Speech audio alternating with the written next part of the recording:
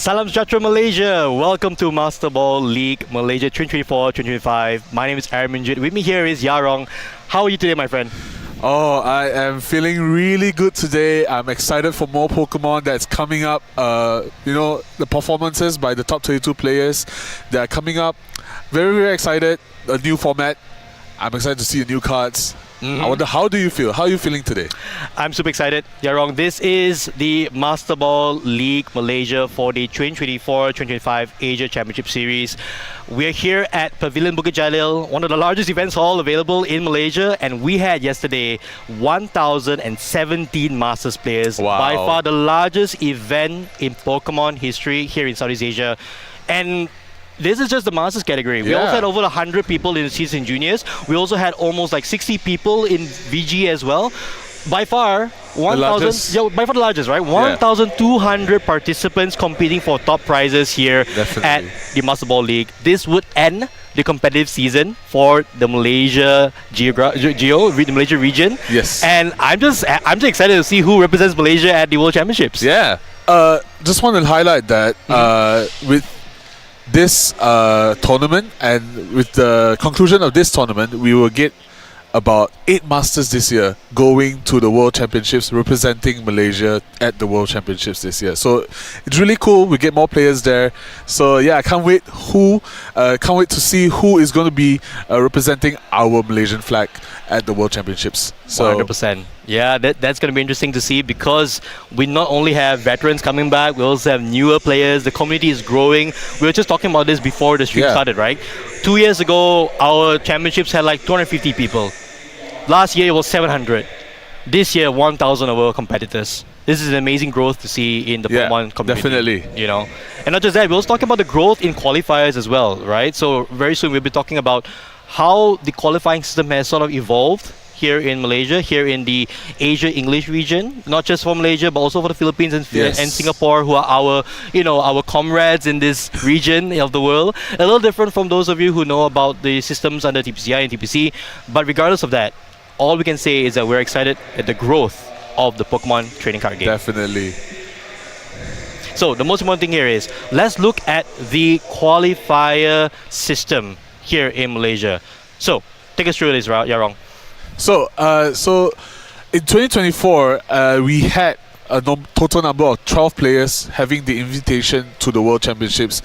But this year, TPC has announced, the Pokemon Company has announced that there will be upwards of 20 players qualifying for the World Championships and representing the Malaysian flag for this year. So a very good increase, I would say, in terms of representatives for our World Championships. How do you feel about this increase, Aaron? This is an amazing difference for us here in the Malaysia region. To have 12 players represent the country last year, over now going to 20 players across the Masters, Seniors and Juniors division. It is an amazing growth that we're seeing, not just in the player base, but also the competitive scene as well.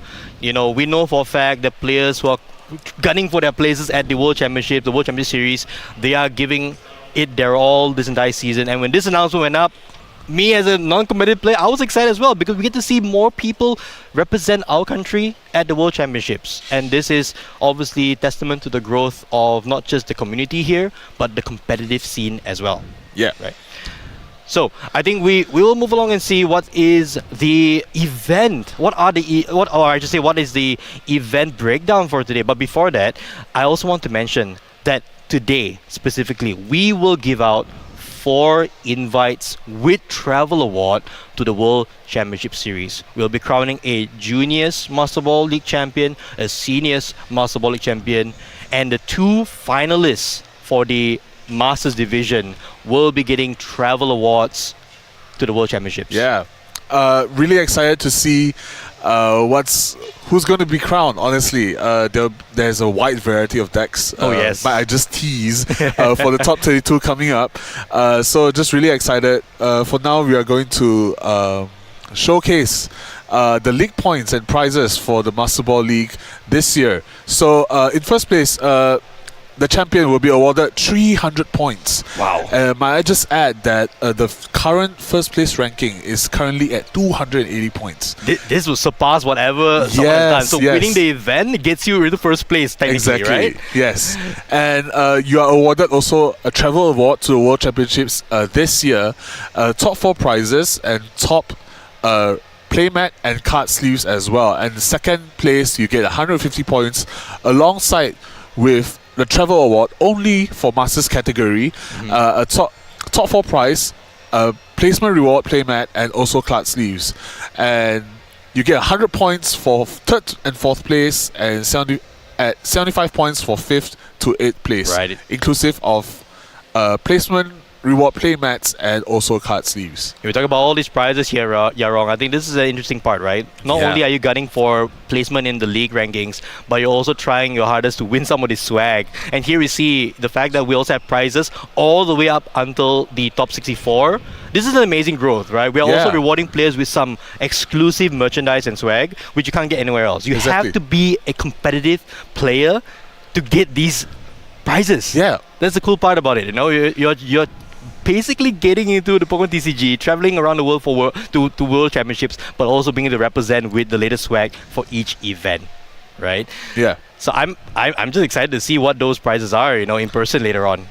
You know, so here's a participation promo for this event. It is the Buddy Profit promo card with that beautiful Master Ball League stamp. Every player, regardless if you're on the TCG or the VG scene, participating in the event over the couple of days that we have here will get one of these beautiful cards, and it's a staple in so many decks. Yes, put it straight into your Dragapult deck, put it straight into your Charizard deck, or even the Zoroark, or so many different, even Gardevoir. And might I just add that this promo card actually comes in the Galaxy Holo Foil, which is very, very highly sought after in terms of design. I think it's really nice, really beautiful right now. So moving on, we have... Yeah, let's just take a look at the next prize as well. Not just the Buddy Profit, but let's take a look at some other swag that we have on the tournament prizes. These are the exclusive event playmats and card sleeves. And I don't know about you, Yarong, but I love me some original Gen 1 Pokemon. And what other Pokemon to represent Gen 1 than Mewtwo? I know. It's so cool. I think it's one of the coolest. And might I just add, you have Dragonite over there as well. I think Dragonite being like a pseudo-legendary. Yes. It's really cool to have it there. And we're skipping right to the top 4 pricing as well. On the left, you see the Zoroark EX promo card. Not just a regular promo. This is a top placement promo. You have to be top 4 in each of the categories in order to get one. There will only be 12 of these cards in existence given out in Malaysia. And then looking at the trophies on the right, finalist champion top 4, you take home a Mewtwo design trophy. This is an amazing way to commemorate this year's event. And okay, we're going straight to the leaderboard right now. This is it, Yarong. The top 32. They've duked it out in day 1. 1,017 players. We're down to the final 32. There's some interesting names here, Yarong. Anyone that picks your mind right now? I think we always want to just point out Yun Kaijian. Yes. He has been a top competitor last season and even this season. Yes. Currently holding rank 1 in league points. I think it's just really, really interesting to see that, you know, he's still up there, performing so well this 100%, season. 100%. And I think before we go any further, we also talk about the format that we just talked about, right? Single elimination here at top 32, but with a best of 3. So therefore, we're going to have so much more Pokemon to show for this event. I'm just excited to get into the matches. It's going to be an interesting set no matter what. We are moving away from the best of 1 yesterday and now into a best of 3. So it's going to be a fun one.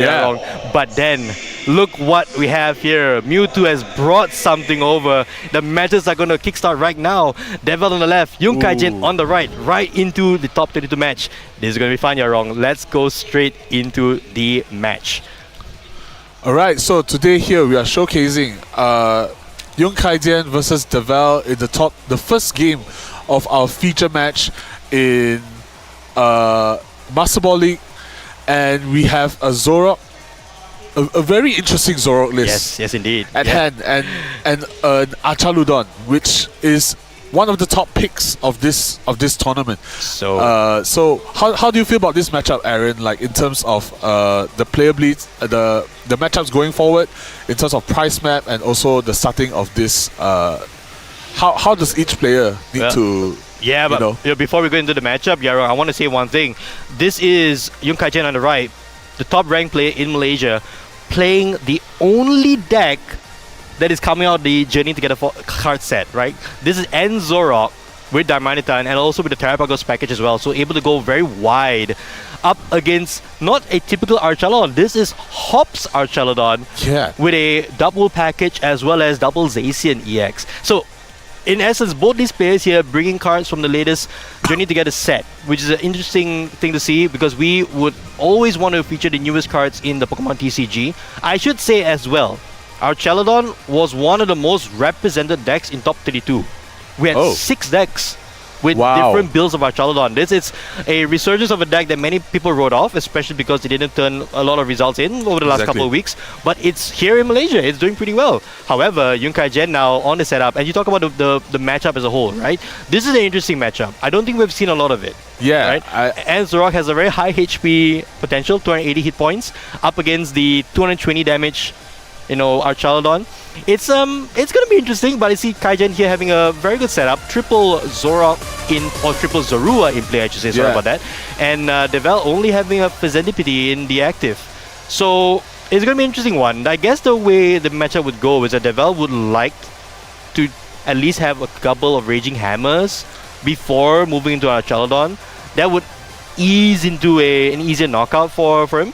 Looking at deck list right now, I don't see that many damage modifiers for the Archelon. He might have to lean in on the Zacian because there's more Hop's Choice Band. I do think that his game plan is to just start off with Zacian and just hitting the Zorok deck really hard, sniping off the Zoras early game so that you could deny the setup on Kaijen's side of the board.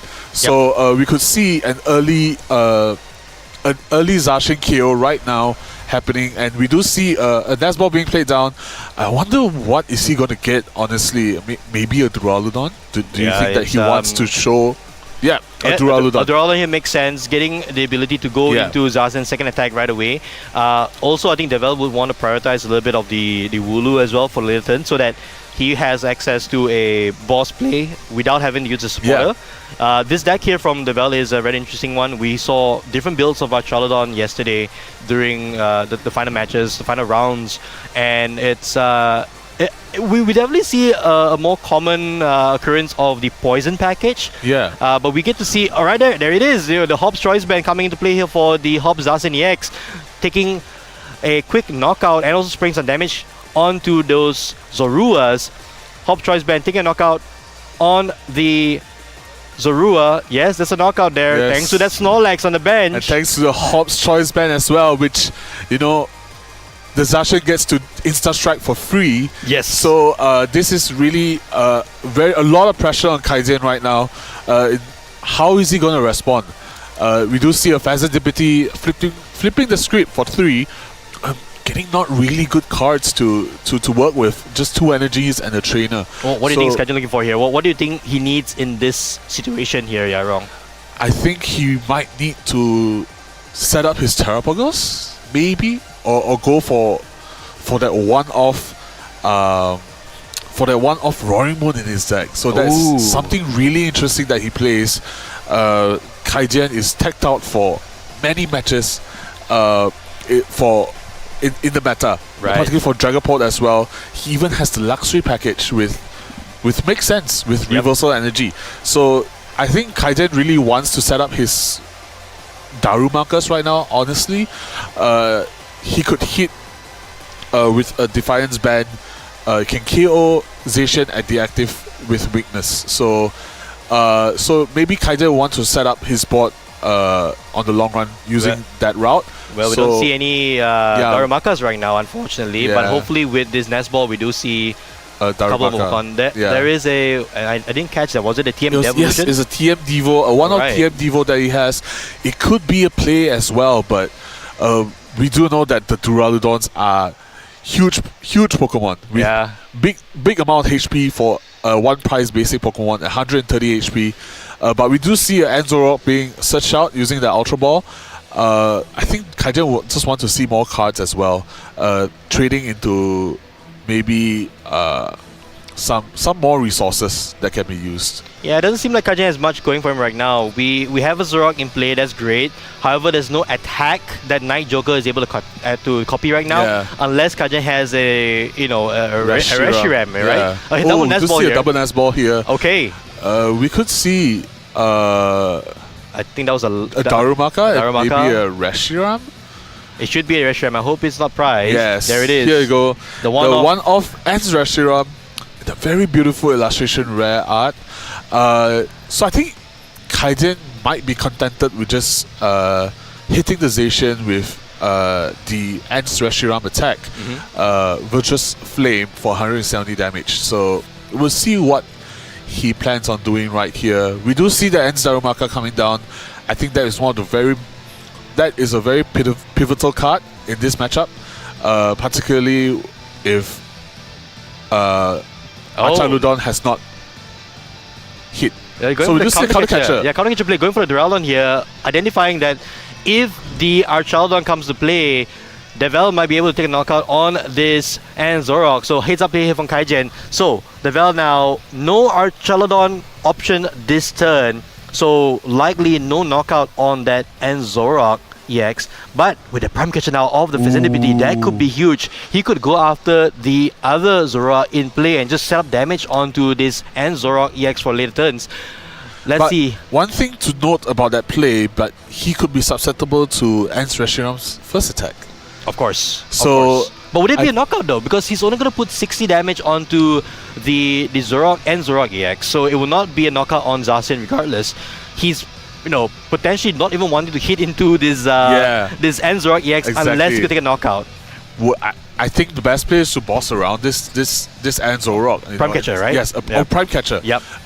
Maybe getting the Ants Reshiram up there to, because Ants Reshiram has 2 retreat costs, so it might see getting stuck right there. That's true. As Kaizen doesn't play any Ants Castle to negate the retreat cost. So you do want to see maybe a stall play coming out from Devel. So, but we do see a Nest Ball for Duraludon out. So Duraludon now onto the bench. What Devel is looking for? Maybe setting up another Duraludon so that his hand doesn't have energy, does it? Is there energy at the back there, or I'm not too sure. He actually had the Archaludon play in hand, but unfortunately no Duraludon. So a Prime Catcher, going for a Pokegear. Let's see what he's looking for. In this scenario, I think the one thing I must call out here, Kaijen has no way of playing a 6 basic Pokemon on the bench because there is no Terrapago in play. But now Devel goes for the knockout. Oh, we do see a boss's order on the Zoroark. So the play we talked about earlier, right? So 60 damage on the Anzorok EX, and Kaizen wouldn't be able to respond with a KO right here to anything. Yep. So we didn't get to see the prize cards earlier. So this is the prize setup right now. We have prize cams, which is awesome. I think for both players, nothing too crazy, nothing too detrimental for each of them. There is an Ants PP up there for I think that's for Kaijen, so for Kaijen, so it's a little swap right now. But I think the main thing for both players here is to ensure that they don't run out of any resources. Now back to the game, we see Kaijen now thinking his options. There is no more Zorua in play, but this does unlock a bench spot potentially for that Terrapago's play, like you mentioned. He might need to lean onto a different attacker here if Zoroark EX isn't really doing much other than just putting damage counters. Yep. So we see a trade being used, Flip the Script also already being used. Kaijen's hand looks pretty clumped up with supporters that he doesn't want to play right now. Yeah. And you do see a Ultra Ball coming down. I wonder what is he getting? Maybe he needs to go. Maybe he's trying to go for the Darmanitan play, where he could use Darmanitan's second attack alongside with a Reversal Energy and also Defiance ban to get a KO on the Hop Zacian EX. So I wonder where. Okay, we do see an Arvin. Wondering what Kaijen is looking to bring out or set up right here. We do see a Night Stretcher grab. And the nice stretcher, I have to say, also sporting the Great Ball League stamp. Ooh, So yes. a lot of exclusive promos here in Asia that we are playing and we're seeing. So we do see the reverse energy, and yes, we're going into the Darmanitan with the reverse energy flame body cannon coming up. That's And, going to be a big one here for 90 damage with the Defiance with Band. Defiance Band. Perfect. So we do see Let's a break it down. KO Yes, let's break it down here. on Zacian. 90 So damage with plus- 30. So it'll be a 240 damage on the Zacian, and we do see a 90 being placed on the Duraludon. I wonder how Devel is gonna respond Yeah. to this. I think Devel might want to go for maybe a counter catcher or a boss play on the end Zorok EX at the bench, which has already 60 damage on it. So Yes. that, just to remove some draw power and also remove the only end Zorok in play. So Yeah, but Yeah. the thing is, does he have it in play in Yeah. hand right now? Because I think Devel is actually might be one energy short. Oh, he has energy now, so he Ooh. got off the prize cards earlier. So if he goes into, I was saying maybe go into the Snorlax, and then the Prime Catcher becomes a live Ooh, play. yeah. But now he needs a way to pivot out of the Prime Catcher, or maybe does he have a boss? I don't see a boss in But hand. I don't think Devel has much energies in the discard pile. Oh, as you are well. right. As Archarodon does do Okay. well with energies. You know, he needs energies in the discard pile for the ability to trigger. So I wonder what Devel's move is going to be Yeah, we only coming see, out from this turn. Yeah, Maybe flip the script first to see his options. most likely we see energy, we see double. We do see a post pick as well. So not much that he can work with. No. He might have to settle to pivot into the other Zacian in hand, go after the Zora again, putting him at 3 prizes. But that would open up once again a Another- play from a Flame Body Cannon. Exactly, which you don't want to really see. Not much options, I would say, coming out from the Vel side. He could maybe Prime Catcher into Pheasant or Pheasant Deputy or even the Ants Reshiram, just to try to stall out one turn to buy himself some time. Not taking any KOs right now because the price trade is quite even, I would say. It's 3 to 4. So Yeah, but the thing is, I think for Kaijin right now is that he's presenting these threats on the field, asking the question of Devel, which one you go after? Would you go after the Zorok on the bench? Would you go after the Zorua, preventing another Yeah. Zorok? Or would you deal with this Darmanitan? So Devel here at least getting the Earthen Vessel, getting double metal energies. This is his way of getting at least energies into the discard pile. We see one there, but still not enough to get a full use of the Archalodon.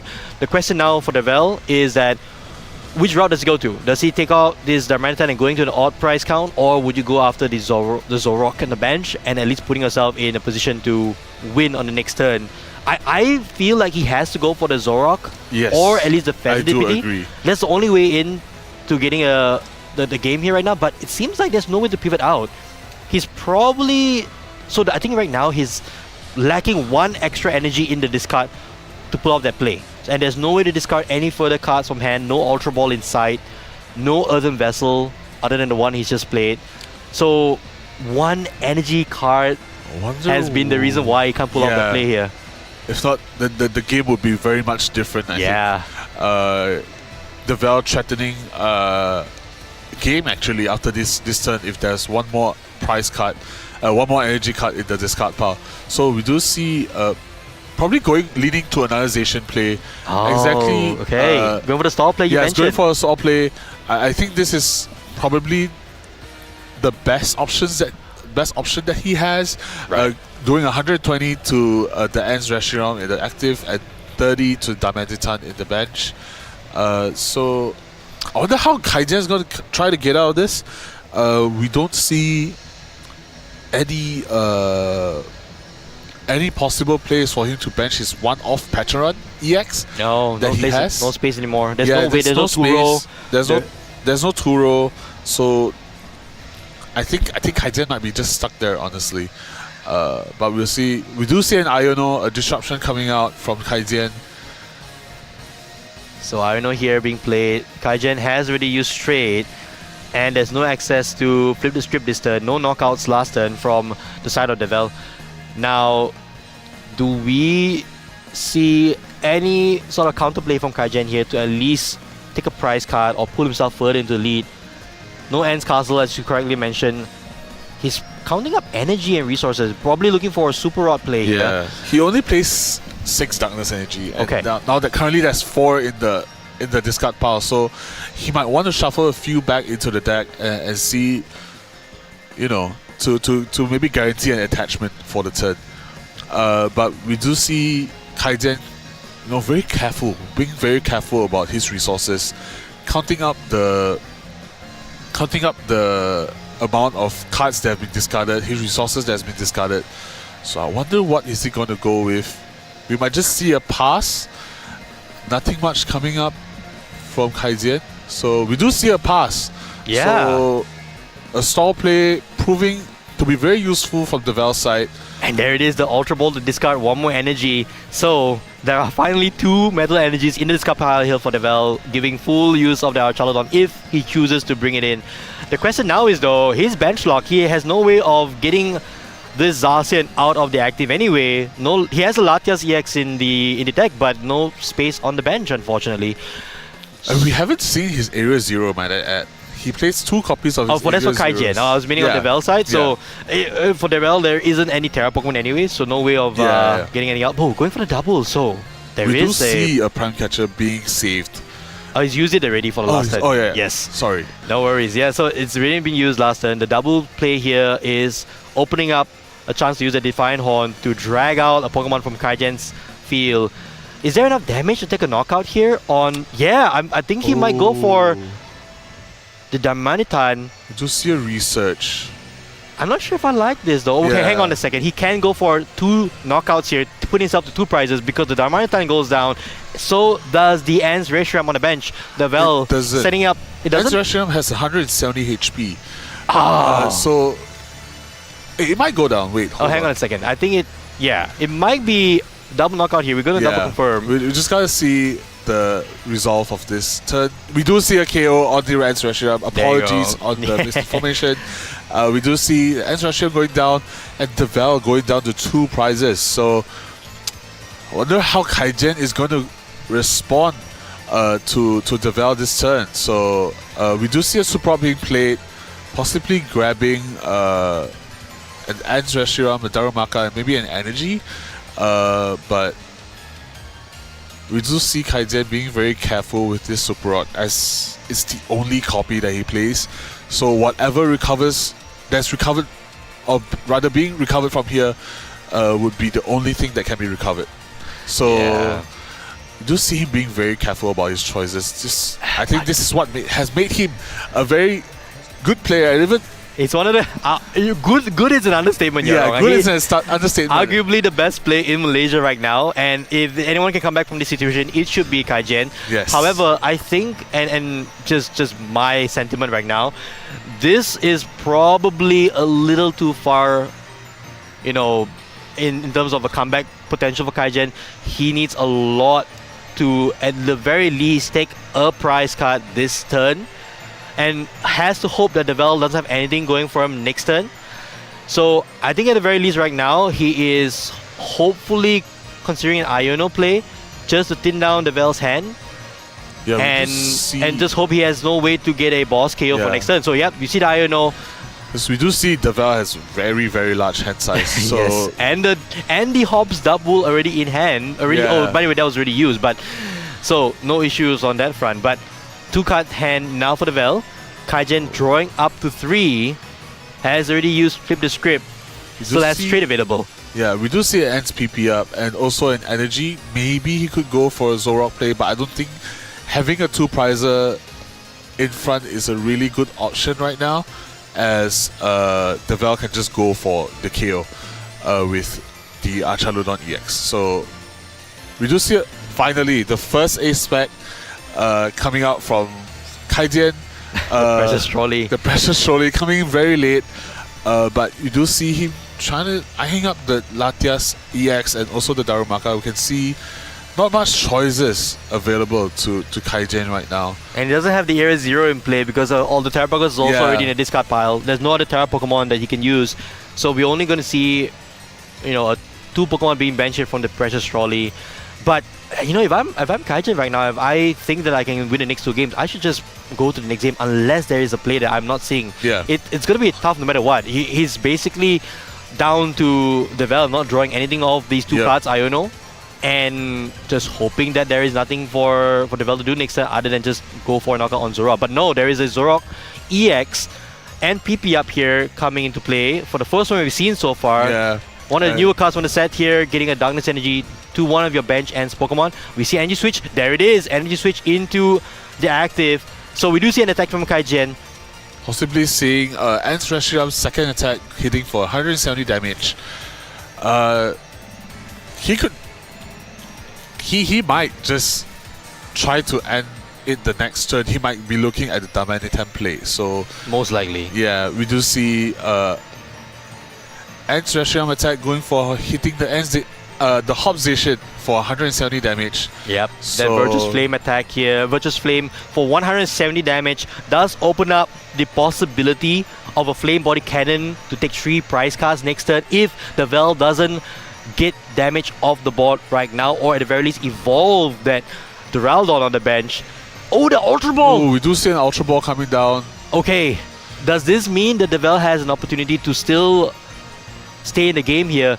But I think the game might still be over if Kaijin has a boss, because he can just go after the bench Duraldon there on the bench with the 1 energy. I mean, that still is a 3 prize knockout. Oh, it's not. He has to go into the Darmanitan. Yes, but as you can see from Devel's side, he was actually maybe just short of 1 card because he needed that hand attachment, and Archaludon would have be able to evolve and Enzation taking the knockout. Oh, that is true. Because we do see Hobzation. Hobzation second attack hitting for 240 damage. Together with Postwick and also Snorlax and also Hob's Choice Band, we do see that Hobzation hitting for potentially 330 damage. So yeah. So that now the thing is, we see Devel going for the Archaludon, so it seems like he's going to use it to attack. But that Zacian is not going to go anywhere. It's still going to be stuck in the active. So, advantage back to Kaijin now. He's able to just snipe the Zacian and the Duraldo on the bench for the win here. I'm not sure if Devel saw that. 3 prize cards for Kaijin. He might have just squeaked this game through. So let's just see a very well-timed Iono, might I add, from Kaijin. So we just do see Insta Strike possibly for 120. I wonder if this 30 damage is going to matter at all, because we might just see Kaijin clutching up the win right now. Yes, indeed. And I believe, if I'm not mistaken, Kaijin likely has the boss in hand, I think. Or I thought I saw a boss in hand, maybe not. But he has 2 traits to work with, yes. So he does see most of his deck. His deck is really thin, so we might... We do see that. There it is. And Damanitan copying the Flame Body Cannon, taking the win here for Kaijin. 1 game up against Devel. That was an amazing comeback there from Kaijin. He was in the lead for a bit, then fell behind, and now taking the first game of this best of 3 with about 25 minutes left. Is there enough time for Devel to come back, or will Kaijin take a 2-0 sweep? A very, very close match indeed. I think very well-timed Iono coming out from Kaijin at the end. Indeed. Iono to 2. Just limiting what Devel can see of his deck together, not enabling Phazantipity EX's ability as well. Yes, indeed. So we do see a discussion coming up. I think the players is double checking on what were the plays there that were possible. We should see a very quick setup for game 2 here. So talk to me about the deck list so far here, Yarong. I think we talk about the decks being fairly fresh, right? Kaijin and Devel both choosing to play cards from the latest journey to get a set. What do you think will be the trump card here for Devel to come back in this game 2? I think maybe setting up more doubles. More Wooloos. Coming from inside, I think he could just really combo it really well with an Iono or maybe Gus plus research, so he could see more cards, enabling the Gus effect at the same time. So I think there's one of his trump cards coming up, moving to game 2. I think prioritizing that would be great coming up from Devel. What do you think about Kaizen's list? What do you think is his one card that could really make a difference in this matchup? There's so many things that is included in Kaizen's deck, and I wonder, what do you think, Aaron, that is really may just pivot the game to his favor? I think, honestly speaking, if I look at Kaijan's list, it's a very interesting deck, right? We're seeing End Zorok, we also have Dharmanitan, we have the Reshram, so the essential cards for a typical end deck. But we also see the Luxray, we also see the Latias, we also see Patron EX, in addition to Roaring Moon and Terapagos. There's so much going on here. I think one thing that Kaijan really is looking for in the next round, or the next game I should say, is to hit that Precious Trolley early, get his deck set up to a point where he's drawing more cards every turn, so that he doesn't open any windows for Devel to come back and have multiple Archaludon plays. I think the point that we saw Kaijen having a huge heads up here was going after the Duraludon in that second turn in game 1. That was a pivotal start, ensuring that Hop Zacian had to just continue using Insta Strike and not having access to its larger attack. Yeah. That is likely the play Kaijan be going for. I want to see, hopefully the Terapagos come into play here. It is a very efficient attacker against Archaludon in general, but not so much against Hop Zacian though, due to the fact that it can go down to it. Yeah. So really interesting, I would say, cooking coming up from Kaijian. So we do see game 2 being set up right now.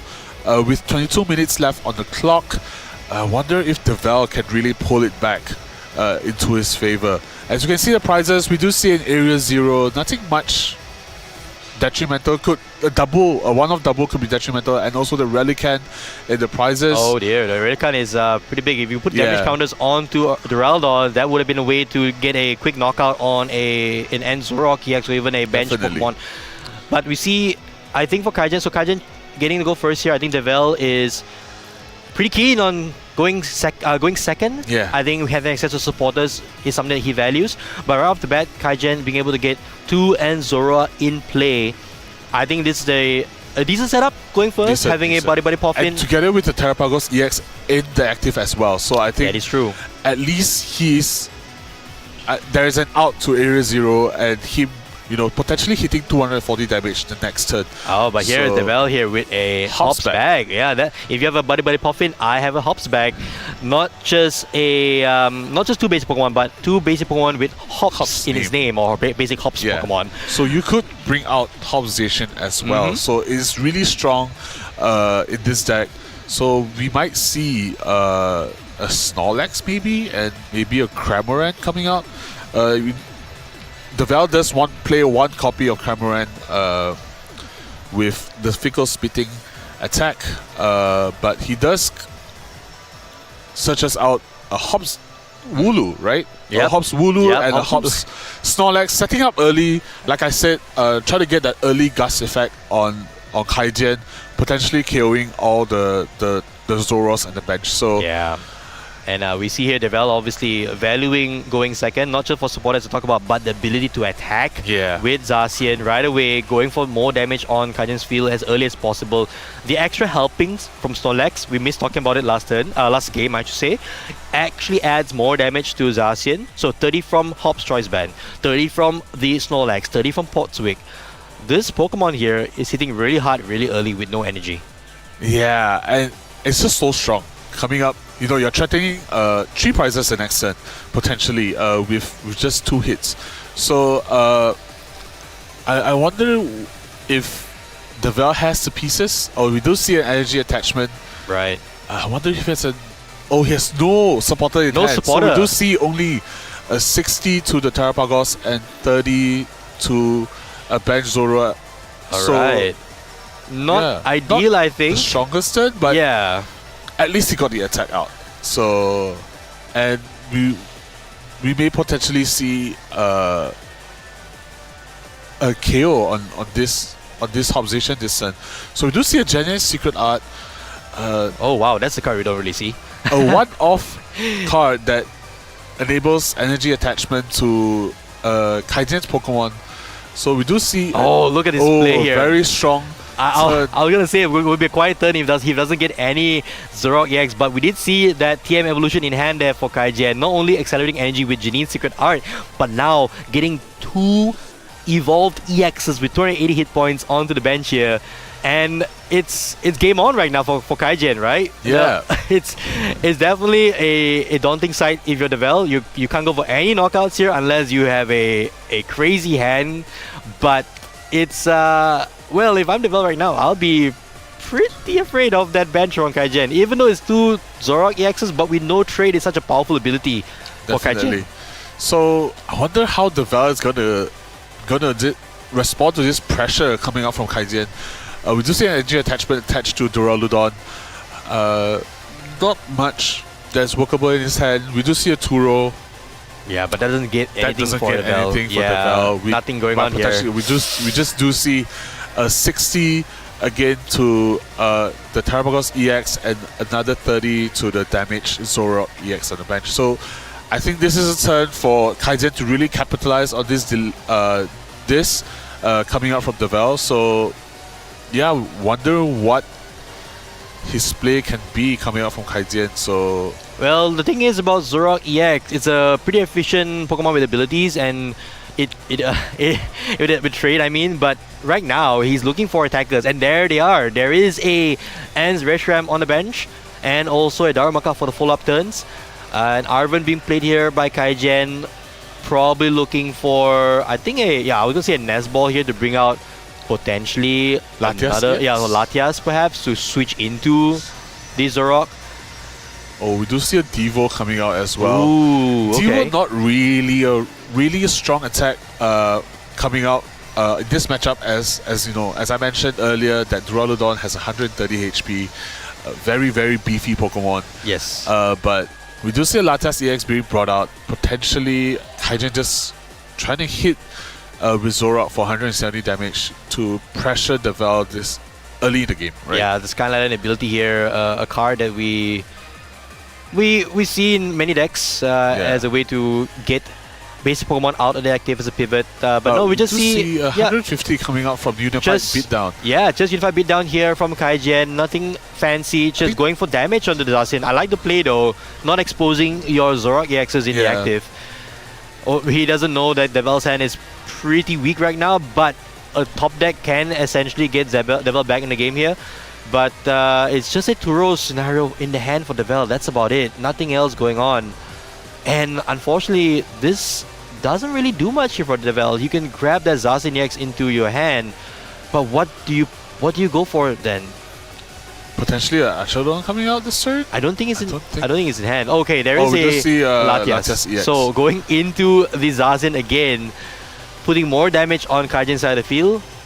Zacian just being a very efficient attacker at this point. We do see a 90 damage coming off from Zacian. 60. Oh, 30 90. with the 30 for the Hop Choice band. Yes, so 90. Still not a knockout, unfortunately. I think the 30 might need to go on the other Anzoro. I think putting another 30 on the Anzoro might be very detrimental for Devel's side. So we do see another trade coming up. Trade is back after a long time, long hiatus.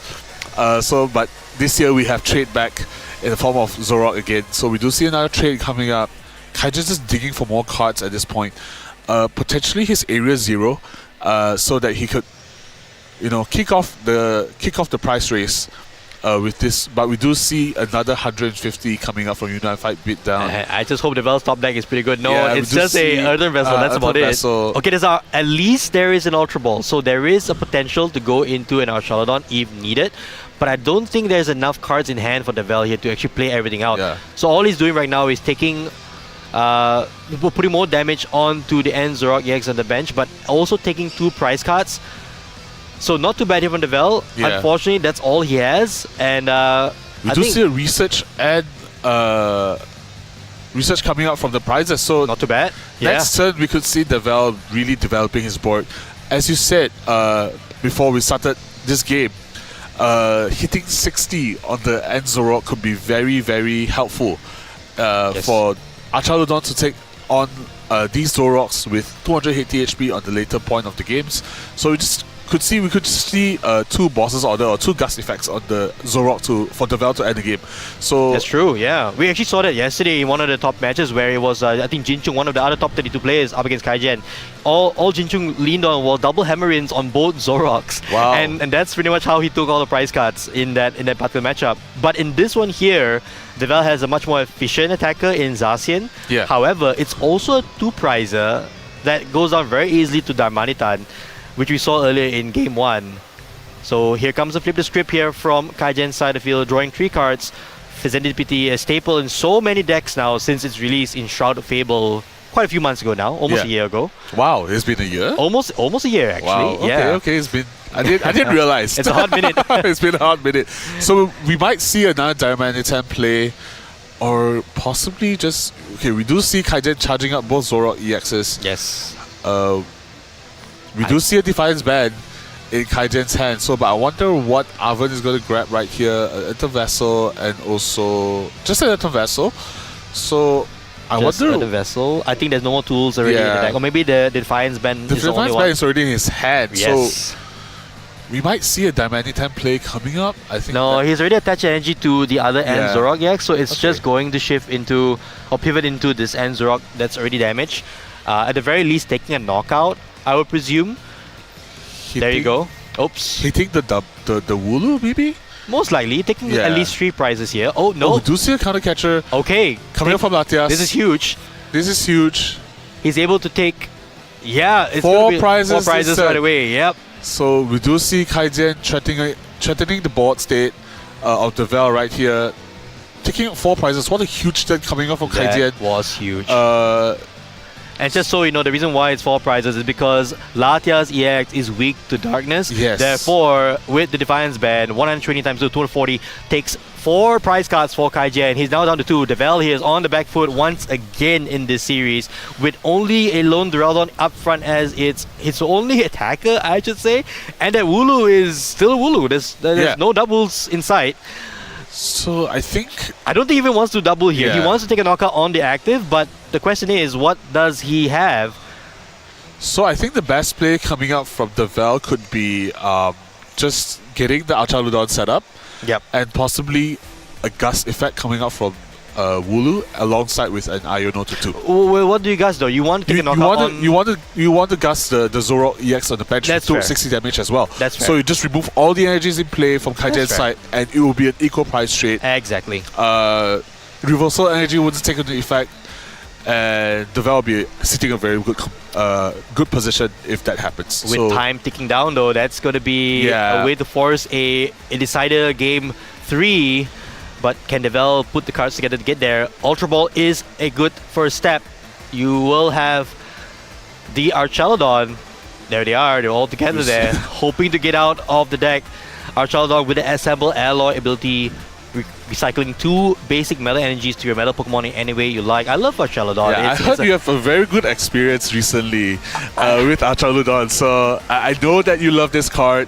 Assemble Alloy and Metal Defender. Just an overall very consistent attacker doing 220 damage. Indeed. So we do see Assemble Alloy taking into effect right now. Yes. So I wonder what Devel is trying to do right here. Maybe he's going with the play of Iono. That's the only support he has in hand. The other card is a Relicanth and a Metal Energy, so he has to go there. If you're in chat right now, we almost have 500 people watching this stream. Thank you all for joining us. If you are just joining this stream, where have you been? We've started almost an hour ago now in this top 32 match between Yung Kaijen and Devel in the Master Ball League Malaysia. Can Devel eke out a win in this game too, or will Kaijen close it out? Yeah. So the best scenario is to see a Hops double, but we don't see a Hops double in Devel's hand. So yeah, just putting an energy card so there. we do see a Metal Defender for 220 damage, taking out 2 prizes, taking out the Zoroark EX for 2 prizes.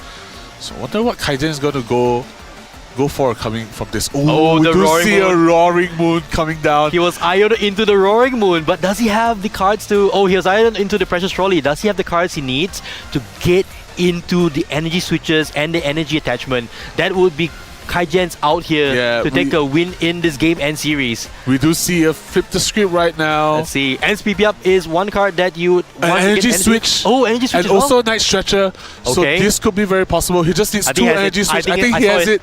Yes, indeed. We do see the two gold Night Stretcher, two gold energy switches. What a clutch. Energy from hand. Double energy switches into the Roaring Moon EX. Energy to Roaring Moon EX. We do see a frenzy gouging for two more prizes. What a turn of events. What a game. All of that coming up from an Iono to 2. Well, you run representative flip the script. You also run trade. You have a lot of outs there. So congratulations to Yoon Kai-jen for taking a win here. He moves on to top 16. Devel, commiserations, but congratulations for getting all the way top 32.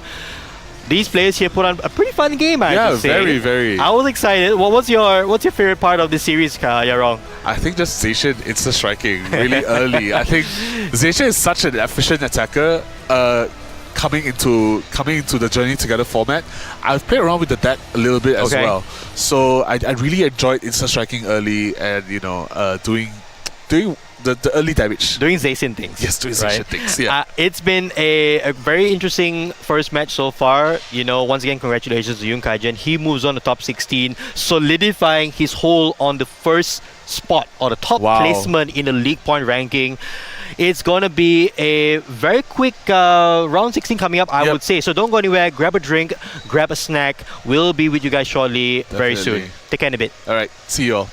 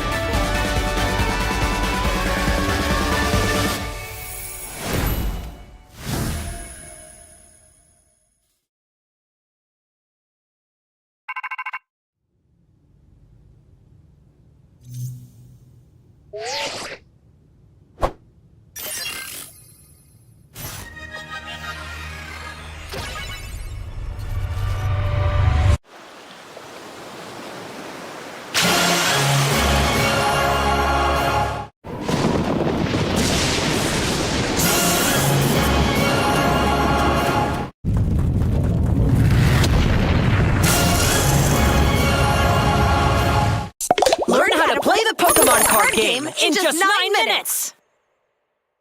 I got my first pack of Pokemon cards! Thing is, I have no idea how to play the game. What did you say? You don't know how to play with your Pokemon cards? Huh? Who are you? I'm Kay, a Pokemon card scientist. But you can call me Professor Pokecard like everyone else here. Professor Pokecard? Let's see. Now that's a pretty nice deck you've got there. Just you wait. I'll make you into a Pokemon card master in no time. What? The Pokemon trading card game lets you battle using your favorite Pokemon. And the fastest way to learn is just by playing. You can battle me and I will teach you everything.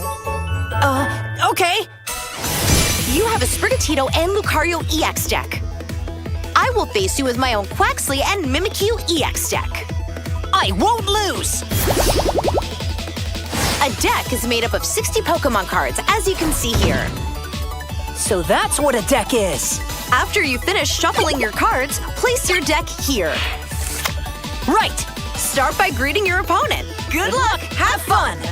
Rock, paper, scissors, Go! Yay! Looks like I won this part. Then you can choose to go first or second. Then I'll go first. Now you see, the first step is to draw 7 cards from your deck. 7 cards. That will be your hand. Wow! Do you have any Pokémon that say basic? Basic Pokémon. I have 2! Place the first basic Pokémon you will battle with in the active spot. If you have any other basic Pokémon, place them face down on your bench. I'll put this Pokémon in the active spot, and this one on the bench. Next, take 6 cards from your deck and set them face down without looking at them. Put them in the space marked prize cards. Why do I have to lay 6 cards there? Every time you knock out an opponent's Pokémon, you take one of these cards as a prize, and then you can add it to your hand. Whoever takes all their prize cards first wins the game. Now I see. Let's go over the battle setup one more time.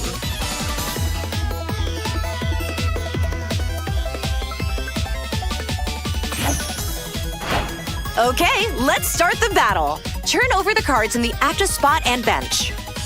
Right! Sprigatito, I choose you! I'm going with Zangoose. Fine then, because I'm gonna win! First, you must draw 1 card from your deck. Yes, it's Riolu! Riolu is a basic Pokémon, so you can put it on the bench. Right! Oh look, you have energy cards. What's energy? During your turn, you can attach just 1 energy card from your hand to one of your Pokémon. If a Pokémon has the right amount and type of energy attached to it, it can use its attacks. Why don't you attach energy to the active Sprigatito? All right then. I will attach 1 grass energy card to my Sprigatito.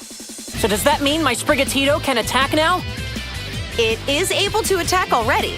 But when you go first, remember that you can't attack on the opening turn. That means your turn is over. Okay, I'm all done with my turn. Okay. I will start by drawing 1 card from my deck. I'll attach this psychic energy to Zangoose. This white mark means that any type of energy works for this attack. Now my Zangoose has all the energy it needs to attack.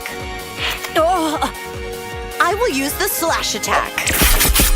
That's 40 damage to Sprigatito. When your Pokémon takes damage, you place damage counters on it. This makes it easier to remember how much damage it's taken. oh man, only 30 HP is left. I finished attacking, so now my turn is over. What do I do now?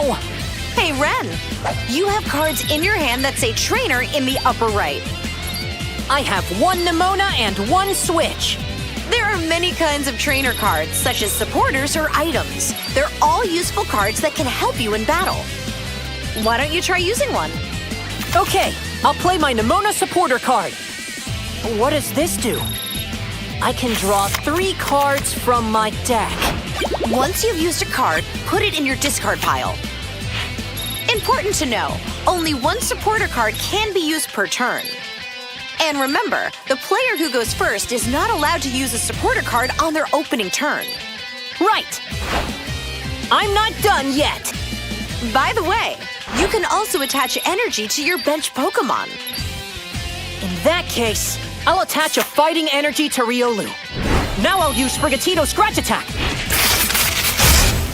That's 10 damage to Zangoose. That's the spirit. I attacked, so it looks like my turn is over. Here I go. First, I'll evolve Quaxly to Quaxwell. By playing Pokémon on top of each other, they evolve and will keep getting even stronger. Next, I'll attach 1 water energy card to my Quaxwell. I'll also use my Nest Ball item card. This allows me to choose 1 basic Pokémon from my deck. By the way, you can use as many items from your hand as you like during your turn. The Pokémon I'll put into play is Mimikyu EX. It looks powerful. Professor, what does the EX in the name mean? Good question. This card is an especially strong one, and it's called a Pokémon EX. Knowing how to use Pokémon EX cards is a shortcut to victory. Pokemon EX? Wow, I want to try! Let's get back to the battle. Zangoose, use Slash. Sprigatito's HP fell to 0. When a Pokemon's HP drops to 0, it gets knocked out. Since I knocked out Sprigatito, I'll take 1 prize card. When the Pokemon in the active spot is knocked out, it gets discarded along with all the attached cards. Then you'll pick another from the bench and place it in the active spot. You're good. This time I choose Riolu. Let's go over the rules once more.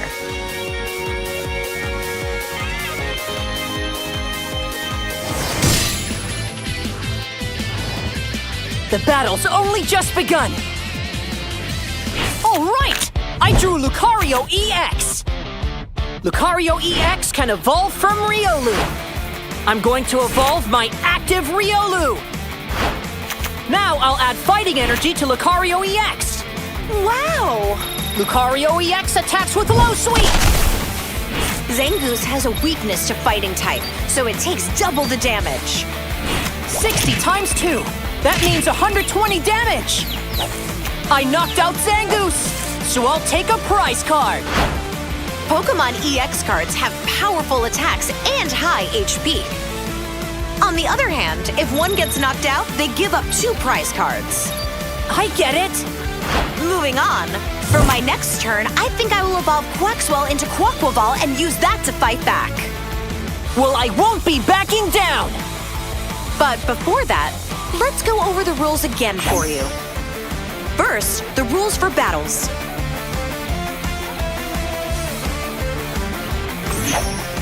And this is how you win.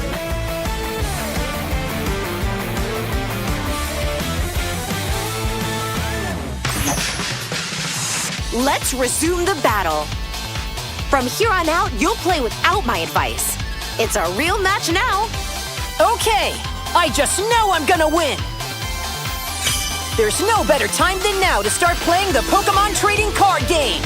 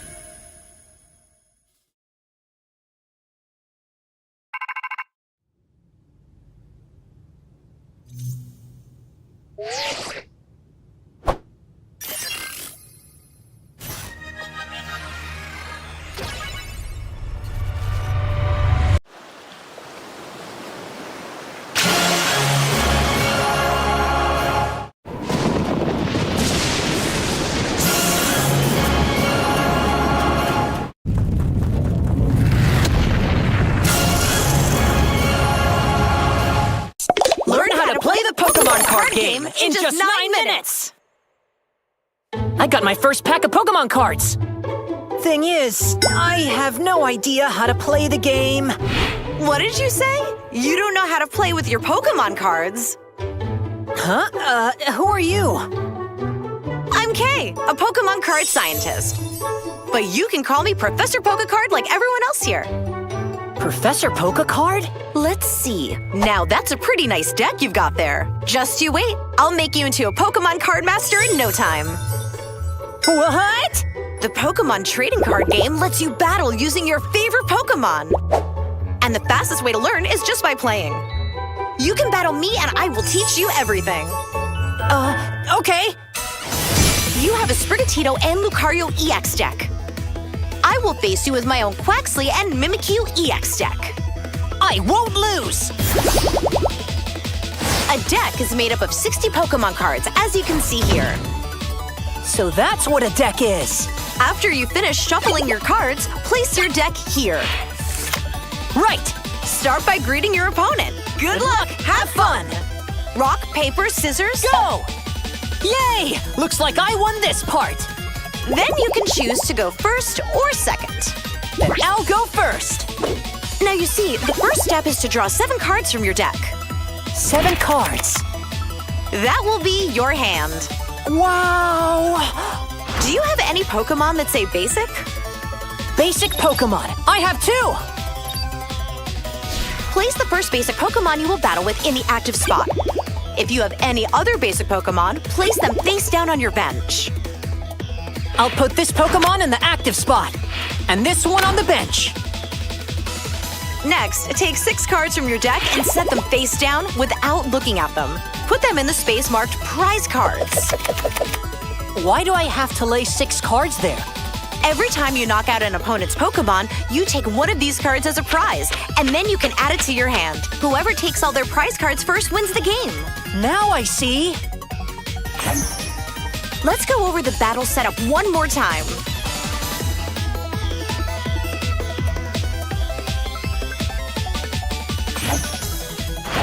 Okay, let's start the battle. Turn over the cards in the active spot and bench. Right! Sprigatito, I choose you! I'm going with Zangoose. Fine then, because I'm gonna win! First, you must draw 1 card from your deck. Yes, it's Riolu! Riolu is a basic Pokémon, so you can put it on the bench. Right! Oh look, you have energy cards. What's energy?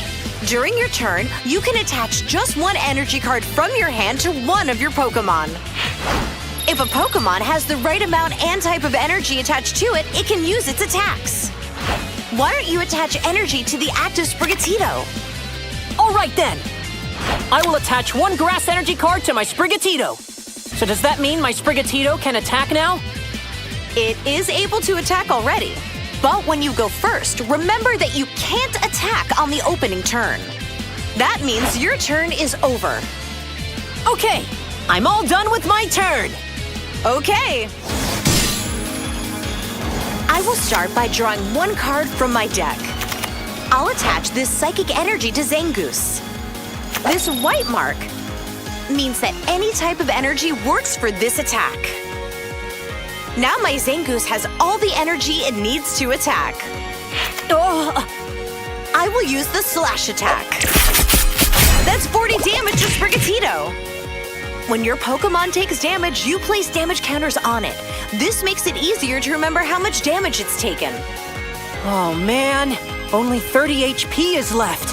I finished attacking, so now my turn is over. What do I do now? Hey Ren, you have cards in your hand that say trainer in the upper right. I have 1 Nemona and 1 Switch. There are many kinds of trainer cards, such as supporters or items. They're all useful cards that can help you in battle. Why don't you try using one? Okay, I'll play my Nemona supporter card. What does this do? I can draw 3 cards from my deck. Once you've used a card, put it in your discard pile. Important to know, only 1 supporter card can be used per turn. And remember, the player who goes first is not allowed to use a supporter card on their opening turn. Right! I'm not done yet! By the way, you can also attach energy to your bench Pokémon. In that case, I'll attach a fighting energy to Riolu. Now I'll use Sprigatito's Scratch Attack. That's 10 damage to Zangoose. That's the spirit. I attacked, so it looks like my turn is over. Here I go. First, I'll evolve Quaxly to Quaxwell. By playing Pokémon on top of each other, they evolve and will keep getting even stronger.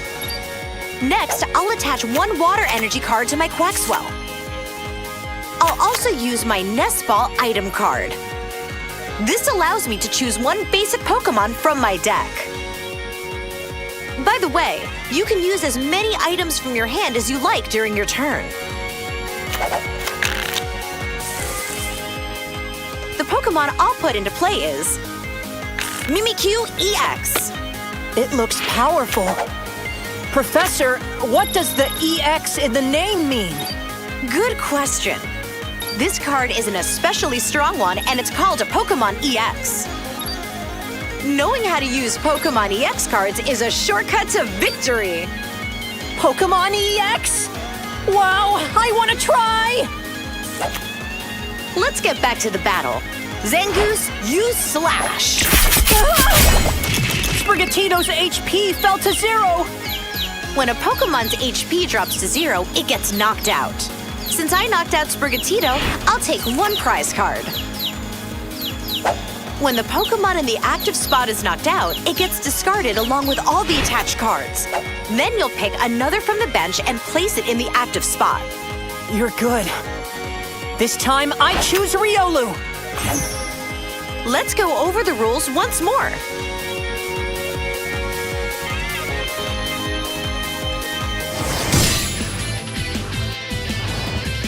The battle's only just begun. All right! I drew Lucario EX. Lucario EX can evolve from Riolu. I'm going to evolve my active Riolu. Now I'll add fighting energy to Lucario EX. Wow! Lucario EX attacks with low sweep. Zangoose has a weakness to fighting type, so it takes double the damage. 60 times 2. That means 120 damage. I knocked out Zangoose, so I'll take a prize card. Pokemon EX cards have powerful attacks and high HP. On the other hand, if one gets knocked out, they give up 2 prize cards. I get it. Moving on, for my next turn, I think I will evolve Quaxwell into Quaquaval and use that to fight back. Well, I won't be backing down. But before that, let's go over the rules again for you. First, the rules for battles.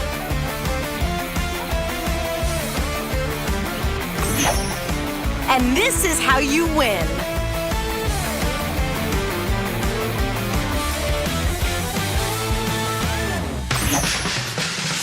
Let's resume the battle. From here on out, you'll play without my advice. It's a real match now. Okay, I just know I'm gonna win. There's no better time than now to start playing the Pokemon trading card game.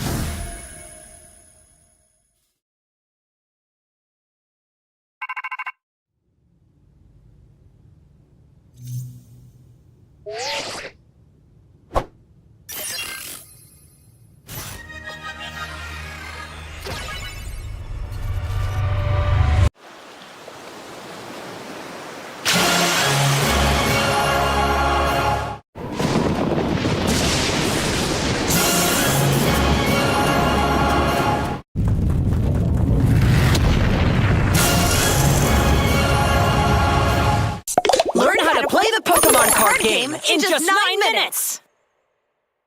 I got my first pack of Pokémon cards. Thing is, I have no idea how to play the game. What did you say? You don't know how to play with your Pokémon cards. Huh? Who are you? I'm Kay, a Pokémon card scientist. But you can call me Professor Pokécard like everyone else here. Professor Pokécard? Let's see. Now that's a pretty nice deck you've got there. Just you wait. I'll make you into a Pokémon card master in no time. What? The Pokémon trading card game lets you battle using your favorite Pokémon. And the fastest way to learn is just by playing. You can battle me and I will teach you everything. Okay. You have a Sprigatito and Lucario EX deck. I will face you with my own Quaxly and Mimikyu EX deck. I won't lose! A deck is made up of 60 Pokémon cards, as you can see here. So that's what a deck is. After you finish shuffling your cards, place your deck here. Right. Start by greeting your opponent. Good luck! Have fun! Rock, paper, scissors, Go! Yay! Looks like I won this part. Then you can choose to go first or second. Then I'll go first. Now you see, the first step is to draw 7 cards from your deck. 7 cards. That will be your hand. Wow! Do you have any Pokémon that say basic? Basic Pokémon. I have 2. Place the first basic Pokémon you will battle with in the active spot. If you have any other basic Pokémon, place them face down on your bench. I'll put this Pokémon in the active spot, and this one on the bench. Next, take 6 cards from your deck and set them face down without looking at them. Put them in the space marked prize cards. Why do I have to lay 6 cards there? Every time you knock out an opponent's Pokémon, you take one of these cards as a prize, and then you can add it to your hand. Whoever takes all their prize cards first wins the game. Now I see. Let's go over the battle setup one more time.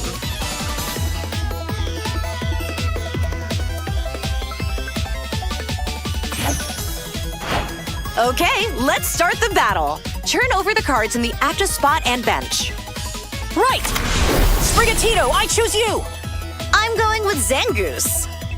Fine then, because I'm gonna win! First, you must draw 1 card from your deck. Yes, it's Riolu! Riolu is a basic Pokémon, so you can put it on the bench. Right! Oh look, you have energy cards. What's energy? During your turn, you can attach just 1 energy card from your hand to one of your Pokémon. If a Pokémon has the right amount and type of energy attached to it, it can use its attacks. Why don't you attach energy to the active Sprigatito? All right then. I will attach 1 grass energy card to my Sprigatito. So does that mean my Sprigatito can attack now? It is able to attack already. But when you go first, remember that you can't attack on the opening turn. That means your turn is over. Okay, I'm all done with my turn. Okay. I will start by drawing 1 card from my deck. I'll attach this psychic energy to Zangoose. This white mark means that any type of energy works for this attack. Now my Zangoose has all the energy it needs to attack. I will use the slash attack. That's 40 damage to Sprigatito. When your Pokémon takes damage, you place damage counters on it. This makes it easier to remember how much damage it's taken. Oh man, only 30 HP is left. I finished attacking, so now my turn is over. What do I do now? Hey Ren, you have cards in your hand that say Trainer in the upper right. I have 1 Nemona and 1 Switch. There are many kinds of trainer cards, such as supporters or items. They're all useful cards that can help you in battle. Why don't you try using one? Okay, I'll play my Nemona supporter card. What does this do? I can draw 3 cards from my deck. Once you've used a card, put it in your discard pile. Important to know, only 1 supporter card can be used per turn. And remember, the player who goes first is not allowed to use a supporter card on their opening turn. Right. I'm not done yet. By the way, you can also attach energy to your bench Pokémon. In that case, I'll attach a fighting energy to Riolu. Now I'll use Sprigatito's Scratch Attack. That's 10 damage to Zangoose. That's the spirit. I attacked, so it looks like my turn is over. Here I go. First, I'll evolve Quaxly to Quaxwell. By playing Pokémon on top of each other, they evolve and will keep getting even stronger. Next, I'll attach one water energy card to my Quaxwell. I'll also use my Nest Ball item card. This allows me to choose one basic Pokémon from my deck. By the way, you can use as many items from your hand as you like during your turn. The Pokémon I'll put into play is Mimikyu EX. It looks powerful. Professor, what does the EX in the name mean? Good question. This card is an especially strong one, and it's called a Pokémon EX. Knowing how to use Pokémon EX cards is a shortcut to victory. Pokémon EX? Wow, I want to try! Let's get back to the battle. Zangoose, use Slash. Sprigatito's HP fell to 0. When a Pokémon's HP drops to 0, it gets knocked out. Since I knocked out Sprigatito, I'll take one prize card. When the Pokémon in the active spot is knocked out, it gets discarded along with all the attached cards. Then you'll pick another from the bench and place it in the active spot. You're good. This time I choose Riolu. Let's go over the rules once more.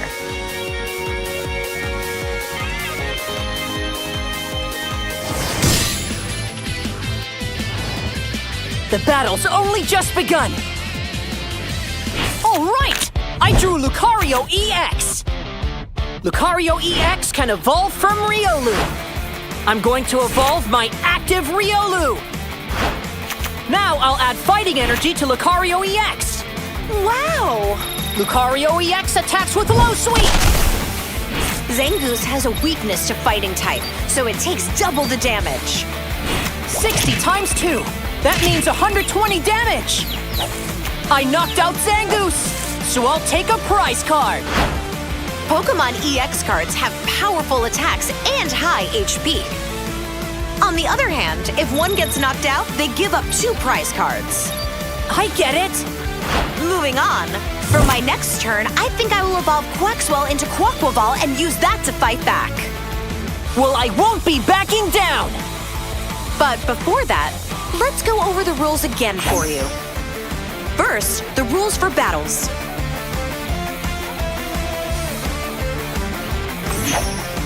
And this is how you win.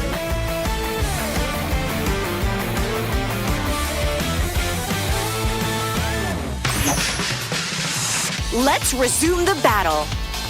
From here on out, you'll play without my advice. It's a real match now. Okay, I just know I'm gonna win. There's no better time than now to start playing the Pokémon trading card game.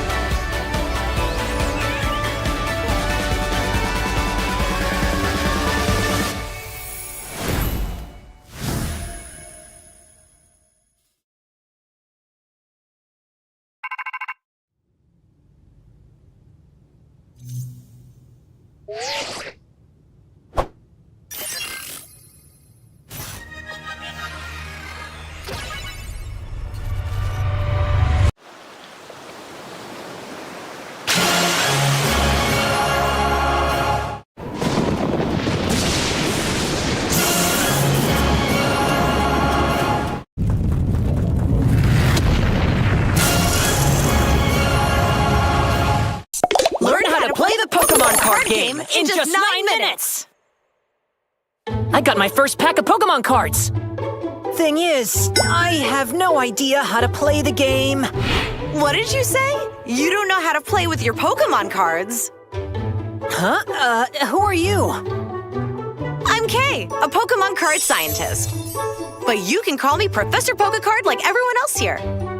Professor Pokecard? Let's see. Now that's a pretty nice deck you've got there. Just you wait. I'll make you into a Pokémon card master in no time. What?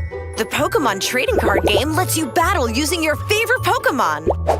And the fastest way to learn is just by playing. You can battle me and I will teach you everything. Okay. You have a Sprigatito and Lucario EX deck. I will face you with my own Quaxly and Mimikyu EX deck. I won't lose! A deck is made up of 60 Pokémon cards, as you can see here. So that's what a deck is. After you finish shuffling your cards, place your deck here. Right. Start by greeting your opponent. Good luck! Have fun! Rock, paper, scissors, Go! Yay! Looks like I won this part. Then you can choose to go first or second. Then I'll go first. Now you see, the first step is to draw 7 cards from your deck. 7 cards. That will be your hand. Wow! Do you have any Pokémon that say basic? Basic Pokémon. I have 2! Place the first basic Pokémon you will battle with in the active spot. If you have any other basic Pokémon, place them face down on your bench. I'll put this Pokémon in the active spot, and this one on the bench. Next, take 6 cards from your deck and set them face down without looking at them. Put them in the space marked prize cards. Why do I have to lay 6 cards there? Every time you knock out an opponent's Pokémon, you take one of these cards as a prize, and then you can add it to your hand. Whoever takes all their prize cards first wins the game. Now I see. Let's go over the battle setup one more time.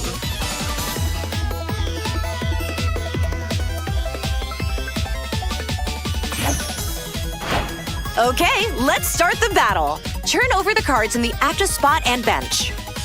Right! Sprigatito, I choose you! I'm going with Zangoose. Fine then, because I'm gonna win! First, you must draw 1 card from your deck. Yes, it's Riolu!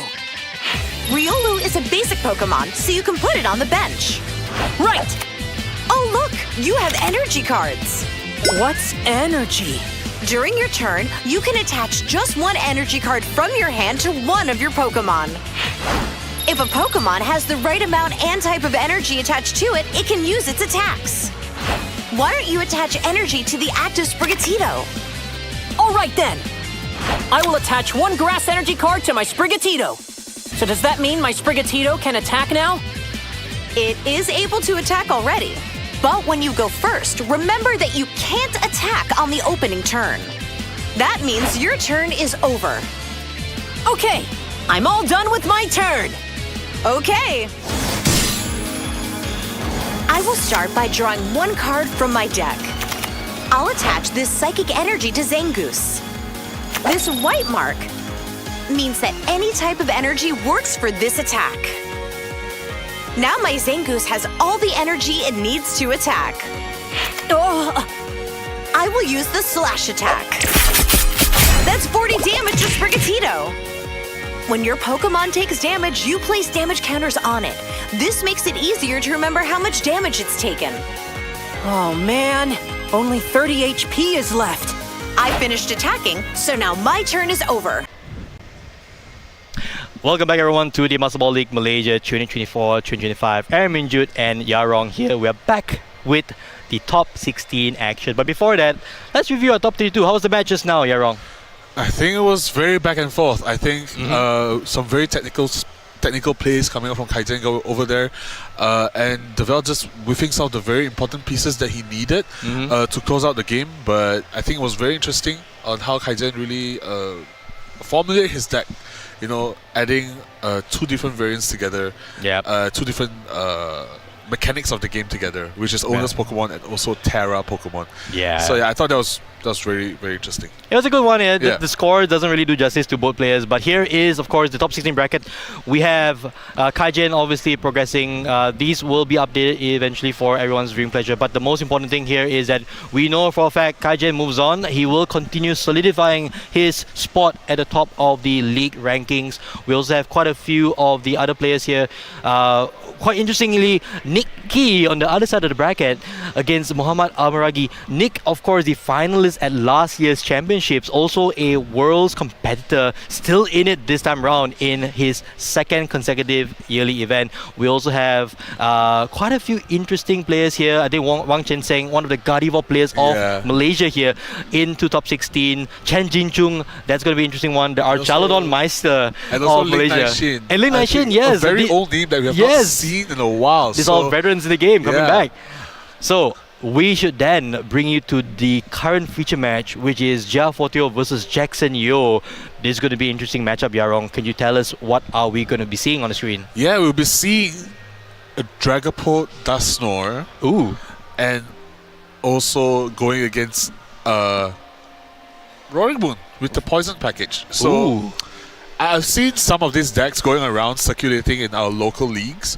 Yep. I think these two decks probably will have very interesting matchups. I think in terms for Jackson's side, which is the pilot for the Roaring Moon Poison package, I think he would just need to bank on trying to donk as an early answer to Dragapult.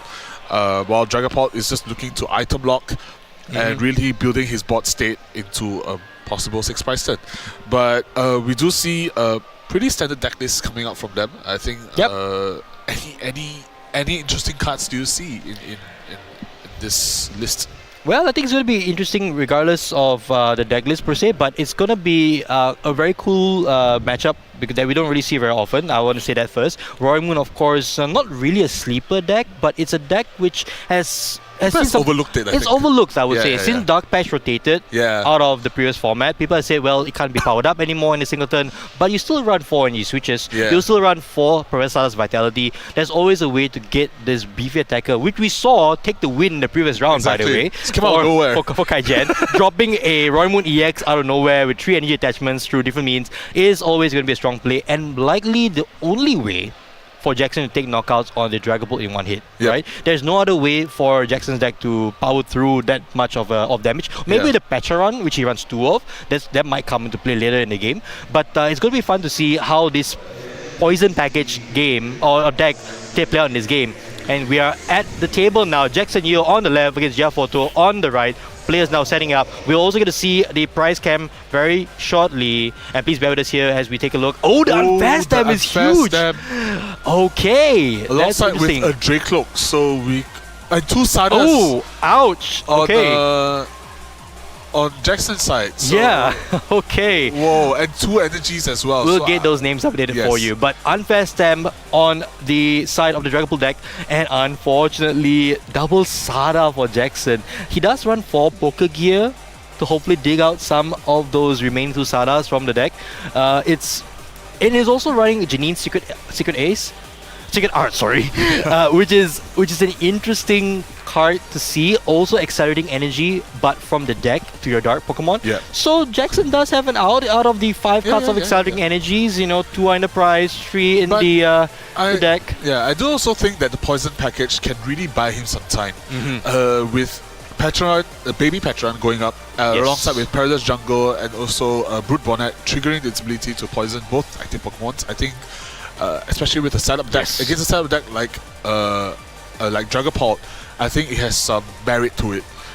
You actually disable Pheasant Deputy's ability when the Pokemon is knocked out by poison. That is true. It's in between turns, so that could prove to be very huge for Jackson's. But we do see both players setting up, getting ready for the matchup. Yeah, they're all set up right now. We're probably just waiting on the call here from the judges to kickstart this game.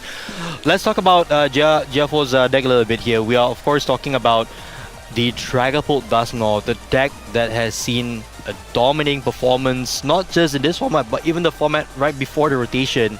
I have to say, based on the statistics of the top 32 that we have had, at this tournament, Dragapult was the most represented deck with 7 decks in total. While of course there were some variations, some were running Charizard, some were running the straight Dragapult build, and of course the majority playing Dragapult Dusknoir.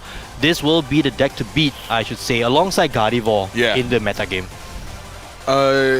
Looking at Jafo's list, I do think that he does play a one-off Blood Moon Ursaluna. I think that card could really bring him back into the price race, or rather as a endgame attacker when he doesn't have any Dragapult out setup. So I think, especially against a deck like a Roaring Moon, if the Roaring Moon doesn't have any Ancient Booster attached to it, we could see Jafo just attaching an energy and just going for the Blood Moon for game. But we do see a slight variation. People have really gone with less Arvins on Dragapult, as they are relying less on that. And we get started here on Jackson's side. So right off the bat, we see a Squawkabilly with a Patron in the active. Now, Perilous Jungle already in play, so the poison damage will add up. Can we see a potential donk here? We could. I think we can. If Jackson has all the pieces he needs, he can go for the donk right on this Duskull right away and go one game up. This is going to be an interesting one for sure. We might see a very quick game one. We do not see any Brute Bonnet being priced. We do... do you remember any Ancient Booster No, being priced? no, I don't think so. We saw some Dark Energy, Sadas, but that's about it. In this situation, Jackson Yo is poised to potentially donk in game 1 of this top 16 best of 3. And it's just going through the motions, checking his stack. This is what great players do, making sure he's aware. He probably understands that 2 Sadas are in the prize. But he does have all his Carmines, all 4 of his Carmines available to be used. So Jackson is potentially seeing a lot of cards this turn. Yes, indeed. So yeah, we just need to see if he gets the cards to dong the Dragapult. So all he needs is the Brute Bonnet with the tool, and that's it. So let's see what his next decision is going to be. He might play the Nazball. He does have a Nazball in his hand. Okay, so there's to one card really already. guarantee the Brute Bonnet. It's very close. He's probably going to squawk and see to 5 for 6 cards. Exactly. I just need to see one card coming out from this turn. So it's going to be a first turn kill for sure here. A first turn knockout, I should say, for Jackson. If he gets it. Brute Bonnet there with that Toxic Powder. This card here it doesn't look very intimidating at the start, but the moment you get a tool on it, and then with Petron in the active and Perilous Jungle, there's so much damage that you could do just from poison. It's 80 damage between turns. Can you believe that, Aaron? What is going on? I come from a time where poison was just 10. 1 damage counter between turns. And it was already pain. And it was already a rough time. And then we had Verbank City with Toxic Laser. But here you go, Jofo praying to the Pokemon gods, praying to Arceus here. Will Jackson find the card he needs? We just see a secret box. Oh, the secret box there will get a Carmine. That is huge. Oh, we do see a there dog it is. The coming dog out is from there. Jackson. Not the Carmine, sorry. We'll get the tool actually. So, I don't need a Carmine. So here we go, Jackson. I think I just searched it out. There it is. We do see a Toxic Powder at ending of turn to get the game. Oh boy. For Jackson Yo. This is not what I was hoping for when I said we should see all 3 games, hopefully. But, well, that's a knockout. And yes, the in-between turns, Jamoto just doing the necessities, making sure that the damage is placed. And then we're going to go into the second game. Yeah, it was barely 5 minutes on the clock. Okay, so with the game ending so quickly, do you have any hopes going into the second game and third game? But this is the reality of the poison package. It is. I think people can really just clutch up 1 or 2 wins in their Swiss rounds, going for poison donks. As to most players wouldn't bench 2 Pokemon down at the same time. But now you have to, don't you? Now you have to do it. You have to respect that. Yeah. And I think for those of you who are very new to this, the reason why that was a knockout, because poison usually places 1 damage counter, right? So when you use Toxic Powder with Brute Bonnet, you're placing 1 damage counter in between turns because of the fact that it's poison. However, with the Patron in the active, Toxic Subjugation is the ability which puts 5 more damage counters on your opponent's poison Pokemon during checkup, which means from 1 damage counter becomes 6. And then let's not forget, there is also the Perilous Jungle, which puts 2 more on top. So, all that said, you have a very knocked out Duskull in the game 1. Overly knocked out, overly poisoned. But we do see the players shuffling out, getting ready for game 2. I do think that maybe Jelfo wants to go first in this scenario. I don't but know. But there's also a chance of just, not getting the two basic Pokemon. That's the thing, right? It's like, so regardless of playing 4 Buddy Buddy Poffin or Nest Ball, things like that, if you start with even a Dreepy or a Badoo or a Duskull, as we just saw, it's always a knockout. Even if you start with a Hawlucha, it's not going to be safe against the poison package here. But, well, I do hope we get to see a much longer game 2, and hopefully, Jafoto is able to get a win here and bring us to a game 3. We all want to see more Pokemon. We want to see a back and forth game. Definitely. We like seeing Donk sometimes, I guess. That was a pretty fun experience to see, especially, but he's just been hoping he gets everything to Squawk and Seize, and he got the secret box off that. So, wonder who chose to go second in this. I mean, wonder what Jelfo chooses. I think he's going first. The marker is set up. We see players now. Oh, so Jelfo does have a mulligan here. And that would have been a rough hand, I think. Yeah, if he had any basic there. Well, maybe the Brock scouting might not be a bad card to have. It's not too bad. So do see Jackson. Nothing too concerning being priced. Yeah. I think the Monkey Dory is a one-off. Yeah, so the Monkey Dory can be hurtful in the Dragon Ball matchup if he doesn't pull off the Poison Donk. Yes. But we just need to see what Jelfo has as he's shuffling up, drawing his first 7 cards to see if there's a basic Pokemon. I do hope Jelfo does get at least a couple of basic Pokemon. Yeah. I wouldn't mind starting even with the Blood Moon in the active just to ensure that the game can go on. He does run a one-off switch. So let's see, 7 cards now. We see a Jamming Tower in the hand, but okay, another mulligan. No. This doesn't look good here. If Jelfo starts off with only a single basic, a low HP basic, I should say, this gives more fuel to Jackson to go for the Donk again. And then we'll just go to top 8 after this. But really, really quick best of 3s here. Yeah. If you're Jelfo right now, what is the ideal starting hand? What do you want to see, all things considered? I think you just want to see 2 Buddy Poffins. Okay. Or rather, if he chooses to go second, 1 Buddy Poffin and 1 Brock Scouting. Okay. So that he can really, set out his bench and also go for a Badoo Pink with Ichi-Pollen. I think Ichi-Pollen really slow down Jackson's play. He wouldn't be able to get out, utilize his Nest Ball. Oh, not again. Another one. Yeah. 3 cards for Jackson here. Wouldn't be able to utilize his Nest Balls, his Secret Box, as we see in last game. Yes, indeed. To really pull out the Poison Donk. What do you... I mean, it is... Would you, as Jelfo, would you choose to bench 2 Pokemon? I would bench a Hawlucha if I had to. I would bench a Hawlucha. I'll put the Hawlucha in the active, saying, you know what, I'm not going to need that 1 damage counter. I'm going to just make sure I can play a turn of the game.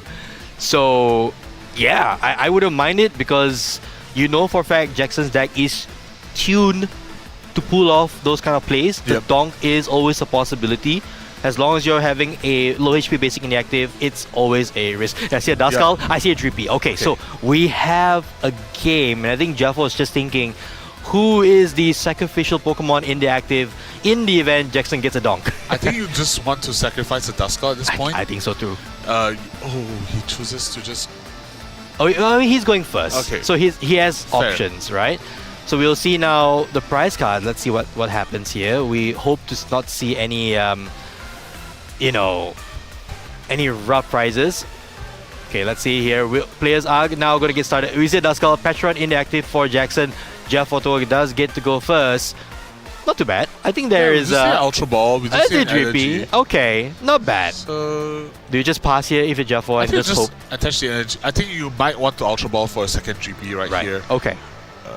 Just to play it safe. Yeah, you just want to play it safe. Ooh, that's a a boss as well. I think that's a Dusclops. I couldn't see it, but Yeah, I couldn't see it. It's not very obvious. But I don't think you just want to have the deck check first. I think Of course. the first deck check is, I think, very important.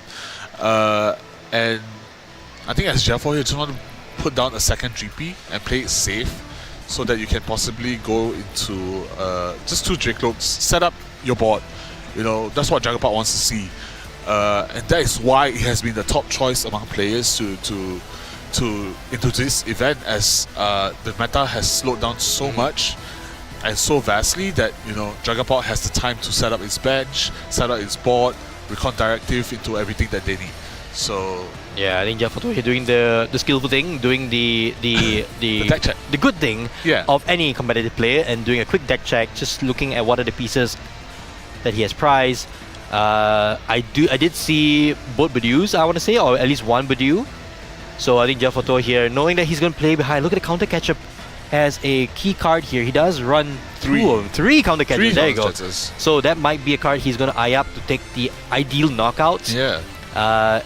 Unfair Stamp this time not prize, which is good. That's always a card that you want to be able to use later in the game. The Crispin, of course, still there, so Energy Acceleration is an option this time around, which is not something you normally get in a Dragon Bolt deck. And he's of course running on Unfair Stamp, so no chance for the Crystal. So, after all that's said and done, What is Jaffo's decision? I think he's just giving it a think right now. I think the safe play is just have another GP down. yes.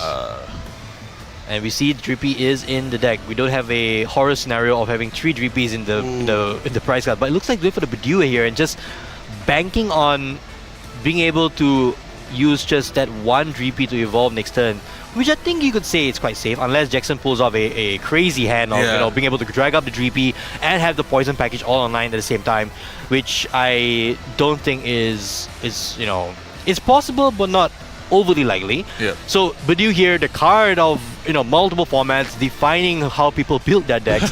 Itchy Pollen for 10 and item locking your opponent. It's such a strong card. Like this little flower. Yeah, Looks so it's cute. a sprout. It ain't no But flower. It's so menacing. Anyway, over to Jackson's turn here. Just energy attachment for Jeffo and passing over. Nest Ball going for... Oh, I got the Petron right away for Jackson. Sir, you might want to just, Relax. yeah, have some mercy for the setup decks. But I didn't see anything crazy in the prize earlier, right? We saw one Roaring Moon, one Carmine, EX, one Carmine. one Ancient Booster. So not too bad. I think for Jackson here, he might just go aggressive if he wants to. I think the Monkey Dory has been pretty painful. Just a one-off, right? Yeah, just a one-off Monkey Dory. I think it's really, really helpful in this matchup. But you do see, I think, 2 Stardust, I think, in Jackson's hand. Would he really want to squawk it away? I That think is another question. But I think you do have to squawk it away, right? if you want to have a game here and you don't have anything else, I think you have to. That's the whole reason why Squawkabilly exists. It helps to increase the consistency of these decks in turn 1. Not every deck can play it because you just don't want to discard that many resources so early. But Jackson here going for the Squawkabilly with Squawk and Seize online as an option. He does have quite a bit of resources in hand. Let's see if there is a potential way to play more cards before discarding the entire hand.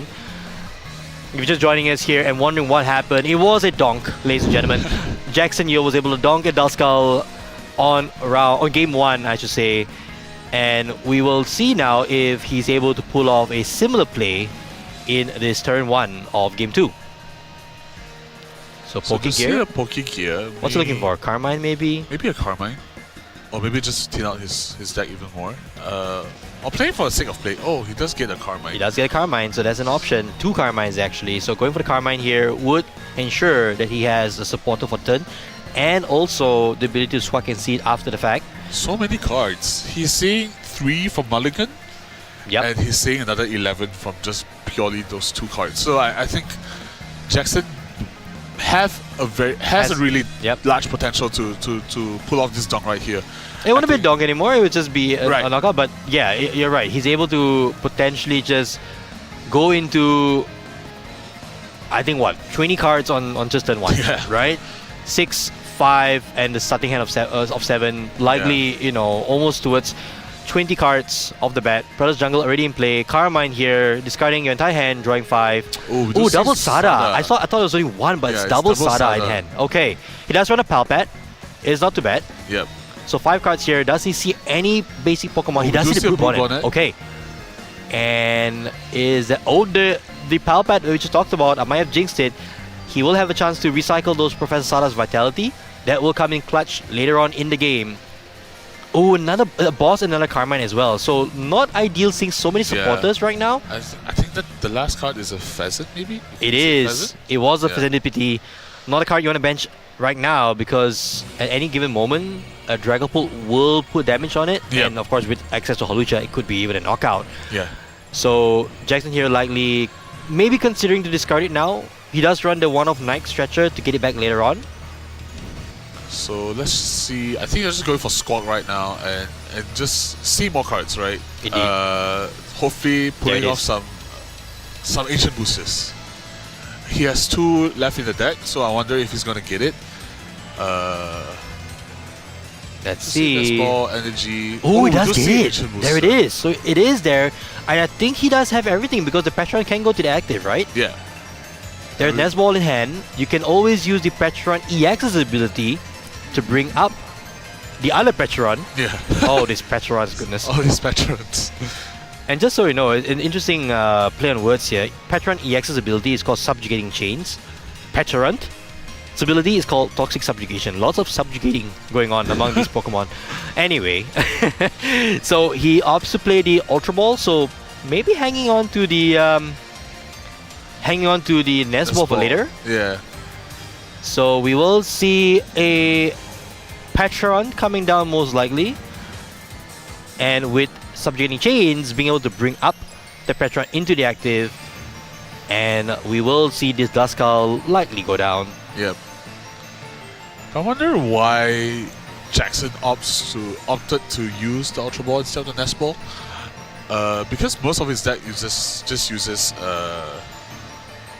basic, right? So Yes. I wonder if he could save maybe some of the resources being discarded, like That's true. the Vessel especially, right? The vessel, the yeah. Perilous Jungle, which could prove useful in the late game. So Yeah, I think for a fact that Jackson here likely should have played the Earthen Vessel, maybe taking out more second Yeah. energies before, discarding it away.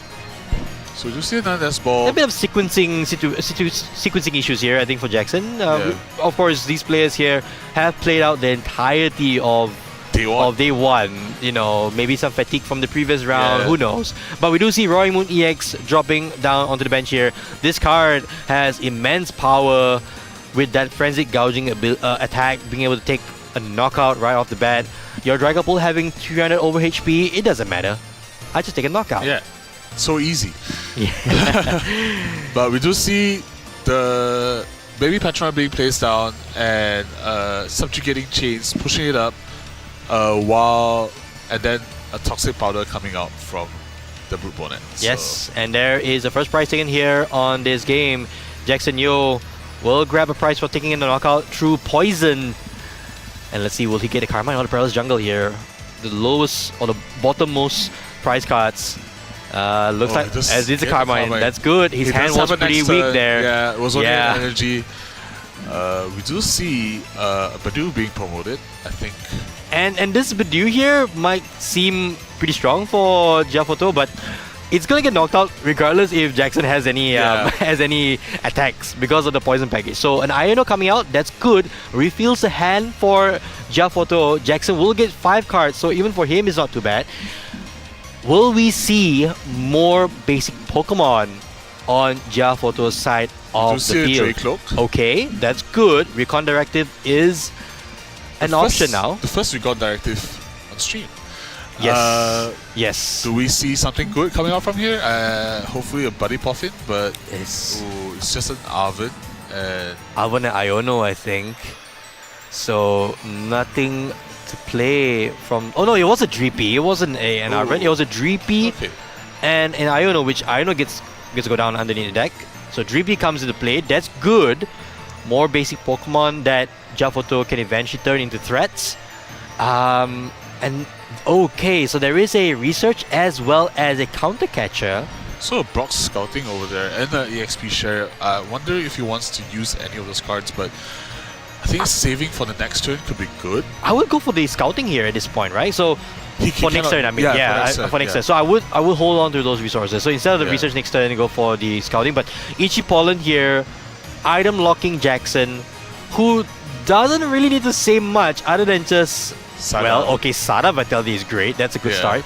So 2 Dark Energies coming back into play from the discard. One onto the Blue Bonnet, another onto the Roaring Moon EX, and drawing 3 cards off the top for Sada's Oh, Vitality. we do see Ooh. an energy switch as well.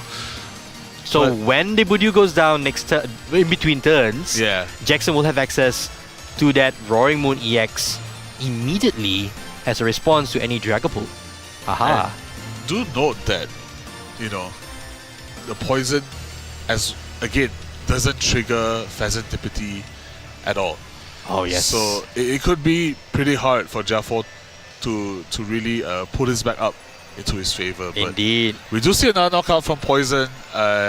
Jackson taking up the Paradise Jungle.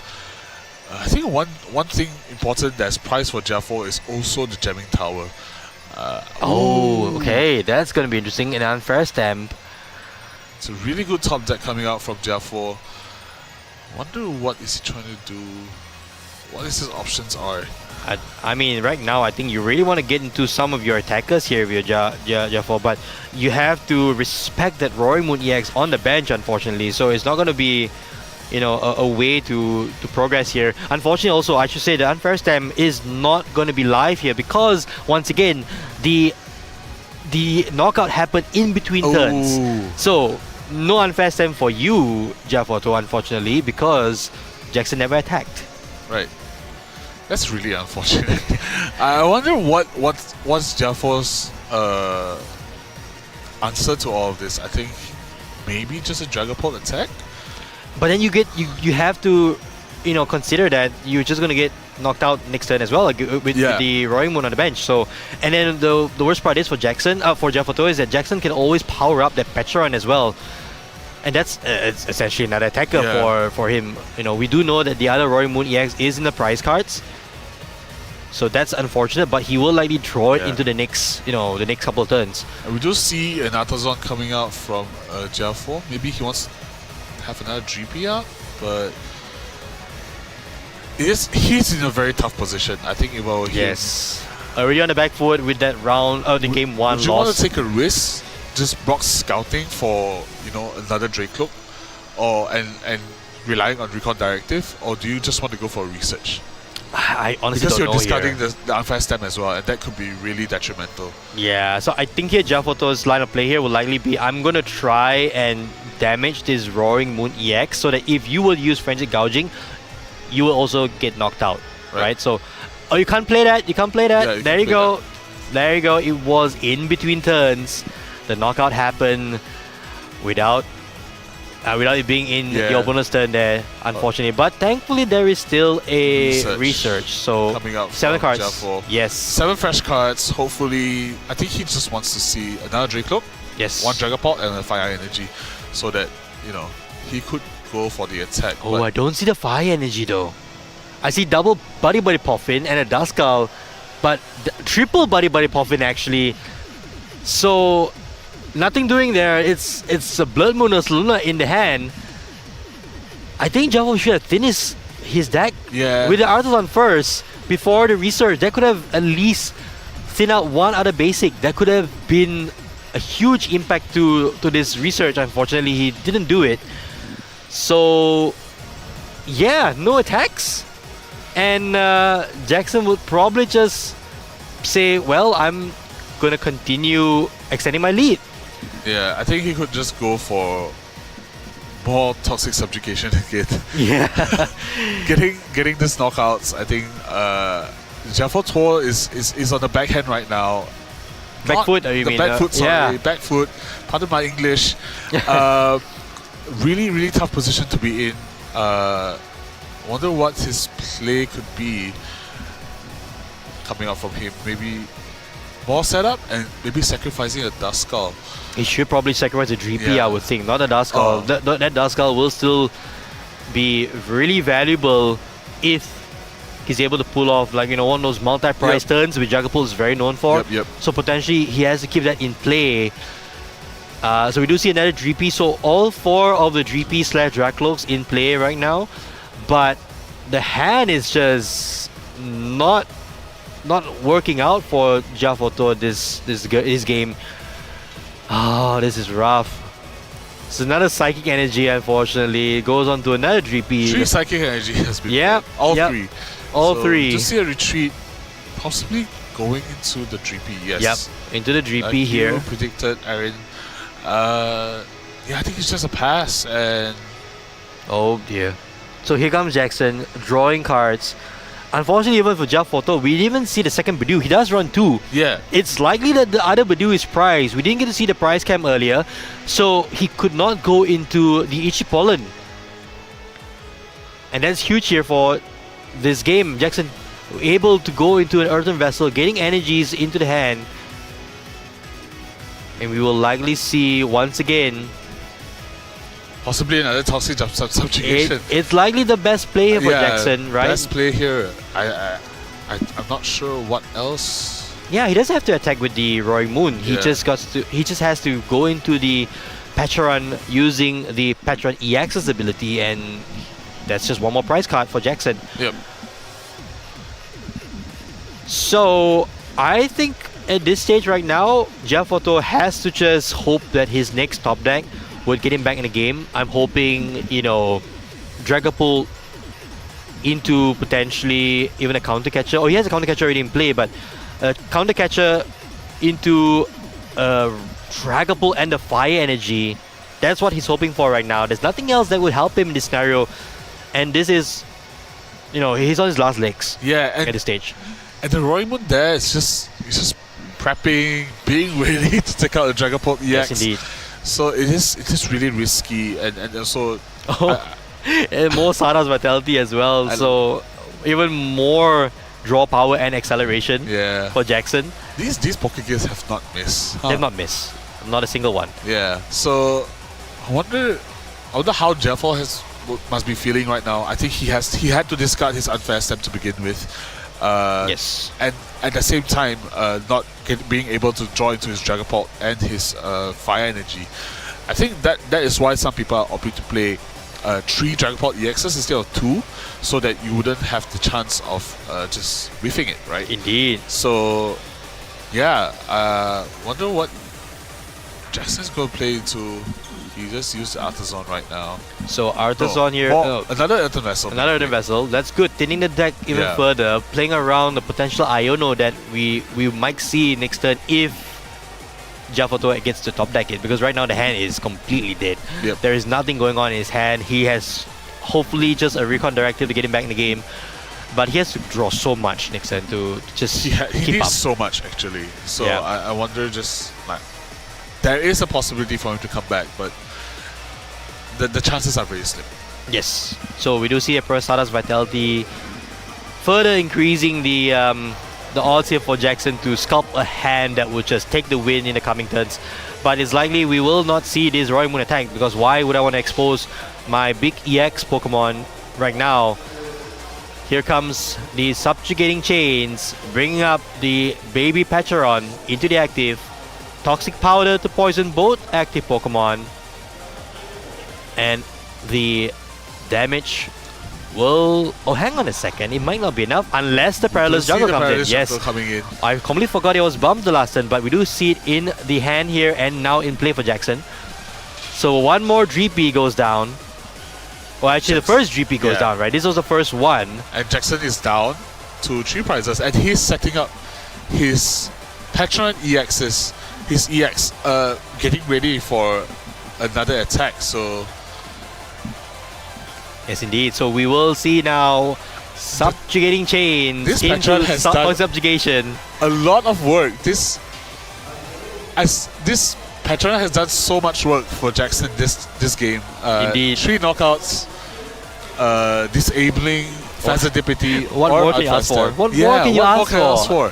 There's nothing else that you would want in this scenario because you just don't want to have your opponent, being able to draw more cards off the Serendipity flip the script. So what do? Just cause knockouts through poison. Yeah.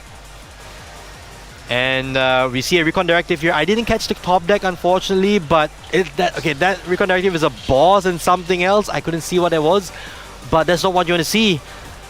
What was in hand there for Jeff Otto? I don't think he has anything. Boss's order.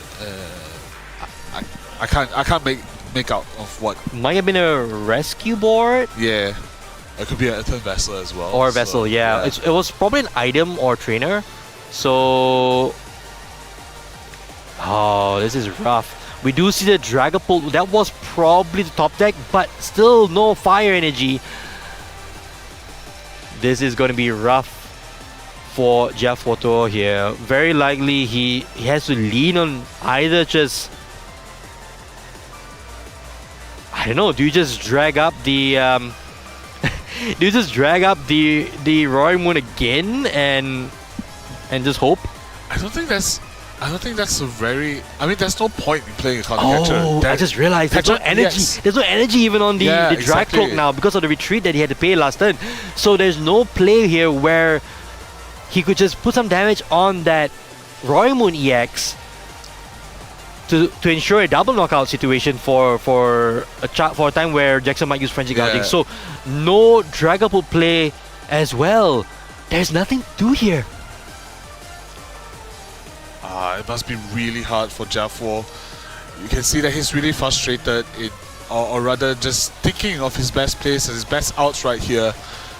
Don't think attaching the Luxurious Cape can be very helpful either, but it's not going to help in the slightest, I think. It's just going to expedite the loss because that grants an extra prize to Jackson. Oh dear. This is rough. Yeah, this is really rough. With all of the built-in consistency that Recon Directive provides, this is not what you're going to see from a Dragapult deck. It is being steamrolled right now, not by Roaring Moon, but by these Petrons. And let's not forget, it's also thanks to that Brood Bonnet, right? So, again, another Pokegear. A boss's order. Yeah, well, he's 3 for 3 on Pokegear. He's always hit a supporter. And that might be the writing on the wall here for Jeff Otto. Jackson can just bring up that Dragapult and potentially take a knockout on that and just close the door here on ever seeing a Dragapult EX on Jeff Otto's side of the field. Because Jaffo only runs one single candy, and oh no, the odds of him drawing to it is not very high. Oh boy. He really needs to see a fire energy as well, alongside with. Yeah. And we do see another Monkey Dory. Oh, he got the Monkey Dory off the prize cards. So just see a Monkey Dory coming down, further strengthening his board state and further advancing his board state right now. Yeah, so Adrenaline Brain is a play here. He could Adrenaline Brain and Poison knock out the Draco in front. Well, to be fair, there's also Luxurious Cape, so it's not going to be enough. There's a rescue board. Oh, it's a rescue board. There you go. My bad. Yeah, so there was a rescue board. Therefore, it's a knockout. Rather unfortunately. So, energy switch over to the Petron EX. That's... Jackson's just playing down his cards, trying not to overuse the resources. Instead, if, in case he gets Ionode. But... Well... Yeah, at this stage, I don't think Ino helps. Ino doesn't help here anymore. Ino doesn't help here at all. Down to 2 prize cards here for Jackson Yeo in this top 16 Game 2 match. He is very close now to a spot in the top 8. Yeah, and we do see a Jug top deck. Perhaps a little too late. Way too late. Yeah. There is nothing, I think, at this stage that will help. Unless there's a rare candy, but then again, even if you evolve into an EX, it's just going to get knocked out anyway. Yeah. So what do you do here if you're Jeff Otto? There is nothing that you could reasonably get here. Well, there is a play. There's a potential to go into a Dusclops, putting damage onto the Roaring Moon EX, and then a counter catcher play to take a knockout with it using a Dragapult. That is likely the only line of play I see. But you're asking for a lot, and now the play just disappears if you would evolve that active. Well, it doesn't disappear. You can always pivot into the one on the bench, but that's not what you see. Night Stretcher. Well, that's not too bad. A switch helps because the Blood Moon can now take a knockout onto the bench Roy Moon EX. Thanks to the if he has another counter catcher. I think we did see one earlier. Yes, he does have a counter catcher. Okay. So we might see a Blood Moon coming out. That is the only potential play here for Jiafoto. And Iono for next turn, perhaps. Is this a comeback? I hope so. We want to see a game 3. I want to see a game 3 as well. So so we can see a Blood Moon coming out, KOing the bench Roy Moon. Well, we do see a counter catcher coming out. There you go. From Jaffor. We will see. I think we might see the Blood Moon now. Here comes Blood Moon Ursaluna. Does he have the energy attachment? He does need to use the Night Stretchers to get energy on it. That's fine. At least you get the prize cards and stay in the game. Yeah. Here comes Blood Moon Ursaluna. The card that Jiafoto has been holding his hand for too many turns at this point, but coming down in the right situation with that Blood Moon attack. Being able to take a knockout. Luxurious cape being attached to... Okay. to Draclo. I wouldn't want to do that. I think I would not have done that actually, because now there is a much easier target for 2 prize cards for Jackson. Yeah. But in any case, we will see a knockout here with the Blood Moon attack. And Jaffor taking his first 2 prizes. Yes. So let's just see what Jackson's response. Well, he gets a Bidoof and a Draclo this time around. So at the very least, getting himself in the game, he was, I would say, on the brink of being out of it. Yeah. But that Jack actually being pretty helpful in the end. But we can see that Jackson is just lining up another Roaring Moon. And he... there is a Janine's secret art already in hand. So all he needs... He also has the energy switch? No, the secret box. Oh, hang on a sec. He just played energy switch last turn. If he had held the energy switch, you're right about resource management there, you're wrong. If he had held the energy switch, he would have been 1 card closer to pulling off the knockout on this Blood Moon. So now it's all about just going through the motions, checking through the deck. Alright, there is quite a few cards that he's looking and eyeing up. There is an energy, there was an energy switch, as well as a Night Stretcher. I don't think he has enough energy switches to pull off the KO this turn. Well, a Janine's with an energy switch as well as an energy attachment, that would be enough. Yes, there you go. Yes, definitely. Apologies on that. Yeah. Not sure if Jackson can clutch it up. Find the right pieces for this play. I think it's just 1 cut off. Yeah, I think it's just 1 cut off. It's 1 cut he off. Has secret box. He has secret box. So he has a lot to play with. Let's just see if it's doable. It's going to be interesting here. Secret box does make it that much more likely. So I think benching Roy Moon, that's step number 1. Secret box potentially even getting a Sardas and drawing more cards. That could also be a potential here. He already has Sada in play, in hand actually, so he doesn't even need it. But I think having to use the secret box just to get the items and the tools, or even just items in general, that might be enough actually. You just need the Night Stretcher.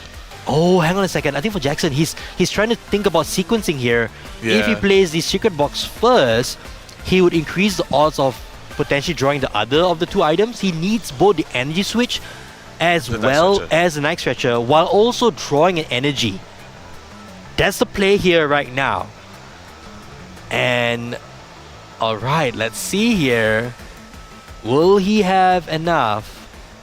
But don't you just want to Sada first and see what you draw? Well, he's trying to thin his deck here by taking out the tool. His deck is really thin. Yes. So it might not make a difference, but yes. So even drawing double Night Stretcher would bring or would give him the extra energy that he needs, right? So I think there's a heads up here from Jackson here, looking at the odds that he has, increasing the odds that he needs to get the final couple cards. Yeah. So, well, let's see the secret box there on your screen, the card which is enabling all these plays for Jackson Yeo. I think secret box has been one of the most. You can see the the increase of play in secret boxes. All right. In different decks. Here we go. Since the release. Indeed. So what Jackson wants to see here is a Nike Stretcher as well as a basic energy from the deck using this Professor Star's Vitality. Even in... Just need a Night Stretcher. Oh, let's see. Ooh, okay, we just missed it by 1. Does he get it though? Hang on a second. I think he does. Yeah, he does it. have energy. If Universal was the last card he needed as well, Right. because has an energy in hand, energy switch in the deck, in the hand as well. There you We go. do see another Frenzy Gouging closing off our... Another round, top, right? yeah, another so round. top 32 with so the Frenzy many- Gouging. Top 16 as well. Frenzy Frenzy Gouging. Gouging. There you go. Putting damage counters Yeah. on himself, but also taking a knockout for the game and for the series. Congratulations, Jackson Yo. You are progressing to top 8. Wow, what a match. Yeah. Pecharon, man. Pecharon. Pecharon and Roaring Moon. 2 cards that, you know, we would not be expecting to see. Everyone would have said Dragapult is the deck to beat, but I Yeah. think in this scenario, Jackson Yu here knew what he needed. It's a pretty fun match, I would say. It Yeah. wasn't the back and forth match we were expecting, unfortunately. The Dragapult deck just not being able to get what he needed. You know, Jeff Otto, commiserations, but you are Yeah. still a top 16 player here at the largest event in Southeast Asia. Definitely. But I'm keen to see more Roaring Moon, man. That was a very fun game. Actually, to be very honest, I'm just really looking for Pecharon taking more knockouts cheesily, you know, with Perilous Jungle and also Brute Bonnet. I think it's a very strong strategy coming into a meta with Gardevoir and also Dragapult being one of the most highly played decks in the meta. Indeed. Probably the strongest as well, as seen in the Miyagi Champions League. Oh, that's true, We did see a lot of Dragapults. We did see 4 Gardevoirs in the top 8. So Yes. I think this is very valid, very, very valid, and also solid game plan moving into this meta. And Jackson Yo wasn't the only Roaring Moon. We also saw a couple more. I think 2 or 3 Roaring Moons in top 32. And right now, one of them has booked its place in top 8. Who knows? Maybe he could take it all the way. Yeah. Yeah. It's been a great match. Unfortunately, it was a donk and a bit of a bricky game. But we still got to see, you know, Jackson pull off a pretty dominating win here. Definitely. We will be very, I would say, remiss if we don't talk about the fact that Dragapult obviously was the most represented deck. Yes. Hopefully we get to see more of it in top 8. We shall see. Results are coming in right now. But for now, it will be a quick break from us. Don't go anywhere. We will be back with top 8 very soon. Take care. Take care. See you.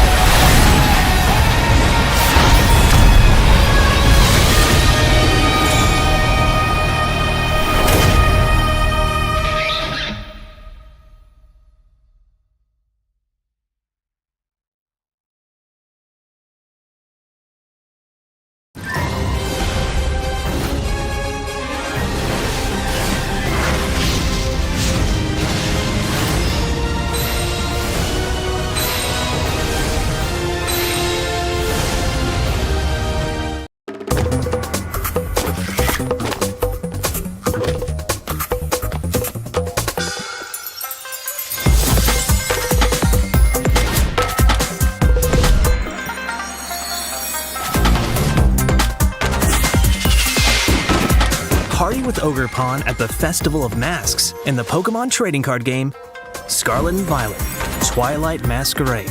Available now. Each booster pack of 10 cards sold separately. Cards vary by pack.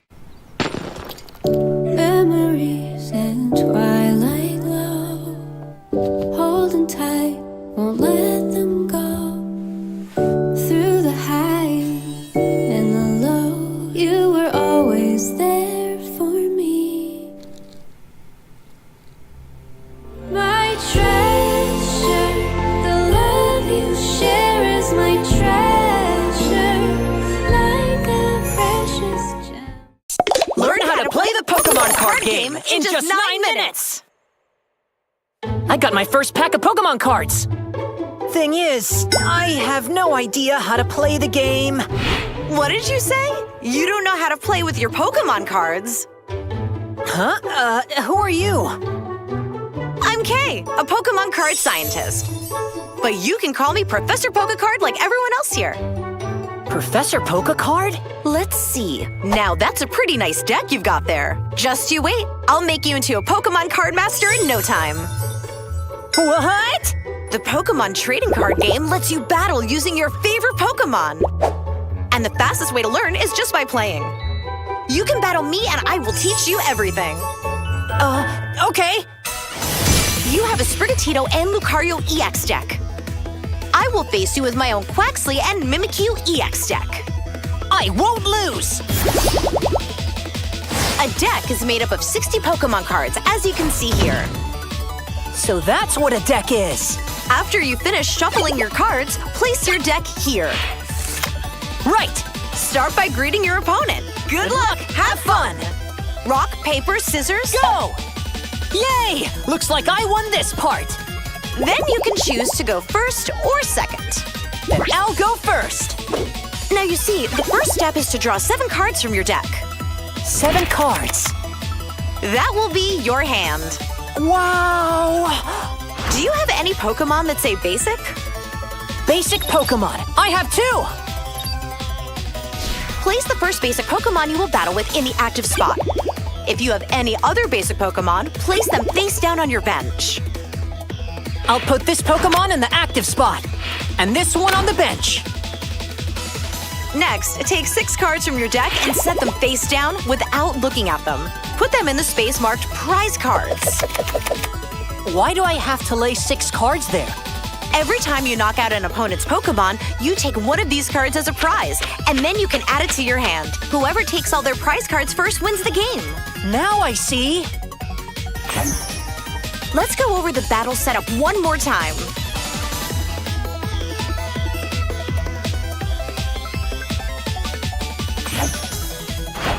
Okay, let's start the battle. Turn over the cards in the active spot and bench. Right! Sprigatito, I choose you! I'm going with Zangoose. Fine then, because I'm gonna win! First, you must draw 1 card from your deck. Yes, it's Riolu! Riolu is a basic Pokémon, so you can put it on the bench. Right! Oh look, you have energy cards. What's energy? During your turn, you can attach just 1 energy card from your hand to one of your Pokémon. If a Pokémon has the right amount and type of energy attached to it, it can use its attacks. Why don't you attach energy to the active Sprigatito? All right then. I will attach 1 grass energy card to my Sprigatito. So does that mean my Sprigatito can attack now? It is able to attack already. But when you go first, remember that you can't attack on the opening turn. That means your turn is over. Okay, I'm all done with my turn. Okay. I will start by drawing 1 card from my deck. I'll attach this psychic energy to Zangoose. This white mark means that any type of energy works for this attack.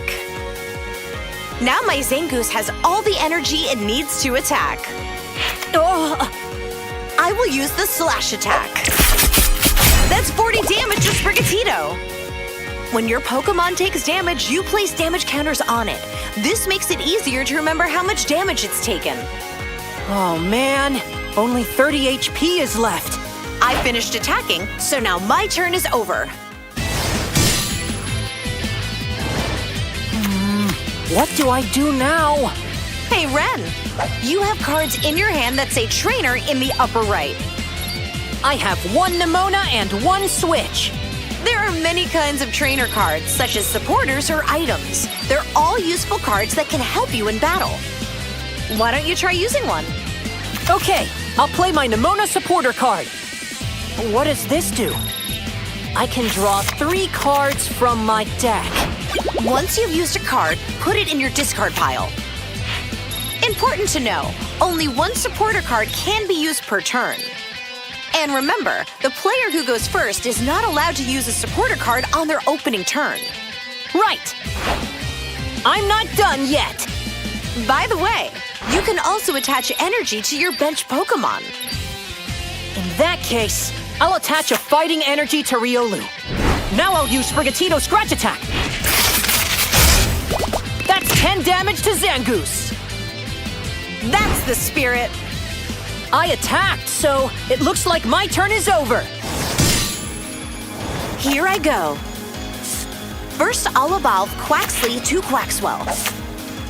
By playing Pokémon on top of each other, they evolve and will keep getting even stronger. Next, I'll attach one water energy card to my Quaxwell. I'll also use my Nest Ball item card. This allows me to choose one basic Pokémon from my deck. By the way, you can use as many items from your hand as you like during your turn. The Pokémon I'll put into play is Mimikyu EX. It looks powerful. Professor, what does the EX in the name mean? Good question. This card is an especially strong one, and it's called a Pokémon EX. Knowing how to use Pokémon EX cards is a shortcut to victory. Pokémon EX? Wow, I want to try! Let's get back to the battle. Zangoose, use Slash. Sprigatito's HP fell to 0. When a Pokémon's HP drops to 0, it gets knocked out. Since I knocked out Sprigatito, I'll take one prize card. When the Pokémon in the active spot is knocked out, it gets discarded along with all the attached cards. Then you'll pick another from the bench and place it in the active spot. You're good. This time, I choose Riolu. Let's go over the rules once more.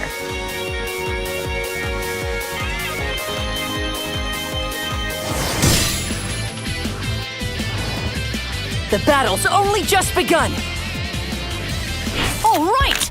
I drew Lucario EX. Lucario EX can evolve from Riolu.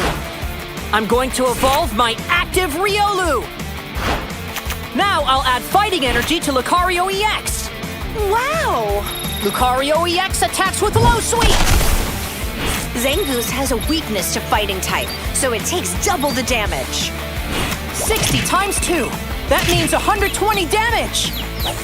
I knocked out Zangoose, so I'll take a prize card. Pokémon EX cards have powerful attacks and high HP. On the other hand, if one gets knocked out, they give up 2 prize cards. I get it. Moving on, for my next turn, I think I will evolve Quaxwell into Quaquaval and use that to fight back. Well, I won't be backing down. But before that, let's go over the rules again for you. First, the rules for battles.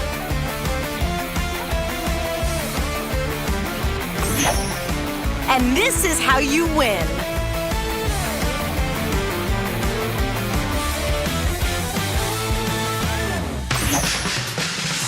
Let's resume the battle. From here on out, you'll play without my advice. It's a real match now. Okay, I just know I'm gonna win. There's no better time than now to start playing the Pokémon trading card game.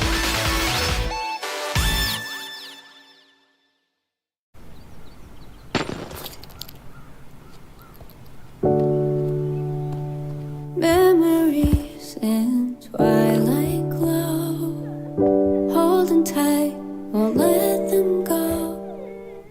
Through the highs and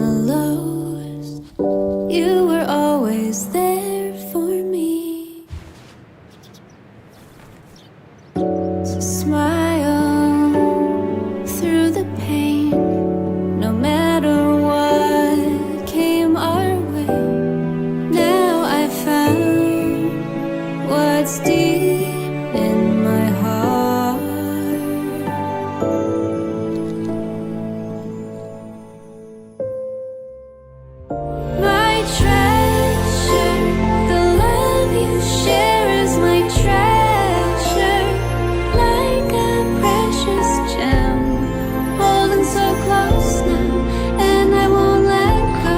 Deep in my heart, it's fading, but still shining.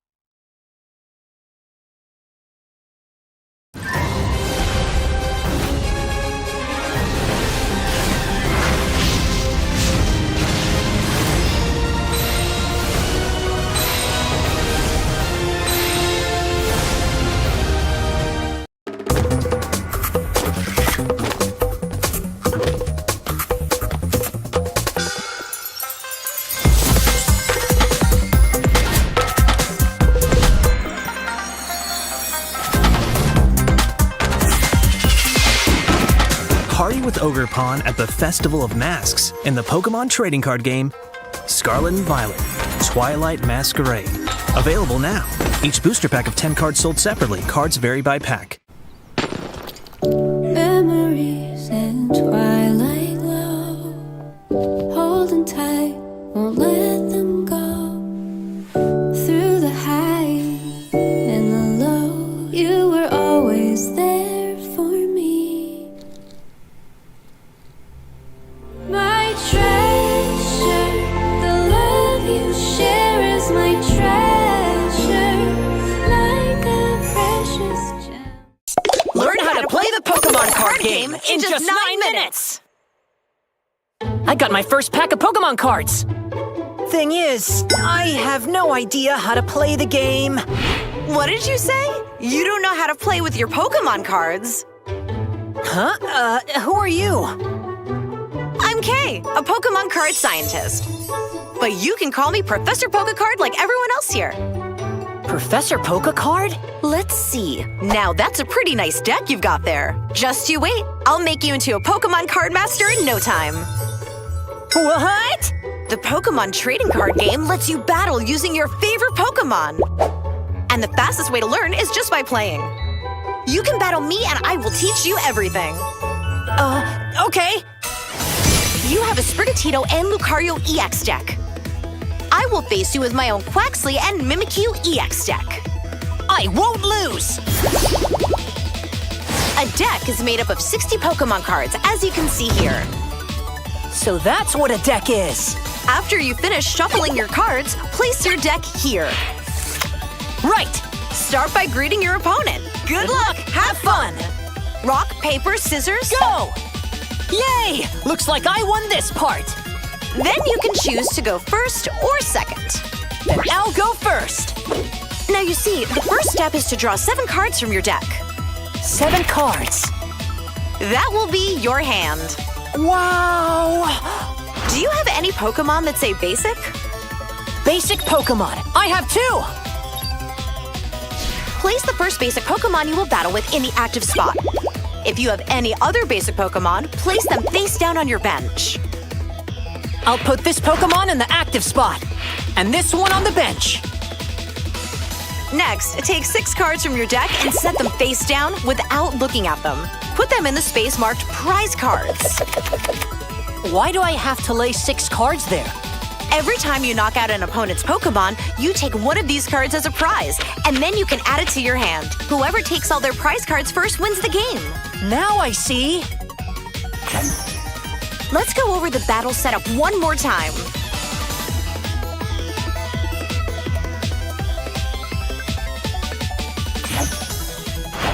Okay, let's start the battle. Turn over the cards in the active spot and bench. Right! Sprigatito, I choose you! I'm going with Zangoose. Fine then, because I'm gonna win! First, you must draw 1 card from your deck. Yes, it's Riolu! Riolu is a basic Pokémon, so you can put it on the bench.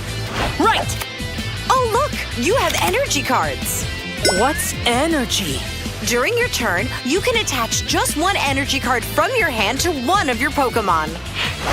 If a Pokémon has the right amount and type of energy attached to it, it can use its attacks. Why don't you attach energy to the active Sprigatito? All right then. I will attach 1 grass energy card to my Sprigatito. So does that mean my Sprigatito can attack now? It is able to attack already. But when you go first, remember that you can't attack on the opening turn. That means your turn is over. Okay, I'm all done with my turn. Okay. I will start by drawing 1 card from my deck. I'll attach this psychic energy to Zangoose.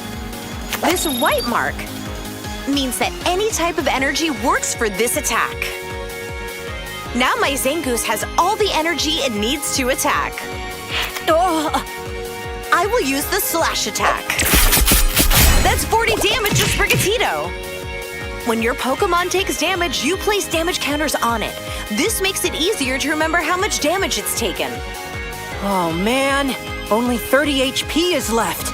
I finished attacking, so now my turn is over. What do I do now? Hey, Ren, you have cards in your hand that say Trainer in the upper right. I have one Nemona and one Switch. There are many kinds of trainer cards, such as supporters or items. They're all useful cards that can help you in battle. Why don't you try using one? Okay, I'll play my Nemona supporter card. What does this do? I can draw 3 cards from my deck. Once you've used a card, put it in your discard pile. Important to know, only one supporter card can be used per turn. And remember, the player who goes first is not allowed to use a supporter card on their opening turn. Right. I'm not done yet. By the way, you can also attach energy to your bench Pokémon. In that case, I'll attach a fighting energy to Riolu. Now I'll use Sprigatito's Scratch Attack. That's 10 damage to Zangoose. That's the spirit. I attacked, so it looks like my turn is over. Here I go. First, I'll evolve Quaxly to Quaxwell. By playing Pokémon on top of each other, they evolve and will keep getting even stronger. Next, I'll attach one water energy card to my Quaxwell. I'll also use my Nest Ball item card. This allows me to choose one basic Pokémon from my deck. By the way, you can use as many items from your hand as you like during your turn. The Pokémon I'll put into play is Mimikyu EX. It looks powerful. Professor, what does the EX in the name mean? Good question. This card is an especially strong one, and it's called a Pokémon EX. Knowing how to use Pokémon EX cards is a shortcut to victory. Pokémon EX? Wow, I want to try! Let's get back to the battle. Zangoose, use Slash. Sprigatito's HP fell to 0. When a Pokémon's HP drops to 0, it gets knocked out. Since I knocked out Sprigatito, I'll take one prize card. When the Pokémon in the active spot is knocked out, it gets discarded along with all the attached cards. Then you'll pick another from the bench and place it in the active spot. You're good. This time, I choose Riolu. Let's go over the rules once more.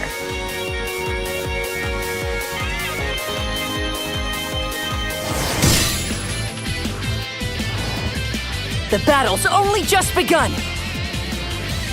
All right! I drew Lucario EX.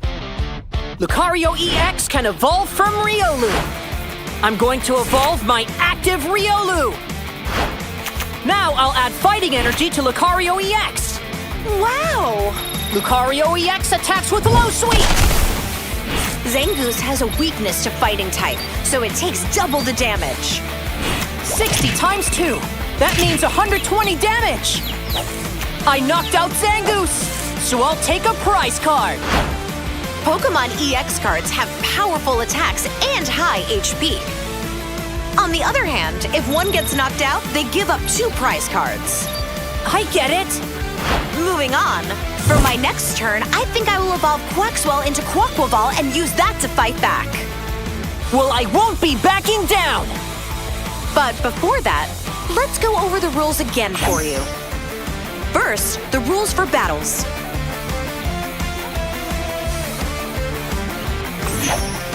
And this is how you win.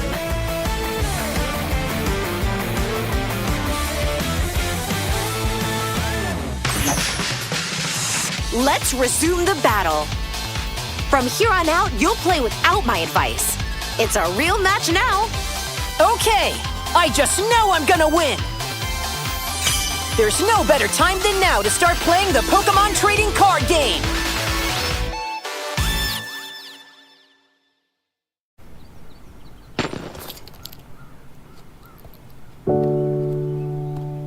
Memories in twilight glow, holding tight, won't let them go. Through the highs and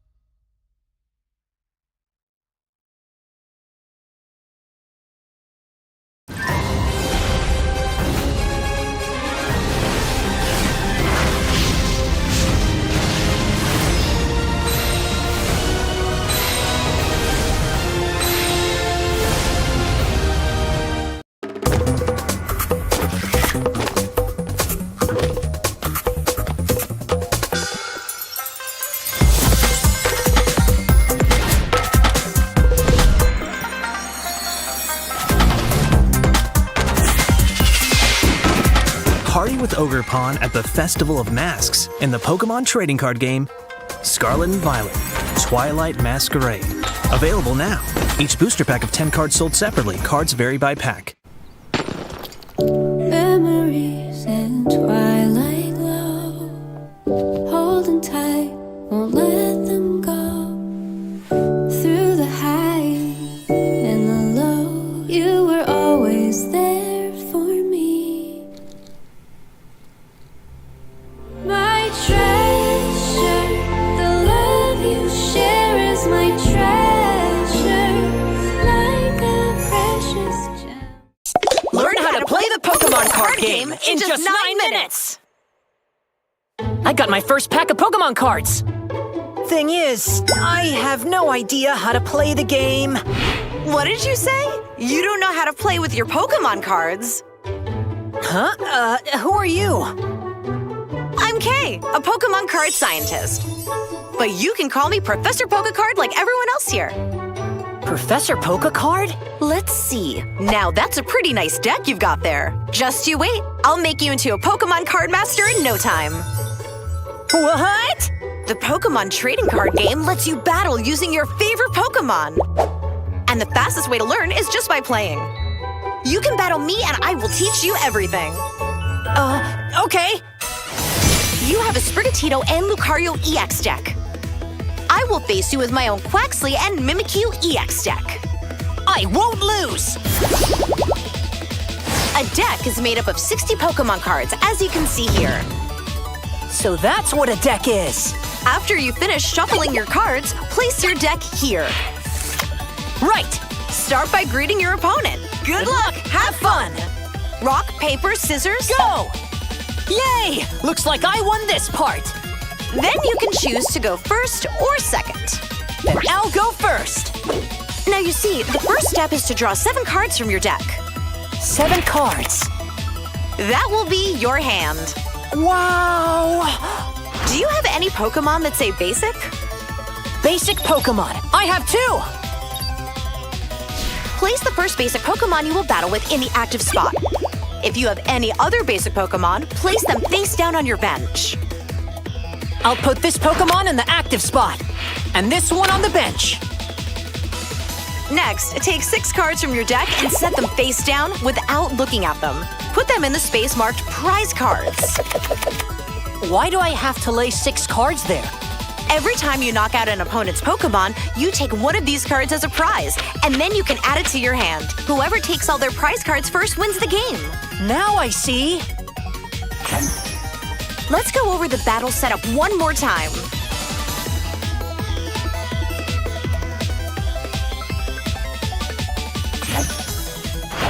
Okay, let's start the battle. Turn over the cards in the active spot and bench. Right! Sprigatito, I choose you! I'm going with Zangoose. Fine then, because I'm gonna win! First, you must draw 1 card from your deck. Yes, it's Riolu! Riolu is a basic Pokémon, so you can put it on the bench. Right! Oh look, you have energy cards. What's energy? During your turn, you can attach just 1 energy card from your hand to one of your Pokémon. If a Pokémon has the right amount and type of energy attached to it, it can use its attacks. Why don't you attach energy to the active Sprigatito? All right then. I will attach 1 grass energy card to my Sprigatito. So does that mean my Sprigatito can attack now? It is able to attack already. But when you go first, remember that you can't attack on the opening turn. That means your turn is over. Okay, I'm all done with my turn. Okay. I will start by drawing 1 card from my deck. I'll attach this psychic energy to Zangoose. This white mark means that any type of energy works for this attack. Now my Zangoose has all the energy it needs to attack. I will use the slash attack. That's 40 damage to Sprigatito. When your Pokémon takes damage, you place damage counters on it. This makes it easier to remember how much damage it's taken. Oh man, only 30 HP is left. I finished attacking, so now my turn is over. What do I do now? Hey, Ren, you have cards in your hand that say Trainer in the upper right. I have one Nemona and one Switch.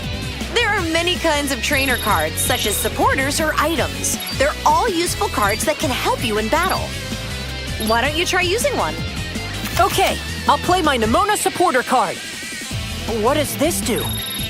I can draw 3 cards from my deck. Once you've used a card, put it in your discard pile. Important to know, only one supporter card can be used per turn. And remember, the player who goes first is not allowed to use a supporter card on their opening turn. Right. I'm not done yet. By the way, you can also attach energy to your bench Pokémon. In that case, I'll attach a fighting energy to Riolu. Now I'll use Sprigatito's Scratch Attack. That's 10 damage to Zangoose. That's the spirit. I attacked, so it looks like my turn is over. Here I go. First, I'll evolve Quaxly to Quaxwell. By playing Pokémon on top of each other, they evolve and will keep getting even stronger. Next, I'll attach one water energy card to my Quaxwell. I'll also use my Nest Ball item card. This allows me to choose one basic Pokémon from my deck. By the way, you can use as many items from your hand as you like during your turn. The Pokémon I'll put into play is Mimikyu EX. It looks powerful. Professor, what does the EX in the name mean? Good question. This card is an especially strong one, and it's called a Pokémon EX. Knowing how to use Pokémon EX cards is a shortcut to victory.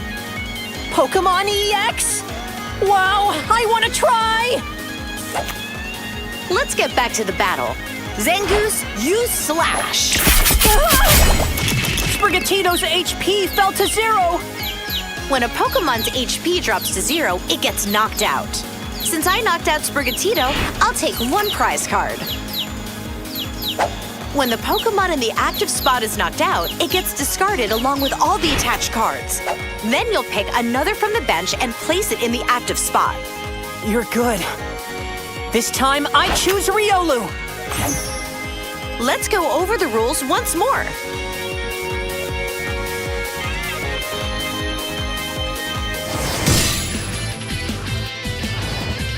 The battle's only just begun. All right, I drew Lucario EX. Lucario EX can evolve from Riolu. I'm going to evolve my active Riolu. Now I'll add fighting energy to Lucario EX. Wow! Lucario EX attacks with low sweep. Zangoose has a weakness to fighting type, so it takes double the damage. 60 times 2. That means 120 damage.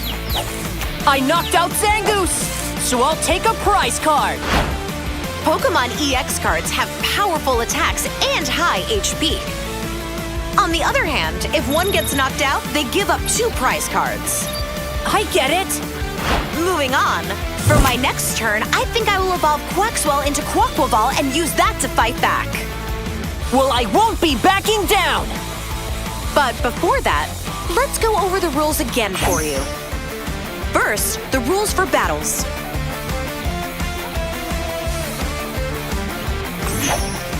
And this is how you win.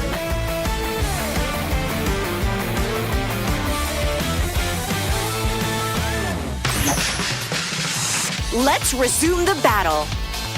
From here on out, you'll play without my advice. It's a real match now. Okay, I just know I'm gonna win. There's no better time than now to start playing the Pokémon trading card game.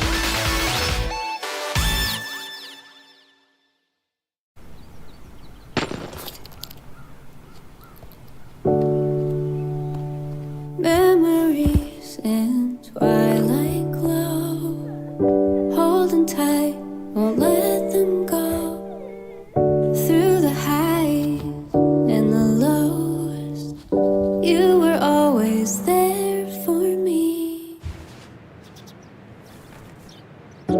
smile through the pain, no matter what came our way. Now I found what's deep in my heart.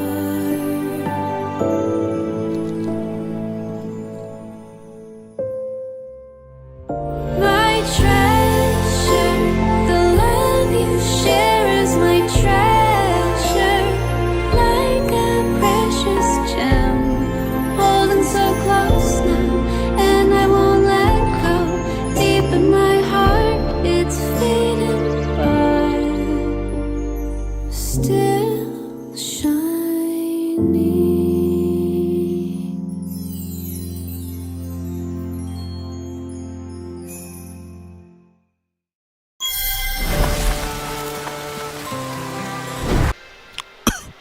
And welcome back, everyone, to the Master Ball League Malaysia 2024-2025. Aaron Minjut here with Ong Yarong. Yarong, it's been a blast so far. Yeah. How are you feeling?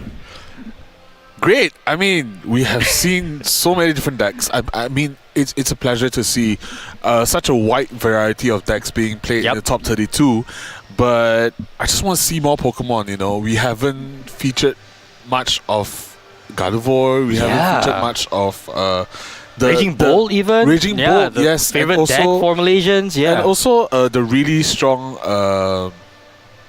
Dragapult. We haven't showcased its prowess yet. Yeah, I mean the game earlier was rather unfortunate for the Dragapult deck, but here you see the updated standings, top 8 now, and look at those names there. Some of them, the big names like Yung Kai Jen, Lo Kenzun, former Worlds players, all taking a tumble in top 16, and we're seeing a new blood, or I should say new blood coming into top 8 right now, but mixed in some very familiar names like Chen Jinchung, Nick Key, Jordan Ten. These are all players that have had multiple successes over the past few seasons and even this past season, but they're up against some very fresh faces in the Pokemon TCG competitive scene here in Malaysia.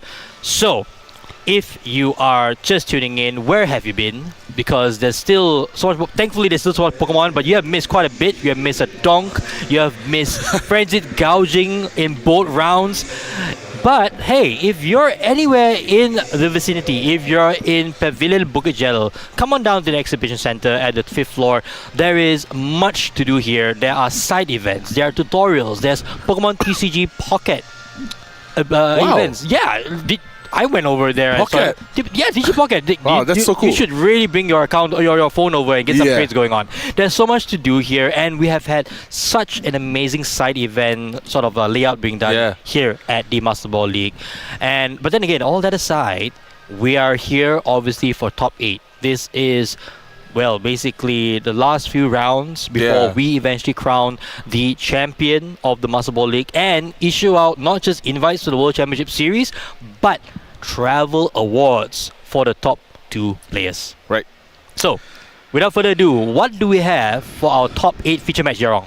Oh, we are gonna have Monkey Dories versus Monkey Dories. Okay. Monkey Dories for days, but we do have a Frostas Monkey Dory going up against Gardevoir.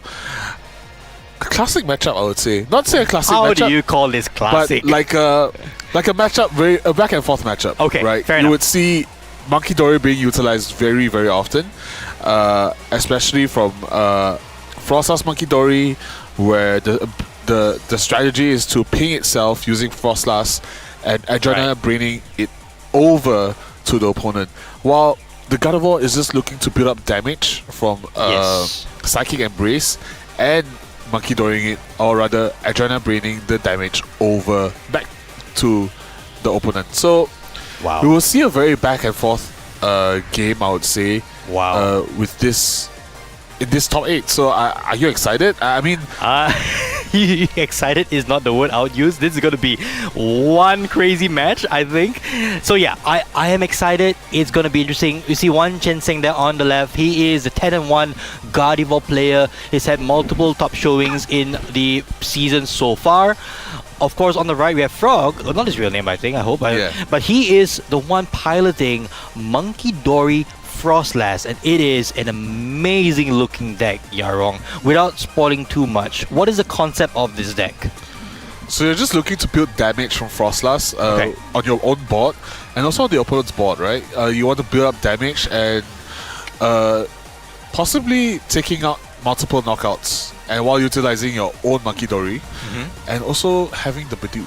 Oh, Badoo, alrighty. Item blocking the opponent, disabling them from further building up their board.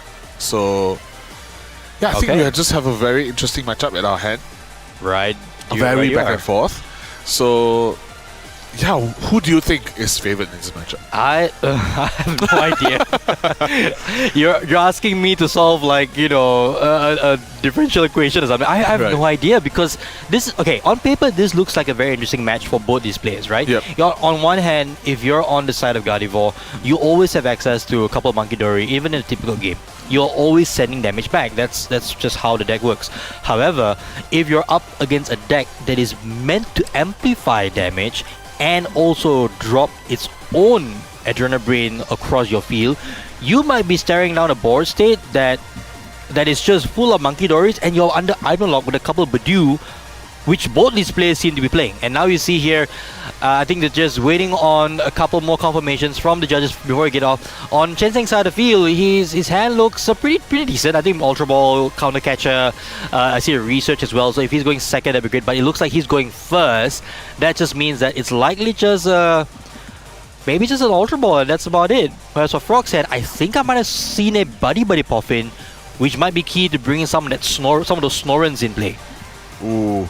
Oh, sorry, not Buddy Puffin. I mean Nest Balls and Buddy Puffin. So, so let's see now what are these players starting off. I know Frog is starting a Badoo in the active.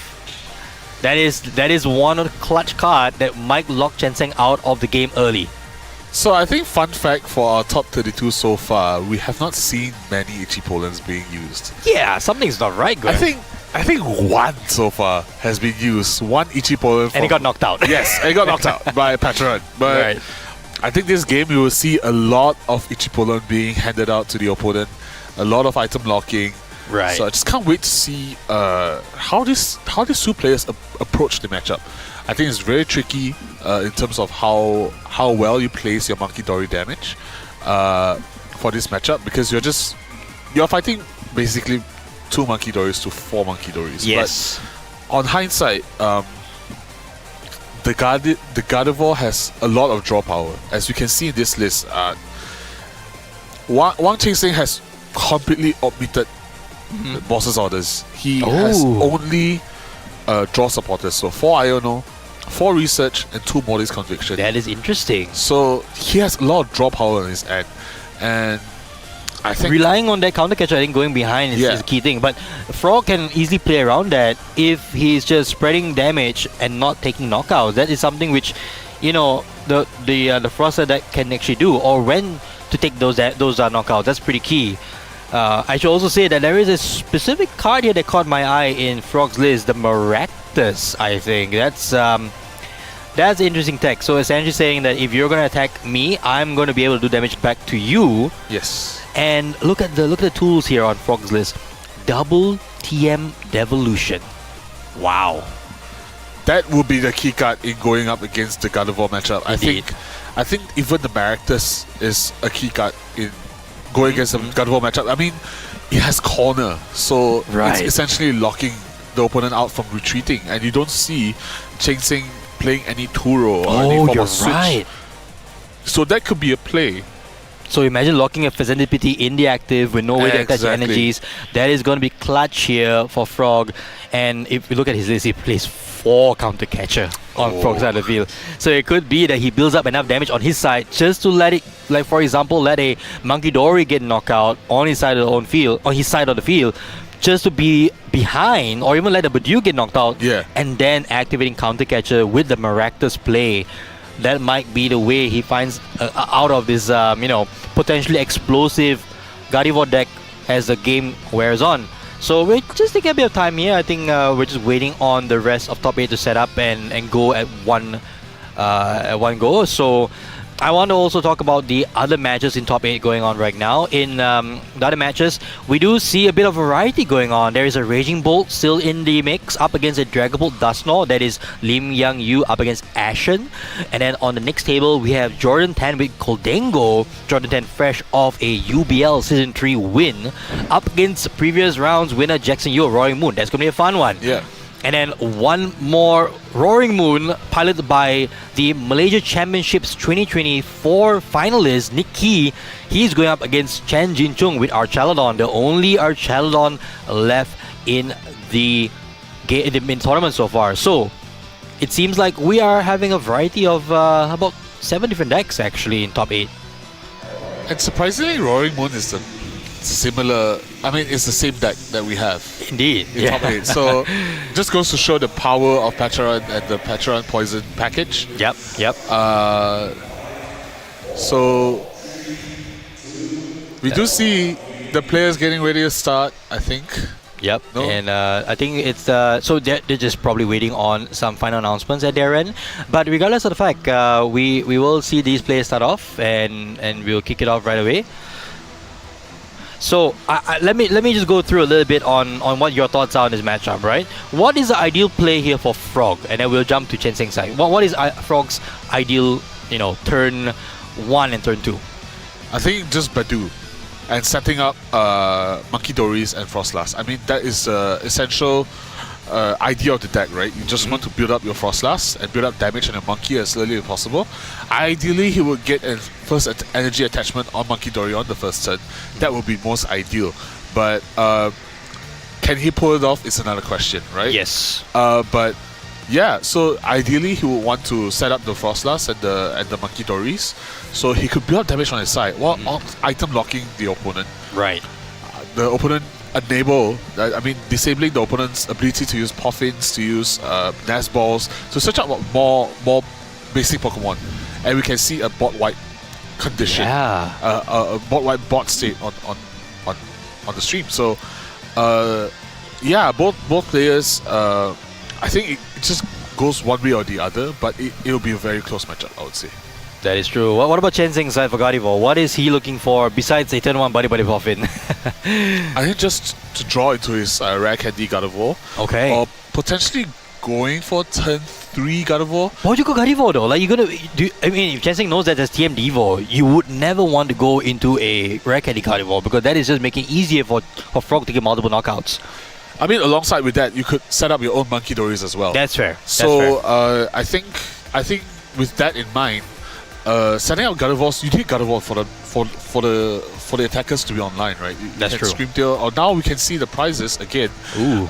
Not much being prized except for maybe an energy for Ching Seng and 2 darkness energies on Frog's side when he only plays 5. So right. It could be a little bit hard, and even the Earthen Vessel and the prize could be a little bit hard for Frog to probably dig out those energies for Monkey Dory. Yeah, that's true. Well, we didn't see anything that is outrageously crucial for the matchup. I think double Darkness Energy obviously not ideal. Frog does play 5 out of out of his 7 energies in the deck. There's also a couple of Luminous Energy which would allow him to play to use things like Mind Bend on Monkey Dory. Yep. So pretty decent number of energy cards. Think about the counter catcher on Chen Seng's prize. I think that might be crucial. He does run 3, but that could be the one that makes or breaks a game, you think?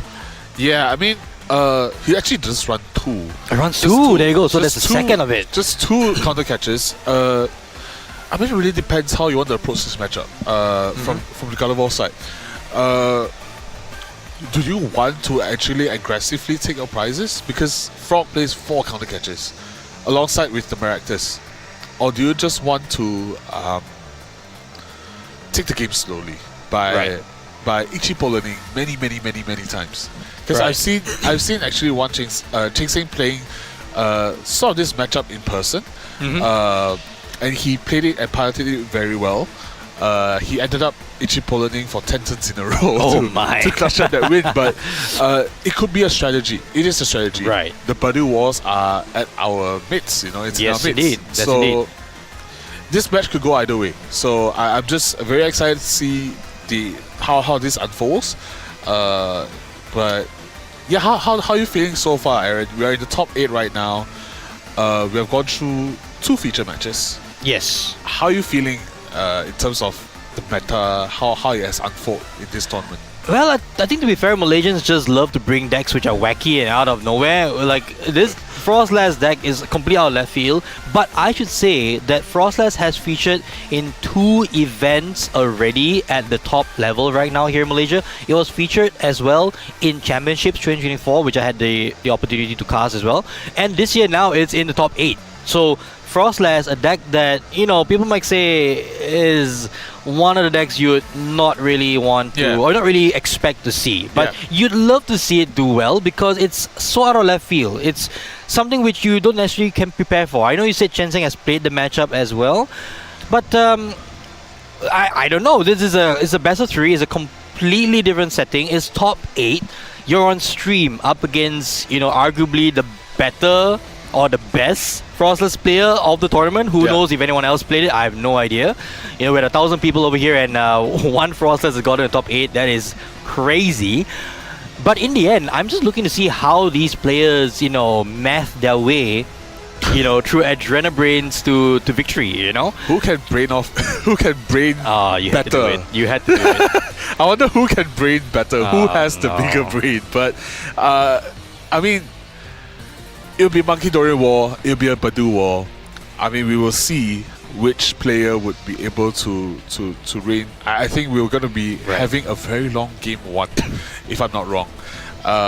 Yes. So, yeah, I'm just excited to see. I mean, seeing a very, very good God of War player at hand, I think he was probably, arguably one of the most experienced God of War players that we have so far in Malaysia. He's been playing God of War all season, I think. I want to say. Yeah, he's played even pre-rotation and now post-rotation as well. Exactly. Chen Zheng here, you know, it's a no-brainer. I think he has gone with God of War for the entirety of the season. You know, it makes sense for him to bring it in the biggest stage. Back to us for a bit because there are a certain ruling issue right now or deck check issue that we are going to try to buy some time for. But I would say, what has been, you know, Yarong, your favorite moment of the stream so far? Petron Dongs. I mean, the Petron... It had to be Petron. I mean, look, Petron has shown its effectiveness. Right. I think it has shown its ability to take these early prizes ahead of Dragapult. A deck like Dragapult, which relies so much on its Draclooks and GPs to be set up. Fair enough. Right. As you can see in the game 2, Jackson had, the Dragapult player only had just one Dracloak in play. And he couldn't set up more Dracos in time to really effectively take control of the game. You can see that he's always on the back foot, trying to dig his way through, and sometimes, I mean, even his research missed, right? So I think this is just a big surprise to me because I don't think I was a poison package believer. Because Neither was I. I just think it's just too luck based, right? You're trying to Carmine, you're trying to squawk your way through into everything that you need. I mean, you have the available set of tools. Oh no, Mewtwo. Not Don't right fall now. Down. Not right now. Not now. No, Mewtwo couldn't wait. But in any case, I think I trust what you're saying here because in a way you're banking on the fact your opponent has no way out of, you know, I wouldn't say gimmicky, but just a way of victory that doesn't really involve a lot of strategizing, but just playing cards out, having everything on the board. However, I want to throw this to you. Would your answer change if, for example, we see quadruple Adrenabrain to win the game? Would you want to see a quadruple Adrenabrain in this kind of matchup, and would that be the highlight of the day? Oh yes. Can I just say one of my favorite cards this format is it has to be Monkey Dory. Okay, you're one of those people. Fair enough. I was looking for Monkey Dories previously, and I really like just the Monkey Dories mechanic, right? Okay. You're mathing it out, right? Fair enough. And trying to set this endgame board state for yourself. I mean, we do even see Monkey Dory being played in Dragapult right now. That's true. Which is a very interesting thing. It's played so many decks. Even in Rory Moon list, we've seen a single one-off Monkey Dory. Because Dragapult has been the highest meta share. I mean, if you see competitions and tournaments from the other side of the world, like just past Atlanta Regionals, I think yes. Dragapult had a 17% showing That's out of crazy. 2,600 players. Even over here, right? Like Yes. from day one to day two conversion, Dragapult was the most represented deck. Yes. Right. And I think these two players were pretty ready for it. If you look at Yeah. the leg list, Frog playing Frostlass, you want a Recon Directive, you're gonna have 10 damage counters, or I say 1 damage counter per turn every single time you go into checkup, Exactly. right? If you want to be playing, your ability Pokemon like Fizentity, it's still gonna take 1 damage Exactly. counter every Pokemon checkup. So Frostlass is pretty tuned for it, right? If you go over on Cheng Seng's side of the field or side of the deck, you'll see Monkidori, who's also being able to punish the deck here, or say punish Dragapult if they're not suspecting it, right? So it's an interesting situation we're having. 7 decks out of top 32 with Dragapult, and I think if I do a quick check, it's likely going to be about half of the decks play Monkidori. Not just Dragapult, half of the decks on day 2 will play Monkidori. So Exactly. good card is good, man. Yeah, card is great. I mean, you have so many versions of Monkidori being pitted. I mean, you have the Halloween edition, you have the normal art edition that you can get from. So it's a widely available card. Okay, which is and great. why don't you have one yet? I have a lot. I think I have 15. You have too many. Yes, Moving I on. have too many. So we're back on the players desk right now. Thank you so much for bearing with us. I hope you're still with us right now. I know we have almost like 500 people here on the chat. Put in the chat right now, who do you think is going to win this? Is it going to be the Frostlass deck, or will Gardevoir eke it out? Let us know on the chat. Cast your votes right now. Gardevoir or Frostlass? The Monkidori specialist or the Monkidori wannabe? Now we see double Budew right off the bat here, and Chenseng kicks us off with turn 1. What do we have on his hand here, Yarong? I mean, he just has an Ultra Ball to work with on turn 1. Okay. Right? As you can see, he's probably trying to get out the routes and just benching it and just passing it over. I don't think he has much to do. Looking at his hand, he has a research and I think Iono, but we do see 2 Badoos in play already. I think we are going to expect a very, very big Badoo war. The Badoo war is just about starting. Those of us on the stream, or I guess on chat, or those of you watching at home, have known the Mewtwo war from way back. If you do not know that, I think I'm pretty much showing my age right now. But those are the days of Mewtwo's knocking out each other. Right now, it's Badoo's locking out each other, and Chenseng is just, so he top decked the Iono, and that's about it. Passing on to Froxton. Now, on Frog's side of the field, oh, that's a beautiful hand there, Buddy Poffin. And another Badoo, here you go. So on Frog's side, he has everything. And Buddy Poffin being played right now, I think he's just looking for the 2 Snorrents, I think. Just to really have a boost in a head start in his setup, right? Yes. More damage to transfer over, right? Or I should say to build up and to transfer over with that Monkidori. So the ideal, I would say, the ideal setup for Frog here would be double Snorrent and maybe double Monkidori, right? Yeah. We do see Darkness Energy as well, which can be attached to Monkidori. So very, very strong start from Frog's side. So I wonder how Cheng-Seng's going to respond to this. I think... Oh, we don't see a supporter though in Frog's side. There's only a Frostlass with an energy. That's about it. So it's just going to be an item lock with Ichipolan, and Chenseng's side of the field would be just the lone roll. Top deck's another roll. That's perfect. And decides to Professor's research, hits up play there from Chenseng, saying that, you know what, I think your hand is bad. I don't want to recycle or keep this counter catcher, but I hope he knows that was his only counter catcher at the moment. He is nowhere close to the second one that is at the top of his prize cards. So right now we can see Cheng-Seng not be able to pull out anything. So it's just a bench and Ichipolan back. Yeah, Ichipolan. So and now Frog can go for the knockout here with the Adrenabrain Ichipolan combo. Now we do see the Frostlass number 1 and a top deck for the Jack. So we might see a second. So we do see a Buddy Pop. Oh, we do see. Yeah, just an Adrenabrain and item block for the knockout. Yeah, that's it. So first prize goes to Frog here, and Chenseng has 2 rolls to work with. What can he do? And Scream Tail, and possibly just an Iono and pray that he hits into a Curlia instead. I'm not sure if Chenseng wants to give out his Artisan, but I think he could probably set up a Monkey Dory from his own end and try to get Yes, indeed. a counter Adrena Brain. But then I don't know if you want to do this if you're Chen because that's more damage that you can fling back. But Yeah. Frog is just going to amplify that Exactly. and take knockout after knockout. So here in the Iono play here from Chen Seng, I think deciding, you know what, I want to see how many more cards I can draw. Hopefully I can disrupt you a little bit. But 5 cards is not really that much of disruption, to be fair.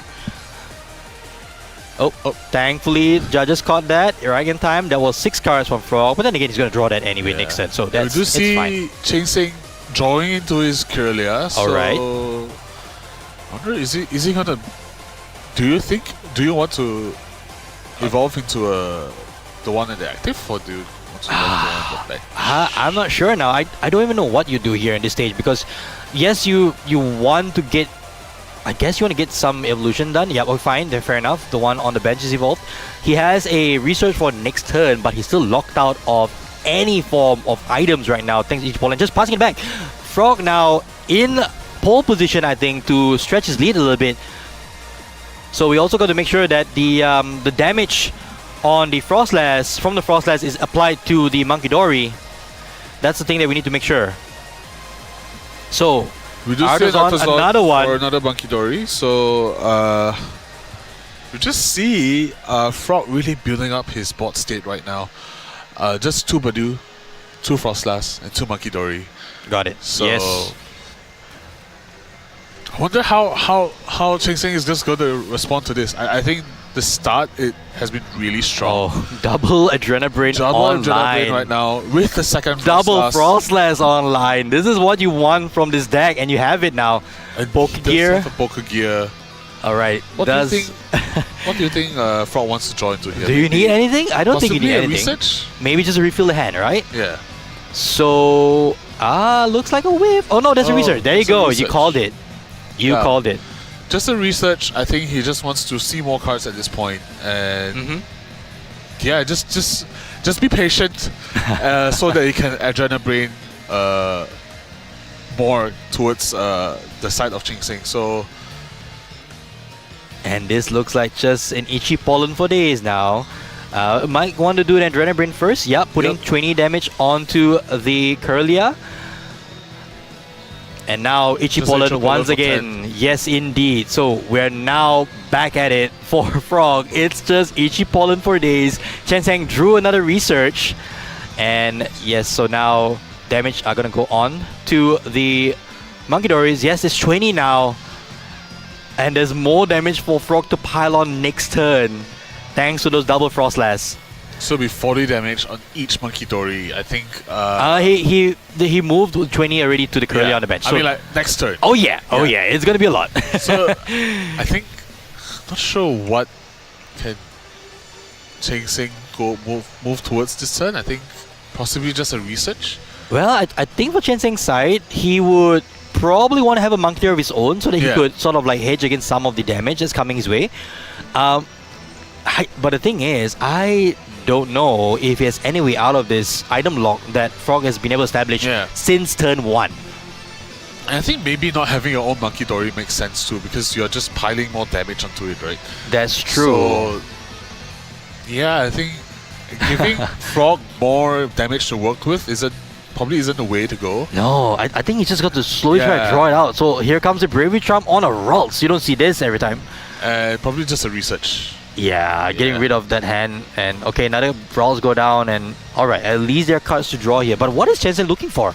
There's nothing that can bail him out right now. With that mic, which is a Monkey Dory with a Dark Energy, but it's... We do see a Badu as well. Okay, so there is a Badu to potentially also continue... to set up his own item lock, but well, it's an easy prize for Frog to take, Yeah. right? And then the lock resumes, anyhow. So, okay, look. I don't think benching Monkey Dory is a way to go. Alright. Because you can just see 20 building into this Monkey Dory next Yes, turn. but he does it anyhow. Yeah, and then there'll be just a double Adrenabrain to the Monkey Dory, and then going back into Chenseng's turn, Monkey Dory gets knocked out. That's fair. That's a very important point to note. Chen Zheng here is essentially saying, I'm going to lose Monkey Dory. Yeah. But, so here he is putting 2 damage counters on the bench Purdue. I don't think that is... Just pass, going back Yeah, to so... Frog's turn. Alright, so players are going to make sure that the damage build up from the Frost Lass on this Freezing Shroud ability is going to be calculated. There it is on your screen. Freezing Shroud. During Pokemon Checkup, put a damage counter on each Pokemon that has an ability, which is half the metagame right now, except any Frost Lass. Yeah. So, this is an interesting situation. Would Frog here go for a knockout on the Monkey Dory, or will he set up damage onto the Curlia to take a knockout there? I think you go for the Monkey Dory. You just remove it Yeah. from the table, right? I don't think you're too worried about you're not too worried about looking at the Gardevoir right now because there's like essentially no energy cards in Cheng Seng's side except for 2 Psychic. The best he can do is, probably a Scream Tail. But yeah, other than that, I think just I don't think there's any Yeah. need to make the plays too complicated. I think just Adrenaline Brain those damage onto Yeah. the Monkey Dory, take it out right away. Is that enough though? Let's see, 60 plus 20, double from Frost Slash. Yep, 110, that will be enough. So setting up the knockout onto the Monkey Dory. Adrenaline Brain for days, as we've said. wait, hold on. There should be a knockout onto the Monkey Dory, is it not? No, it'll be 100 damage. Oh, it's 100. Okay. Yes, 20, So- 20, 40, 40. Yes. Yes. So we are 1 short, 10 damage short, which means Chen Zheng does have some damage to play with here, but he's still on item lock. Yeah, Cheng Seng's hand isn't that good to work with. 3 items, 2 Pokemon. A Mew as well. Yeah, the best he could do is just Monkey Dorying it back to, I don't know, maybe the Badoo. Take a knockout on the Badoo, But and it just enables a counter catcher, so well, You Chen really Zheng could go for the so he could go for the Badoo inactive. yeah. Yeah, so he goes to the Badoo inactive, takes a knockout there. Frog has to promote something, and he's saying that, hey, if you promote your Badoo, I'm going to take a knockout with the Ralts. So that is an interesting play here. So maybe for Frog, maybe go into your Monkey Dory and just retreat for later. That's the Yeah. interesting thing here. He's opting to go for the Badoo. No, hang on. All right, so it's the Monkey Monkey Dory. Dory. That's heads up play there saying, hey, Yeah. I'm not giving you a free Badoo. Exactly. So Chen Zheng does take a price cut, tying it up 5 apiece, but that's all he has. He does have a Badoo in hand as well, so that's an Yeah. interesting one. I don't think he wants to bench that down. No, it's a free price. Yeah, it's a free price. So I think for Chen Zheng here, he has to play the long game, right? Hoping Yeah. to evolve into a Gardevoir, using that to tank up the damage. definitely. So now retreating into the Scream Scream Tail. But no, the funny thing is the Scream Tail might just go down next turn because Frog can just attach an energy and Adrenaline Brain went Mind Bend for knockout. Exactly. So that is not what you want to see in an active position. But then again, I think for Frog he might want to just keep the item lock on. So Yeah, but we can potentially see a third Monkey Dory coming down with this turn. I think it'd be a very strong bot state as well if Frog were to have set up 3 Monkey Dories. that's true. More damage to play around with. Exactly. So There you go. to see a third monkey coming down, Oh boy. and at this moment we have 4 Monkey Dories on board. That is far too many Monkey Dories for anyone's liking. But for Frog here, I think he might have just a Research and a Blood Moon or Soluna in hand. So He's playing it slow. He's playing it slow. He's playing very slow. He can take time, I think. He can go Yeah. for multiple knockouts this turn. The Monkey Dory will go down anyway. So he's probably setting up damage now To knock out the Curlia? to knock out the Curlia. Yeah, so he goes for the double Adrenaline Brain onto the Curlia Do and a see Research. yes. There you go. Possibly getting the third one. So the Curlia doesn't get knocked out yet because he's just placing 6 Yeah. damage counters on it. That will put it within range of a knockout next turn. And we Oh, can another see- Darkness Energy. That's another one coming out from the deck. All the Research. You could hear the crowd going wild here, actually. Seeing 3 Monkey Dories, 3 Adrenaline Brains. And I think Frog here is slowly but surely closing the door on this game here. It's Wow. just 10 short This is for knockout the Curlia. This is what I'm talking about. Like Monkey Dory being like one of the best cards in the format. So Right. Now you know. Now I know you have 15. yeah. So damage everywhere. And then a knockout on Cheng Seng's Monkey Dory as well. So a very, very strong turn going into Cheng Seng's turn. For Frog. Going to Cheng Seng's turn, I'm not sure. What can you do here? So Yeah. evolve into Curlier, still under item lock. You have a Screamtail inactive that's not doing anything. You can't even threaten a KO on this Badoo. Well, technically you can, but it just passes back. So back to Frog. More damage thanks to Freezing Shroud. More damage I can play with, Yeah. says Frog. And those Curliers, they are going to go down very soon. So, Adrenabrain number 1. Knockout. Goodbye, Curlier. So it's down to 3 prizes. He could possibly Adrenabrain again to the other Curlier as well. So we can potentially, we do see Yes, another indeed. Monkey Dory back onto the other Curlier. Probably Frog can just play it slow. He Yeah. has an Iono, he doesn't need to play it. He doesn't want to play it, I think. If your opponent is having a full hand, a full group of cards they can't play, I don't think wait. you.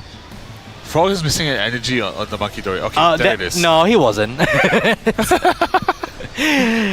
So, I think what Frog's trying to feel here now, it's Adrenabrains galore.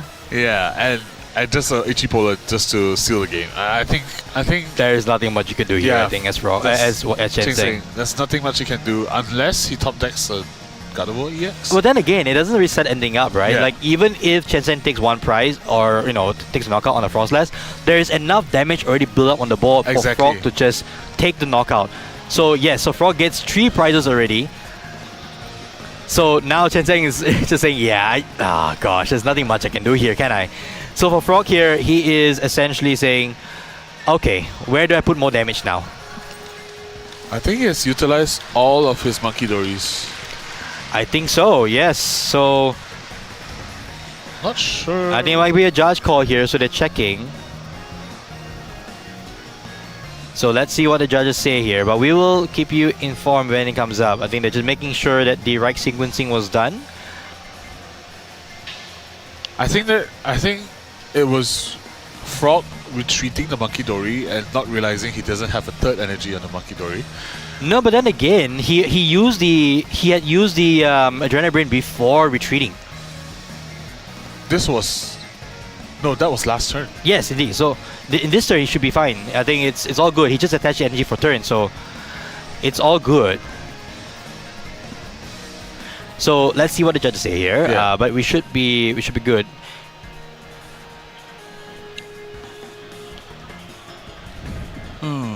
So, what card do you think that Chen Seng needs in order to bring himself back up into this game? I don't see anything, maybe except for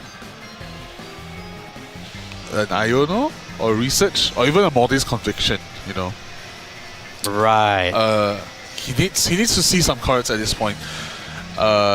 Drawing into more items isn't the way to go for now. So Yeah, I don't think there's anything that can be added to his hand here for him to come back in this game. I think you just go to the next, to be fair. So the just judge see call a- is done. Yep, sounds good.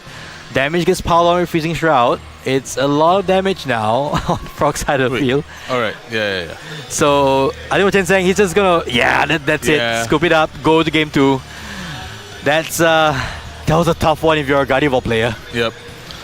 So that's the issue with Gardevoir right now. I think it relies on Candy too much. That you are susceptible to Badoo's item lock, right? It's easy to just brick and not being able to draw into your candies early on. So we might see this game being played very differently if Cheng Seng opts to go second. Yes, indeed. Whereas he starts to item lock Frog first. That is true. And If you get the Badoo though, that's the thing. Can Yeah. he get the Badoo in that early turn? Which what Frog had. He set up Yeah. literally with the Badoo in the active. Two Badoos. And by turn 3 he had 3 Monkey Dories. so very, very strong setup coming out from Frog. Yes. So I don't know. It's gonna be a very interesting game too. in terms of who gets to go first. Yes, I indeed. think if both players have their ideal hand, I think Cheng Seng really has a shot at this. But Yes. as we all know, monkeys doing monkey things. So Yes, indeed. This is interesting no matter what, because I think, to be fair, the reason why we're seeing such a commanding play here from Frog is that turn 1 Badu. If Chen Sang is the one that gets the Badu lock instead, that might be a complete reversal, as you said. So in this case, and he had very horrible hands as well. Let's not Yeah. forget, he was drawing literally nothing of use in the early turns. And literally Frog just took over the game from that point with double Frost Lass and then triple Monkey Dory. yeah. So I don't know what. I mean, this matchup is just very complicated. I mean, really depends if the God of War manages to set up or not. Yes. But we do see Badu once again for Frog. the same setup. Same setup. Badu and Monkey Dory. Oh my gosh. And there's one Monkey Dory in the prize and a TM Devo as well and a Snorant. Okay, so I would think not crazy, I would say vital prizes, but still they're noteworthy. So in any case, anyhow, So I think Cheng Seng will just want to go. He does opt to go second. So if he gets to Badu first, I think it's really strong. He does. he just starts with Monkey and Badu as well. So it really depends if Cheng Seng is able to perhaps set up a routes on turn 1. As we can see only Body's Conviction on Cheng Seng's side. So we do Right. see another counter catcher, 2 Ultra Balls being priced, a routes and a research on Cheng Seng's side. Nothing too noteworthy as well, maybe for the counter catcher and the research, but other than that, it should be fine, and maybe a third routes. So nothing too detrimental on either side. But here we go, start of the game. We do see a Buddy Puffy being played down by Frog. Essentially just wanting to get out his Snorants as soon as possible. I think he just wants to really draw, really build up the damage early game, and setting up Monkey Dory's Adrena Brain. So yes, indeed. The Badus have landed on both sides of the field here, but it will be Chen Sang that will get a Badu lock set up first. So, at the very least on Frog's side, he has an ability to play multiple Buddy Poffins. I was going to say one, but I caught myself right before the second one was played. But that is not going to get anything, unfortunately, because the third Snorant is in the prize cards. But it'll get you a Badu, so double Badu. There you go. same strong setup coming up from Frog. Yeah, I think he can just pass it over back to Chen Seng. So I think one card here that might prove important for both these players is that Bravery Charm. Frog does play 1. However, on Chen Seng's side of the field, he plays 3. So that could be a game changer. You can play tools if you're under item lock. Tools are no longer considered items. So it's going to be an interesting situation to see how these players navigate this extra HP. We do see a Morty's Conviction being played down by Chen Seng. I think Morty's Conviction, upon release, wasn't really popular card coming into that meta at that point. But going into this meta, when you are seeing a lot of Area Zeros being played, Body Conviction can prove to be very useful, as you are seeing 8 cards essentially just from the drop supporter. So, and it helps you to discard energies for God of War as well. That's true. So yeah, we do see a Monkey Dory being searched out for Nesball from Chen Seng's side. So Chen Seng says that I can do Monkey Dory stuff as well. Yeah, but is there a way for him to get a Ralts? I think there is at least an Ultra Ball in hand, right? I think so, but he could have Nesball for a Ralts, but yeah, that's true. He opted to get the Monkey Dory in hopes of, out Adrena Braining Frog at this point. So he has already the second Monkey Dory in hand, and he's just looking to do essentially get Frog to taste a taste of his own medicine. Yes, and with the Darkness Energy down, Chen Yeah. Zheng's side of the field is the one with the Adrenaline ready. And Oh, and a Bravery Charm. on Okay, Badoo. we just So- talked about this, right? So, on Frog side now, do you have anything to play? Because right now you are in a situation where, okay, Monkey Dory number 2 is great. And also I see a Frostlass, that's good as well. So at the very least, damage can be, added on to the field right now. But do you want to do that? Yeah. The only supporter available to Frog now is just a Jab and an Iono, I think. Is it a Jab? I think it's an Iono and Arven. Arven. So the Iono is probably the player for Frog. Yeah. He wants to be able to drain a brain as early as possible. Not having any energy right now is going to hurt him. And, you're not going to get energies through the Arven, I think. Is it an Arven or is it a Research? It's an Arven. Yeah. So Arven and an Iono. So he's probably thinking, okay, he's going into the Arven first. possibly just taking out the Bravery Charm of his own and Yes. also Earthen Vessel. So, but Yes, indeed. there's no point in Earthen Vessel. He cannot. How do I put it? He cannot use items. So Yes, but he can there's use a no tool, point. so Yes, not he too can use bad. a tool. Yeah. So not too bad in searching out the Bravery Charm. So because he is also susceptible to the Adrena Brain play later on. So we might see Chain Sing just going for Adrena Brain to the bench. Badoo? Probably. So I Yeah. think that is probably the play here for Chen Zheng, because then he's one step closer to a knockout. But in a sense now, the clock will be on Frog side because all he needs is energy to start putting more damage back onto Chen Zheng's side of the Yep. field. So it's just going to be an Ichipolen for 10. And now the Frostlass damage from Freezing Shroud will add up. Here comes damage all over the field. I just hope we have enough dice for all this. I think we might just. Oh, we there you go. see a Second Monkey Dory. Okay. I think- Game on. This is going to be interesting now. So, Chen Zheng's side has 2 Monkey Dories. However, he's the one with double Darkness Energy attachments. But I think it's paying off for him now, for Frog now, the fact that he went for the Bravery Charm. At the very least, this Badoo here Lives. will live Yeah. on. So, transferring damage over onto the bench Badoo. There's going to be 2 damage counters there. And that Badoo is 1 damage counter away And from being just knocked an out. Ichipolen. And just Ichipolen here. So And now the damage builds up on both sides of the field. yeah. So I wonder if Frog wants to Iono this turn. I mean that's all he could do, right? I don't think there's a stronger turn coming in from him. No, I think you should just Iono here and yeah. hope for the best, because Chen Zheng isn't playing Gardevoir anymore. Yeah. He's playing Monkey Dory Badoo. He's playing your deck right now, Frog. He But will you need utilize energy. he will utilize the Frostlass from his side. Yeah, So, and the thing for Frog is that he didn't get the energy down for the first couple Yeah. turns already. That Iono is crucial. You need to draw energy.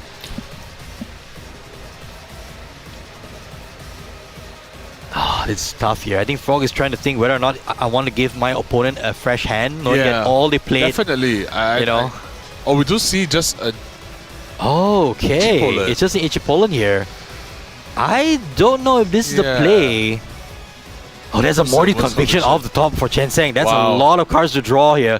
5 cards for Chain Sing. I think he might just want to discard the psychic energy. I think he really wants to draw into his Kirlia, perhaps. Or even more routes also. Like that can also be helpful here. Ooh, but do no, see a second Bravery Charm. just a Bravery Charm, which is going to be important to keep the Badoo around if he has a second one. Yeah. Or maybe just putting on a Monkey Dory, keeping it tanky, right? Yeah. Or even the routes for what it's worth, to give it that extra staying power. Yep. So if you're Ching Sing, would you prioritize knocking out the Monkey Dories, or would you prioritize knocking out the Frostlass? I think you'd go after the monkey. Let me think this through. This is a tricky one because I would Yeah. first go after the Badoos. Right. So Who wouldn't? you gave me a loaded question there, Yaron. That's not fair. I'll go after the Badoos first. I think that's Yeah. the stronger play. So with this Adrenaline coming up, he's still unfortunately 10 damage short to knocking out the Badoo in the active. But on Frog's side of the field, he wants to keep the item lock going. So Chen Seng here has to be really careful on how he manipulates the damage here, because all Frog needs is energy onto Monkey Dories, and his Badoo, or Chen Seng's side I should say, would also then go down. So now he's putting 40, I think, onto the active, and that will put it at 60 damage. And here is another Itchy Pollen. So here comes Frogson right now. That Badoo needs some saving. Draws into Poke. You can't use that. I think Frog really has to Iono this turn just to see more cards. Yes. Especially when after Cheng Seng just top deck the Mortis Conviction. So I think it's really it's time to play the Iono this turn. You should prioritize getting your setup going rather than thinking about your opponent's setup. Exactly. So for Frog here, you want to see some energy. You want to see it right now even. Because if not, it's going to come back and haunt you later on. Exactly. So 6 cards for both these players. No one has taken knockout yet, which is interesting. And he does see 1 energy coming Not too bad. That's good. That's what you need. And now the question is, where do you transfer damage from? Because if you were to transfer damage away from the Badoo, you will lose the Monkey Dory. Oh, you won't, sorry, because there will not be 3 damage counters on 2 Pokemon for Chen Seng. So it will not be a knockout on the Monkey Dory, thankfully, on the Monkey Dory. But he chooses to save the Monkey Dory anyhow, so the Badoo will go down. I'm not sure if I like this play, to be honest. I think it would have been better to save the... Oh, then again, on Chen Seng's side, he has access to double Monkey, so it's gonna happen regardless. I think the best move forward would be taking out Frog's Monkey Dory in the bench, one without the energy. So you're just limiting him from taking more KOs. So because you can't really aim for the Monkey Dory with the energy, so I'm not sure if... No, but you can go for double knockout here, I think, for Chen Seng's side. This could be really strong. This could be really strong. So this just means that Frog will not have access to any more Badoo. So I think he's going to overload the damage. Okay, going for the Monkey Dory. This is a heads-up play here. Takes a knockout, and Frog will lose a Monkey Dory. Yeah. I think this is an interesting play. There you go. So 2 knockouts going to be a Chen Seng. And the only thing here, however, is that Frog will still have a Badoo in play. Yeah. But I think Cheng Seng is just piloting this matchup really well right now. He is, I think, This is the first time seeing a carnivore not prioritizing the routes at all. What's a routes? Yeah, what's a routes with Monkey Dories? Ooh, but I like the top deck there from Frog. That's an Iono. It will make the hand a little bit rough there for Chen Seng. But we see there's nothing actually going on for his hand. He has a Gardevoir, some items. Oh, another Badoo. So I think it's good to play the Iono here right now. Yeah. I think he needs to Iono this turn again. Yes. We do see Frog playing 3 Ionos in his list. Potentially not very good to play this early, but you are limiting Cheng Seng's draw down to 4 cards. So, and he does see the Kirlia on Cheng Seng's side. Kirlia and the research. Yeah. Okay. And on Frog's side, there's nothing going on. That's rough. A second Frostlash maybe, but you're not the one being able to pile damage anymore. So you're on the back foot. So if you're Frog here, I think you don't even do that. Yeah. But he has not played the... I don't think he has actually used his Adrenabrain yet. So we can see maybe which Adrenabrain. Yeah, so moving 30 to more damage over... Possibly where do you put it? The monkey? Yeah, so you build up enough on the... Okay, onto the Badoo. Alrighty. Alright. I don't mind this.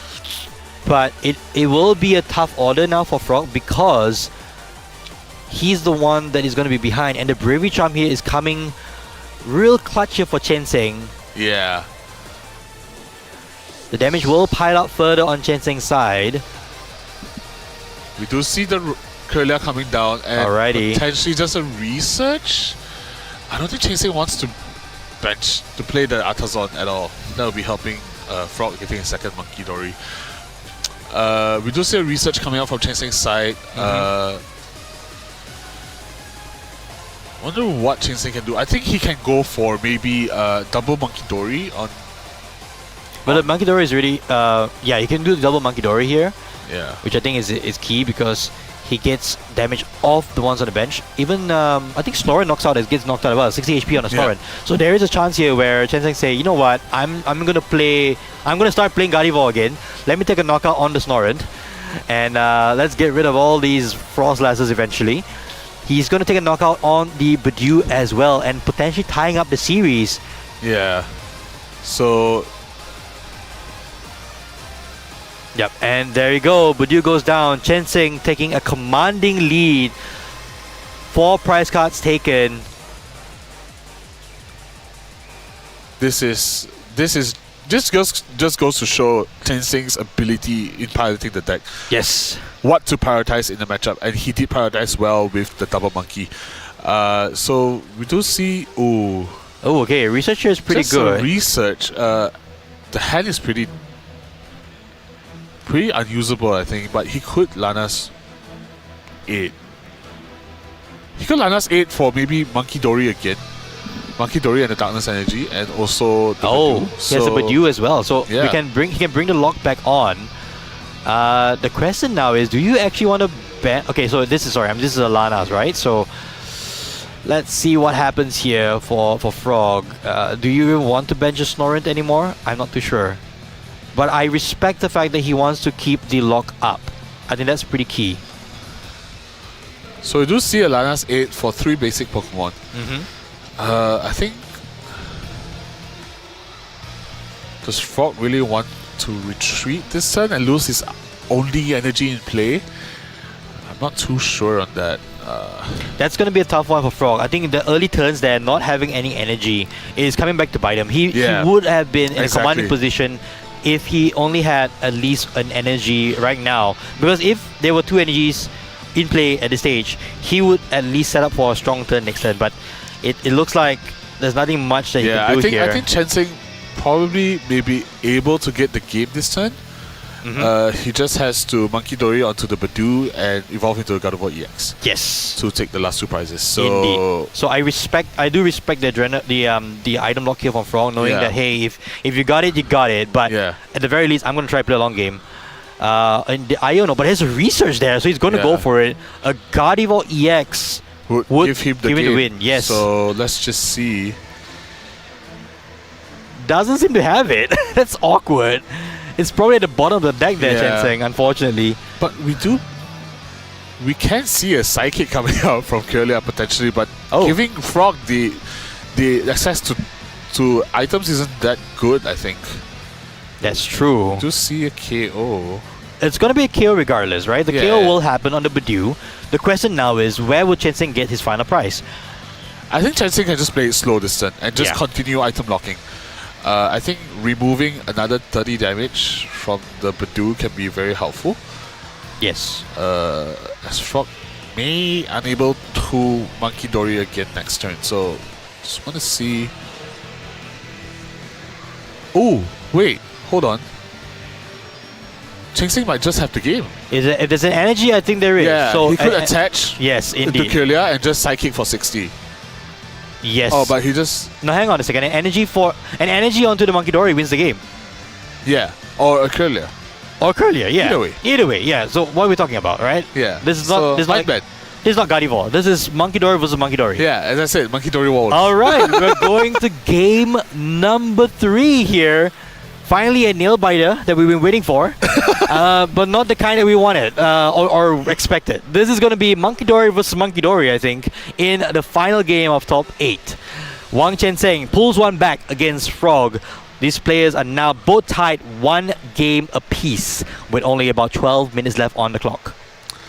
Aha. So, a very interesting way of piloting Gardevoir, I think, on Chen Zeng's side. Yes. Just prioritizing the Monkey Dories that he has. So yeah, but again, 12 minutes left on the clock. Do you think any of these players can clutch it back up? Well, it goes back to the idea about who gets the first item lock, because you look at that match in that game in particular, the reason why Chen Zeng was able to pull ahead so quickly was because he was locking Frog out of so many items right at the start. So in this scenario right now, Chen Seng will go first. He has to see Nest Balls and Buddy Puffin. Yep. If we're not going to see that, Frog would take a commanding lead once he has his own access to the Definitely. Monkey Dories. I mean, to Ichipola and then Monkey Dories. But Chainsei just play only 2 Buddy Puffin. That is true. But I think he really wants to get out the Monkey Dories first. Going for the same setup that he did in Game 2, right? Probably. Having just the Monkey Dories and the Badoos on top. So let's just see what can be done here. Okay. not We do see the Maractus this time around and a Snorant. I guess the question now is what does Chen Seng have? I think it's a Ralts and a Drifloon. So this is going to be an interesting one. I was going to say that I think Frog wouldn't want to see the Blood Moon in the active. Thankfully, it's not there. Oh, we see one Badoo and...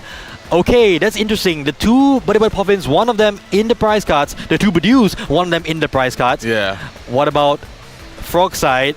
Nothing too crazy right now. Alright, 2 nice stretches for both these players.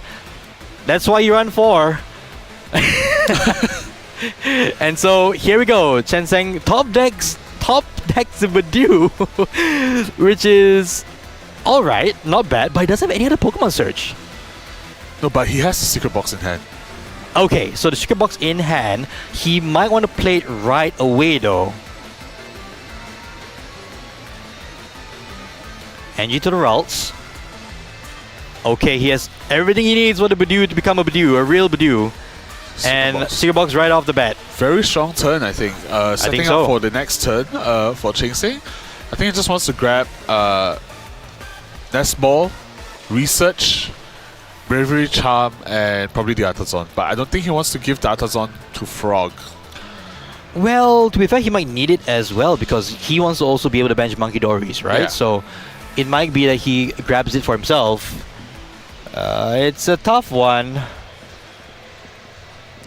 Do you or do you not get the Artazon and play it here? Because does he have a read on Frog's hand? So research card number 1. Buddy Puffin is also up there. I think he's looking for a second Badoo and he realizes, Badoo number 2 is in the prizes. Or he could just really just set up Monkey Dory. Probably. Yeah. There is no immediate threat of this Ralts going down, even if you were to leave it in the active. So I think that's fine. But I think it is unfortunate that he misses the first turn energy attachment onto the Monkey Dory. Oh, you mean right now if Yeah. Frog misses it? I mean on Chen Seng's side. On Chainsei's side, Yes, yeah. indeed. Yes, indeed. I think if he misses it, I think it's just one turn slower. But I think you see Chen Seng really trying to set up and trying to get the darkness energy onto the Monkey Dory. So maybe he's just really thinking, right? Yeah. Do I or do I not? So he decides to go for the Buddy Puffin instead here. Probably trying to get out, more Ralts. Which I don't think you need more Ralts. Yeah. More Ralts are essentially more prize cards for your opponent to take. But in any case, I think maybe Chen Seng's side is thinking, if I'm just going to go tall rather than go wide, that might also help. So getting one of these Ralts into a Gardevoir is a strategy that we have not seen yet, I should say. Yep. So just getting one of those routes. So potentially saying, alright, let me just build one of these routes up and I can just win like that. I know time is short. I need to be a hit on the price count when time is called. Let's see how this rolls out. And you just see a pass from Chen Seng. Okay. Not playing the Artazon was probably the correct call. We do see Frog double Nest Balls in hand with an Artazon. having a very strong turn. What a hand. Yeah, so see what Frog gets here. I think he probably would prioritize all the Monkey Dories in the world. So the ideal cards that Frog is looking for right now is, of course, double Monkey Dory off the Nest Ball. That's fine. Potentially the Badoo as well. Yeah. And I think the card that he's looking for right now is Darkness Energy Rescue Board. Those are the 2 cards that we see in his list that will get the Snorant out of the active and a Badoo in the active instead.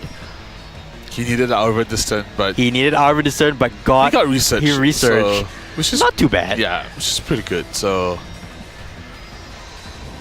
you can see each player just taking their time to deck check, seeing what's missing from the prize cards. I think at this level of play, I mean, they are in the top 8 of the Master Ball League. We're just sitting here, So, right? Yeah, we're just sitting here. So, yeah, we do see Badu being searched out from the nest ball. I'm not sure if this Maractus bench here would make a difference. No, I don't Maybe think you do it. it I don't. could. I mean, Chensing is not going to attack. Yeah, So why would you put a Pokemon here that is That's not true. Monkey Dory, right? yeah. So yeah, so let's see what happens here on Chen's side of the field. He will want to get the item lock up and running immediately. So yes, research, jumping all out. Let's see Darkness Energy and Rescue Board. Can we find any one of those or both? Oh, there it is. There is an Earthen Vessel that gets him the energy. Unfortunately, oh, there's energy as well. So no Rescue Board, so no energy on Monkey Dory right now. But at the very least, He gets the item lock. there is item lock. Yeah. Exactly.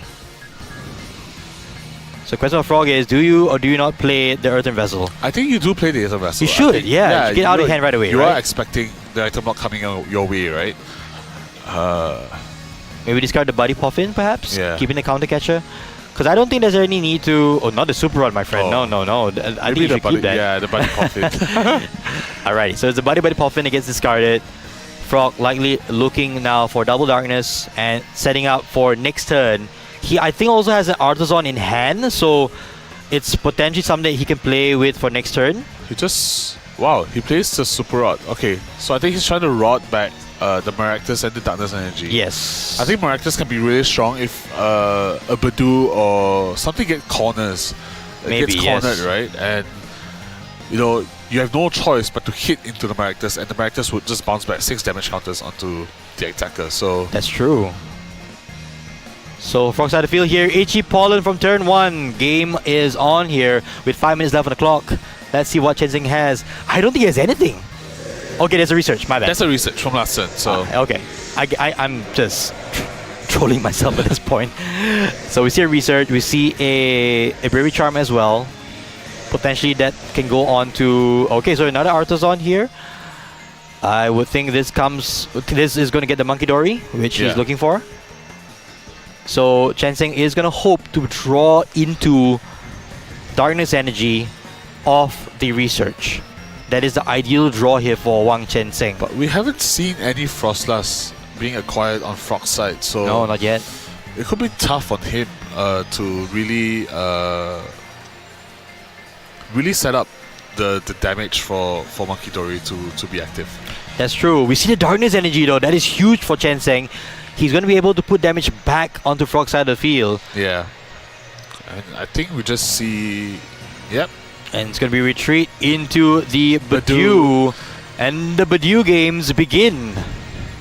Which Badu would raid. Alrighty. The Adrenal Brain being utilized and an Ichi Pollen. So... There you go. going to Frog's turn, I'm not sure what can he do. Oh, he does have an Possibly? Arven there, Yeah. thing, so he can get the Bravery Charm of his own. So the Badus are getting boosted up with Bravery Charms. They're going to battle with, clutching this little charm in their hands, having extra 50 hit points. So on Frog's side, I think the Iono is the only card he has. I think you just play that hoping to Yeah. get another Monkey Dory. Don't just sit there and not get energy attachments and set up. You want to go to Frostlass because... You want to get the damage build up, right? Yes, indeed. Oh, he's going for the Corner. The corner play. This is interesting. I'm not sure if this is the way you want to go.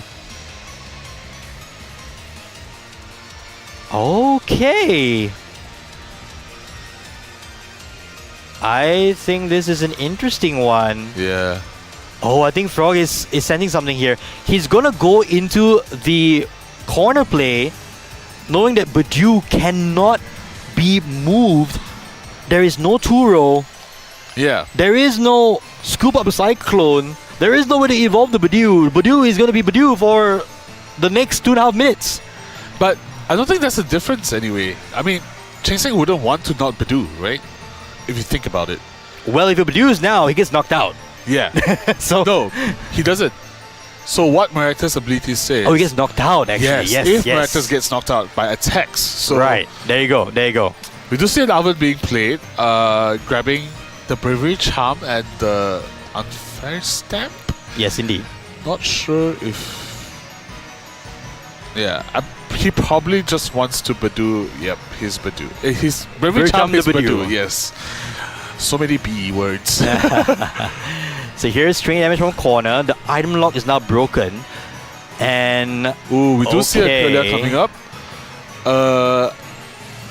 No item lock coming out from Frog, by the way. I don't know if this was the play here for Frog. Yeah, I don't think that was really ideal. I think if Cheng Seng capitalizes on a Scream Tail this turn, I mean he cannot, but He cannot, yeah. But if he does, I mean he doesn't, but he cannot. But I'm not sure what Cheng Seng's trying to do here. Maybe just Mortis. It's going to be interesting. The math seems to be a little awkward here. Chanseng will have damage to throw back with his Monkey Dories. But on Frog's side of the field, he's just sitting there pretty with, you know, a Maractus in the active, which, as a Chanseng, you can't actually knock out unless you pile on all damage onto the Maractus. Yeah. But I don't see Frog playing any form of Gus in boss. So I don't think if there's any worry of Cheng Seng just, you know, being locked, being cornered locked by Frog. So It might just go down to who takes the first prize cards in time. Time is really going down right now. 30 seconds left before time is called. It's going to be an interesting one. So we do see the Monkey Dory with the Adrenaline online for Frog. Training damage will get swung back. And here comes training damage onto the Badoo. And then the Maractus will corner once again, I think. No items for Frog. see an Iono here. Just putting it under the deck. Drawing 6. This is going to be real close. I wonder who can get the first prize first.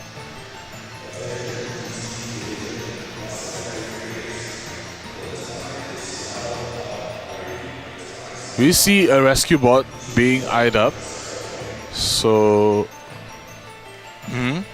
Oh, we do see a retreat from Frog. Oh, this is interesting now. But... He goes back into the item lock. Yeah.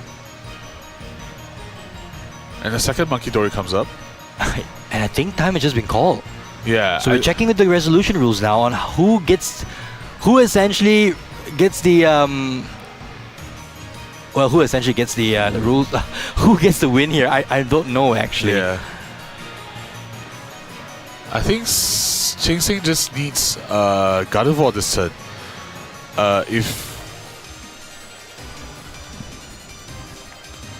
Okay. So we did get... Okay, so just a quick checkup. We do have a 3-minute time extension, just so everyone at home knows. Don't regard the timer right now. There's a 3-minute time extension, so players are playing it as per usual. However, it's worth noting that whoever has the least number of prize cards at the time of game being called will win the match. So they're still playing it out here, and we'll let them play it out. Both these players here have earned their rights all the way up to the top 8. So we do see the Monkey Dory being utilized. I think first Adrenaline Brain, I think it's going to go to a Snorunt, possibly. Yes. But we are not seeing any Frostlass being played right now, I think. So that's the thing there for Frog. He might have to evolve that Snorunt, those Snorunts I should say. Yeah. If not, those are easy pickings for Chen Seng. But we do see a second energy onto the Monkey Dory. So there's 60 damage to throw back now. But that 60 damage will be thrown back anyway. Yeah. So let's see how this rolls out for Frog. Adrenaline number 1 onto the Badoo. Okay. Adrenaline number 2. Adrenaline number 2 would also remove the ones from the active. And ooh, here comes a knockout here for Frog here, I think. Would he want to do that? That might be interesting. That is a play we were not thinking about. He can switch into the Maractus, take a knockout here, go up on prizes. Then Chen Seng will have to take a knockout on the Maractus with no damage for the Monkey Dories to throw back with Adrenaline. That is an interesting situation there.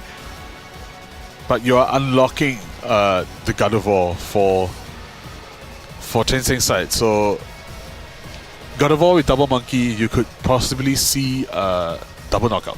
That is true. That So- is true. Might not be ideal in the slightest Yeah. there. So time is ticking away. This is a nail biter, folks. We have no idea at this stage. It is quite a tough decision. It is. I have to say. It is.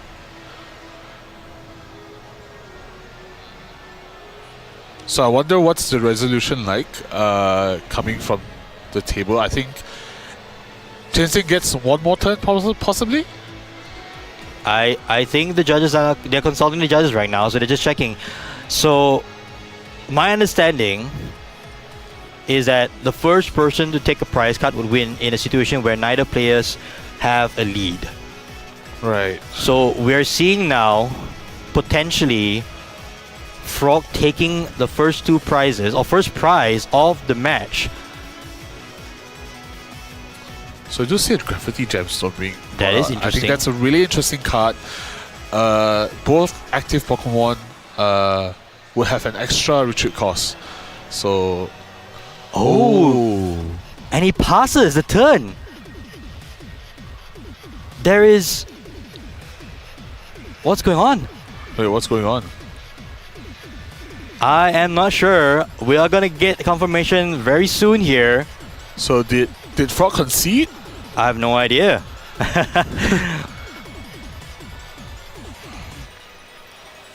Okay, so we're getting confirmation from the judges now. They have a specific best of 3 resolution, so it will go down To sudden death. sudden death. Alrighty, folks. From having quick 2-0s in the previous rounds, we are gonna go sudden death because neither player took prize cards when time was called. Therefore, we will have a sudden death situation here in top 8 in the Master Ball League Malaysia 2025. Oh boy. This was not something we were expecting, Yeah. but it was something that would come, I think, when this is sort of the decks you're seeing. Frostlass versus Gardevoir. I think just Frostlass and I think just Monkey Dory. Monkey Dory, yeah, fair enough. Showing its ability to really help you stay in the game, and also manipulating your bot state. That is true. So I just think it's a really strong card. You just need the Darkness Energy, and you're good to go. So Yeah, but I must say though, Frog was actually very close to winning there. If he had chosen to just attack into the Badoo Yeah. and he would have gone one prize up, and he would have won. he would have won the game, Yeah. right? So, but then again, he had no energy on the Miraculous, I Right. think. Yeah, so he was one energy short to actually take the win. In any case, now it's going to be sudden death. We have a first sudden death match. We had a donk in the earlier rounds. We had a quick 2-0s in 2 rounds already, and now we are treated with our first sudden death match. Okay, so Frog won the coin flip, I think, and he's choosing to go second. Surprise, surprise.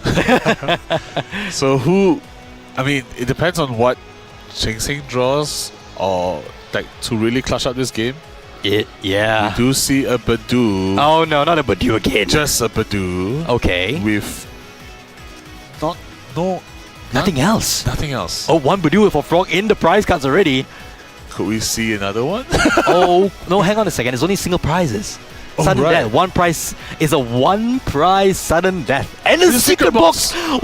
What a one prize. Oh gosh. Oh dear. And it's, oh my gosh, it's a we do see miraculous. it. Oh dear. Oh no. What can we see out of here? I think, This is not good for Chen Seng. yeah, He will have to retreat the Badoo. which is hard. Yeah, he would have to retreat the Badoo. And just probably going into a Monkey Dory this turn. Oh gosh. Oh boy. Neither of these players play any boss's order. They both play counter catchers, which are completely dead cards in this matchup right now Ooh, do you because see a Clefairy being eyed up? okay, so Clefairy potentially having high hit points, something you would want to see. This is so hard. Oh dear, oh dear. There is a research. We do see Ultra Ball. Possibly going for the Clefairy. Yes, indeed. Because it just needs 2 energy, right, to perform the full moon rondo. Yes. And nothing on Frog's side can hit 190 damage this early in the game. No, So nothing at all. Nothing at all. So, Chen Seng has to retreat, and Frog cannot go into a Badoo. Yep, And he cannot bench any more Pokemon. exactly. Oh boy. So- Unless I guess for Frog, he can build up energy on Monkey Dory And just confused, mind ban? and Mind Bend, yeah. Oh, is this a turn where Frog has to... Iono I to don't know. 1? Iono to 1? Iono to 1? I don't think that's a play, right? Iono to 1? We might see it. Iono to Oh. 1. Iono to 1. Ladies and to gentlemen at 1. home. Oh, this feels like the spiciest nasi lemak you could have. Oh boy. It's so spicy. Oh no. What can we see? What was that card? Just a corner? I don't know. I want to find out. Oh boy. This has got the crowd a little bit noisy on their end, so we could see here them. I don't care about the crowd. I care about myself Yeah. right now. I'm on the edge. I'm going to fall off my seat. Just passes. Ooh. Frog, don't you play that card. Don't you play the nest ball. An Ultra ball, that doesn't help I think you can Ultra Ball maybe? for the Monkey Dory and just throw the damage back. Yeah. That is probably what he's looking for then, Chen Seng. But okay. Oh boy. What is going on in our top 8 game? A Mew! Okay, I completely forgot about the Yeah. Mew there from Chen Seng. That it fills the hand. Oh boy. Oh no. Oh no. So Full Moon Rondo would... a 5 bench Pokemon has to be in play on both sides together. So we could potentially see a Dong this turn? No, it's just a Ralts and that's it. So you do want to bench the Ralts if you're Chen Seng, I think. No, just passing the turn. Yeah. Buddy Buddy Poffin. No, don't play that. Frog here is just hoping that there isn't an energy. Ooh. Nest Ball and okay. This is a So this is a possibility now. Chasing just needs an energy off the Mew, I think, after this. Well, the Miraculous does is 110 HP. Yeah, So would it be enough? 1, 2, 3, or 5. It will be enough. Exactly. And energy off the restart would get him the win here. This has been a nail biter of the series. And oh boy. Clefairy making his first appearance on stream, by the Yeah, way. hello Clefairy. Welcome from Journey Together, Clefairy, or Lily's Clefairy. We do see an Ultra Ball. Okay. I think saying would probably be shaking in his hand. He's shaking right now. He just needs... An Earthen Vessel or an energy card. Yes, so he could possibly have 10 outs out of just 3 cards. So An Earthen Vessel or an energy card. yeah. Even a supporter might work. He has Or not seen a possibly single Night supporter. Stretcher. Or possibly a Night Stretcher. There's no energy in this card. Yeah. Oh, no. Okay. Yeah, there's no energy in this card. So 3 cards. 3 cards. It's down to these 3 cards. Energy and game.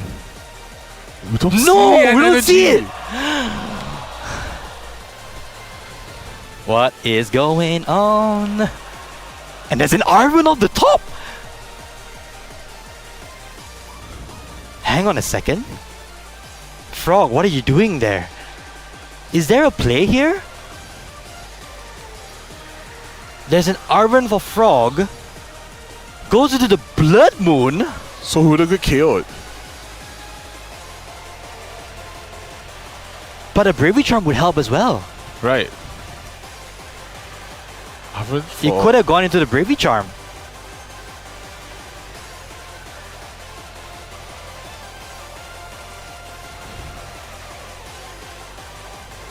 Oh, you just see a retreat, maybe? What's going on here? I'm not sure. Arven for Pokegear and Earthen Vessel? Oh! Oh! Season skill! That's a knockout! Wait! There's only a single prize! Yeah! But then again, hang on a second. It says your prize card your opponent has taken. Chen Seng has not Right. taken any prize cards. Oh! That makes everything way more interesting. Frog has put himself in an Yeah. awkward position here. He thought that Chen Zheng has taken 5 prize cards, but he has not. Exactly. Oh no. He could have just gone for a bravery charm. And that would have given his Maractus a little bit more staying capability right now, but all he has done is just put himself in a situation where he cannot do anything else. But he still probably should retreat. Oh dear. Oh no. Oh dear, oh no. Oh dear. Replayed. I think it all comes down to this Mew for 1. Oh boy. Oh no. Such a deal biter, honestly. This is So we do see crazy. a Mew for restart for 1 into a no, there's a Gardevoir. Gardevoir. Wait, he could candy up into a Gardevoir. But there's no energy in this card pile. Just It's one. a dark energy. No. But I think it's safe. Just It's safer. Yeah. It's safer to do it. I can just pass it over. Okay. Oh no. Oh, we do see an Iono. I know again, Frog. Do you want to do that right now? I think you should play the Body Break Puffin already. There's no point holding on to it. Just Puffin. Get cards out of the deck. 5, 6, 7. It's way too many Pokemon already in play. So 5 So it plus doesn't 7, matter 7, 8. anymore. It doesn't matter anymore. Oh, hang on. Yeah, it doesn't matter anymore. Even if Yeah. you have a Bravery Charm, right?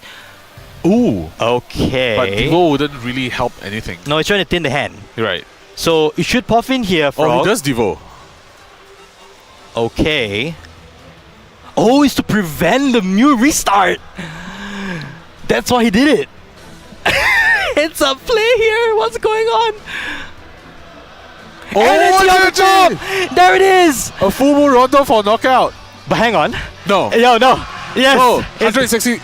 it's game. Oh boy. Oh. What a top 8 game. What a way to end our top 8 stream game here. Boy, oh boy. Very, very close. I think shout out to both players. What a game. What a game, Aaron. What a game. I mean, we had What a game. very interesting 3 games right there. I think Chainsain just clutching it up, Yes. letting the match out really quickly just from game 1, setting up his Monkey Dories out and Badooing and giving Frog a taste Yeah. of his own medicine. So, well played Chainsain, and also commiserations to Frog for taking this amazing deck up to top 8. I Yes, indeed. think nobody expected Frostlass Monkey Dory to be up here. It's all back down to that play, thinking that Bloodmoon or Solana could attack. Yes. He should have checked that first, I would Exactly. think. Because it says the prize cards if you open has taken. In a sudden death match, you cannot take any prize card except for the Exactly. one that is available to take to win the match and Exactly. series. He could have potentially gone for an Arven play, grabbing the Bravery Charm, and Maractus would live on with maybe 10 more hit points, right? That was so clutch for Chen Zheng in the end, you know, and I'm out of breath. So, in any case, I hope everyone had a good one. Yeah, I think that was probably the most entertaining match we have thus far. I think so. Hands down. Hands down. Sorry for the rest of the matches we had earlier, but that was the most entertaining match. Yeah. I have nothing else to say. That was a fun one. I hope all of you at home enjoyed it as well. Yes. The crowd here did enjoy it for Yeah. sure. The crowd here was going wild. Every single card that was drawn in that sudden death match. We had noises coming out from them. Yeah, we could hear from them. It was crazy. Yeah. It was crazy. And just to think, one more turn and Maractus would have caused a double KO exactly on itself and on Lily's Cafari. And then it will be another sudden death? Another Sunday. And then we will never go home. Yes, we will never go home. But in any case, thank you all for staying with us. It's been a pleasure bringing to you all these games, all these entertaining matches. Yeah. We are going to be back with round 4 very shortly, or I should say top 4, not round 4. Top Do 4. not go anywhere. Grab a drink, grab a snack. snack. We'll be right back shortly. See you all.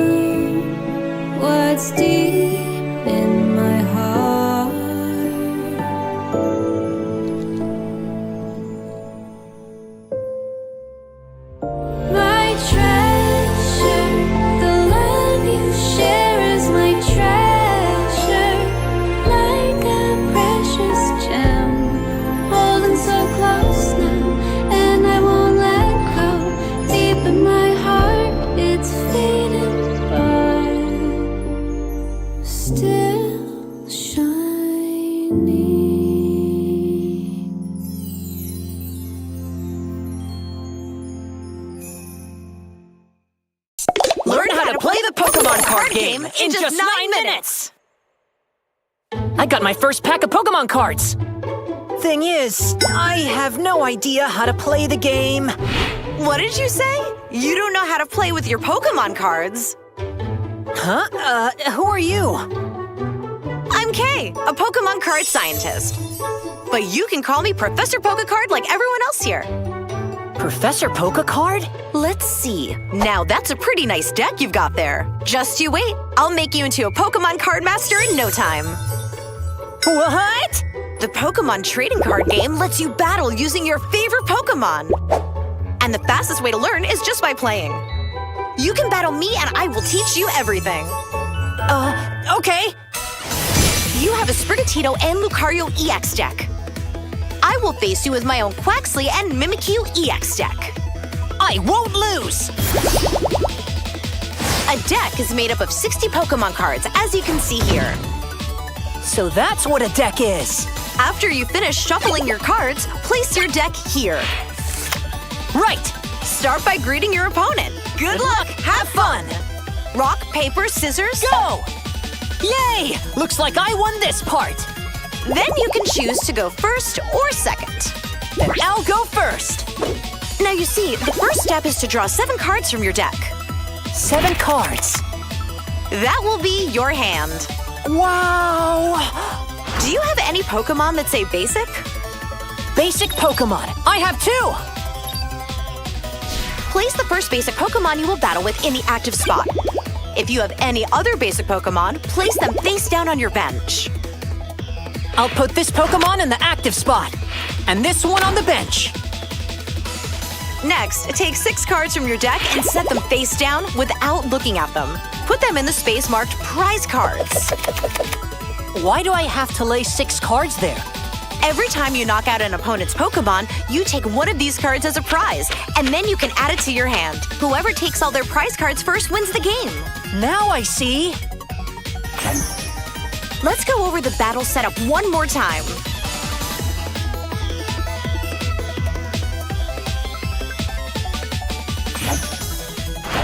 Okay, let's start the battle. Turn over the cards in the active spot and bench.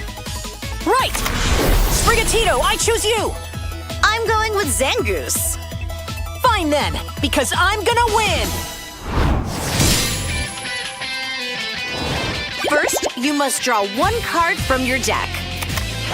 Yes, it's Riolu! Riolu is a basic Pokemon, so you can put it on the bench. Right! Oh look, you have energy cards.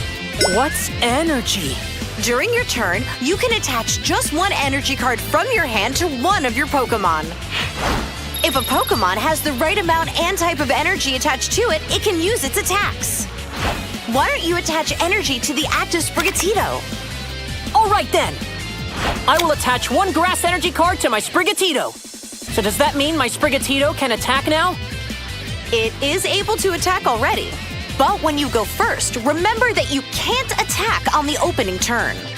That means your turn is over. Okay, I'm all done with my turn. Okay. I will start by drawing 1 card from my deck. I'll attach this psychic energy to Zangoose. This white mark means that any type of energy works for this attack. Now my Zangoose has all the energy it needs to attack.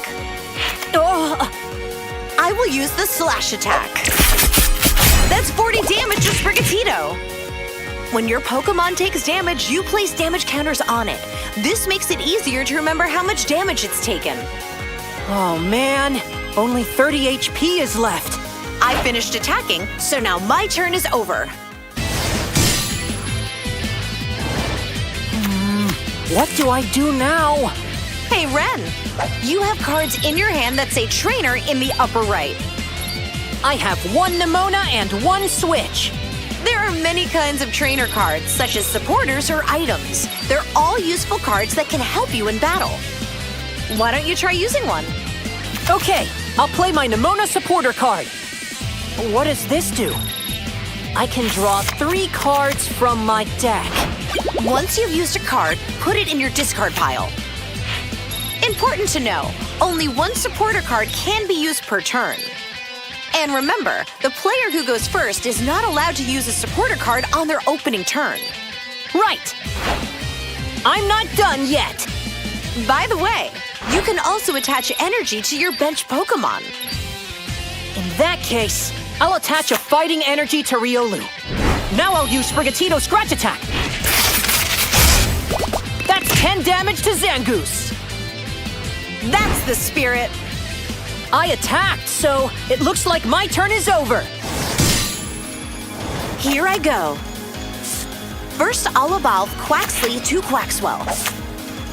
By playing Pokémon on top of each other, they evolve and will keep getting even stronger. Next, I'll attach one water energy card to my Quaxwell. I'll also use my Nest Ball item card. This allows me to choose one basic Pokémon from my deck. By the way, you can use as many items from your hand as you like during your turn. The Pokémon I'll put into play is Mimikyu EX. It looks powerful. Professor, what does the EX in the name mean? Good question. This card is an especially strong one, and it's called a Pokémon EX. Knowing how to use Pokémon EX cards is a shortcut to victory. Pokémon EX? Wow, I want to try! Let's get back to the battle. Zangoose, use Slash. Sprigatito's HP fell to 0. When a Pokémon's HP drops to 0, it gets knocked out. Since I knocked out Sprigatito, I'll take one prize card. When the Pokémon in the active spot is knocked out, it gets discarded along with all the attached cards. Then you'll pick another from the bench and place it in the active spot. You're good. This time, I choose Riolu. Let's go over the rules once more.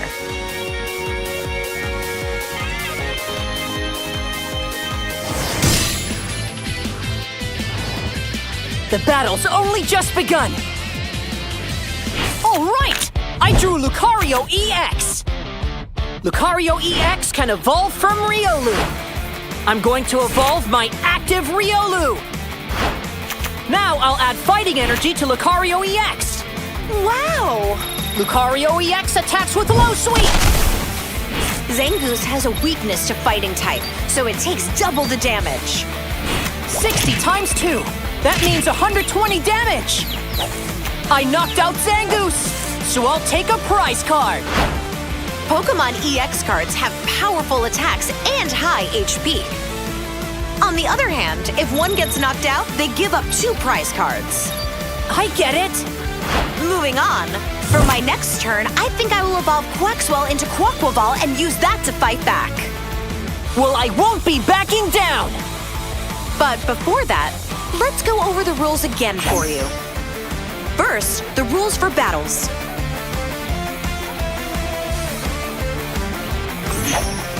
And this is how you win.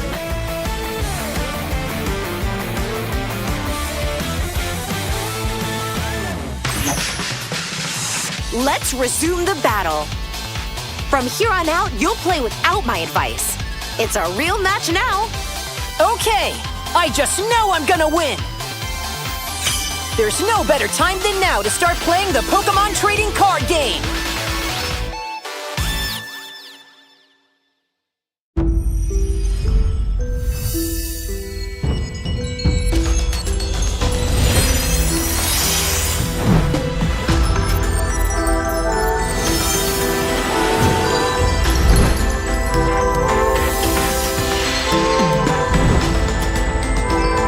Discover the power of Stellar Terra Pokémon EX in the Pokémon trading card game Scarlet and Violet Stellar Crown. Available now. Each booster pack of 10 cards sold separately. Cards vary by pack.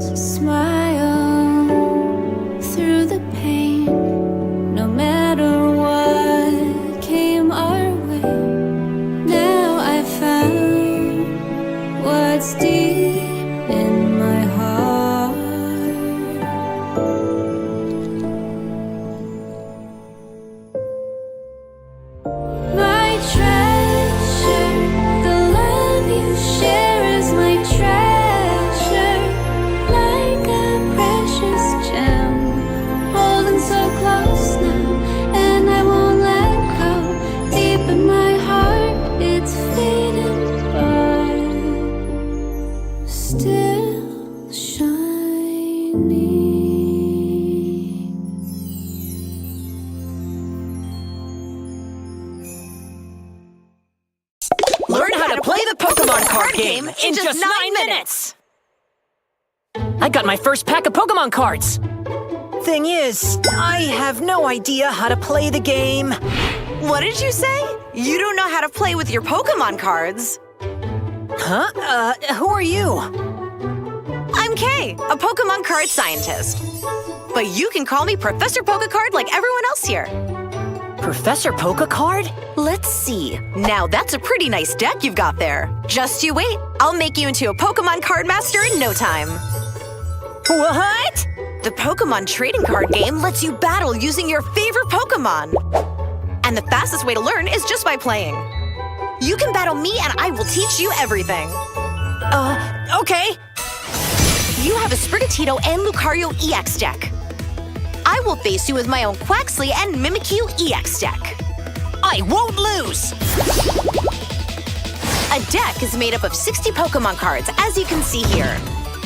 So that's what a deck is. After you finish shuffling your cards, place your deck here. Right. Start by greeting your opponent. Good luck! Have fun! Rock, paper, scissors, Go! Yay! Looks like I won this part. Then you can choose to go first or second. Then I'll go first. Now you see, the first step is to draw 7 cards from your deck. 7 cards. That will be your hand. Wow! Do you have any Pokémon that say basic? Basic Pokémon. I have 2! Place the first basic Pokémon you will battle with in the active spot. If you have any other basic Pokémon, place them face down on your bench. I'll put this Pokémon in the active spot, and this one on the bench. Next, take 6 cards from your deck and set them face down without looking at them. Put them in the space marked prize cards. Why do I have to lay 6 cards there? Every time you knock out an opponent's Pokémon, you take one of these cards as a prize, and then you can add it to your hand. Whoever takes all their prize cards first wins the game. Now I see. Let's go over the battle setup one more time.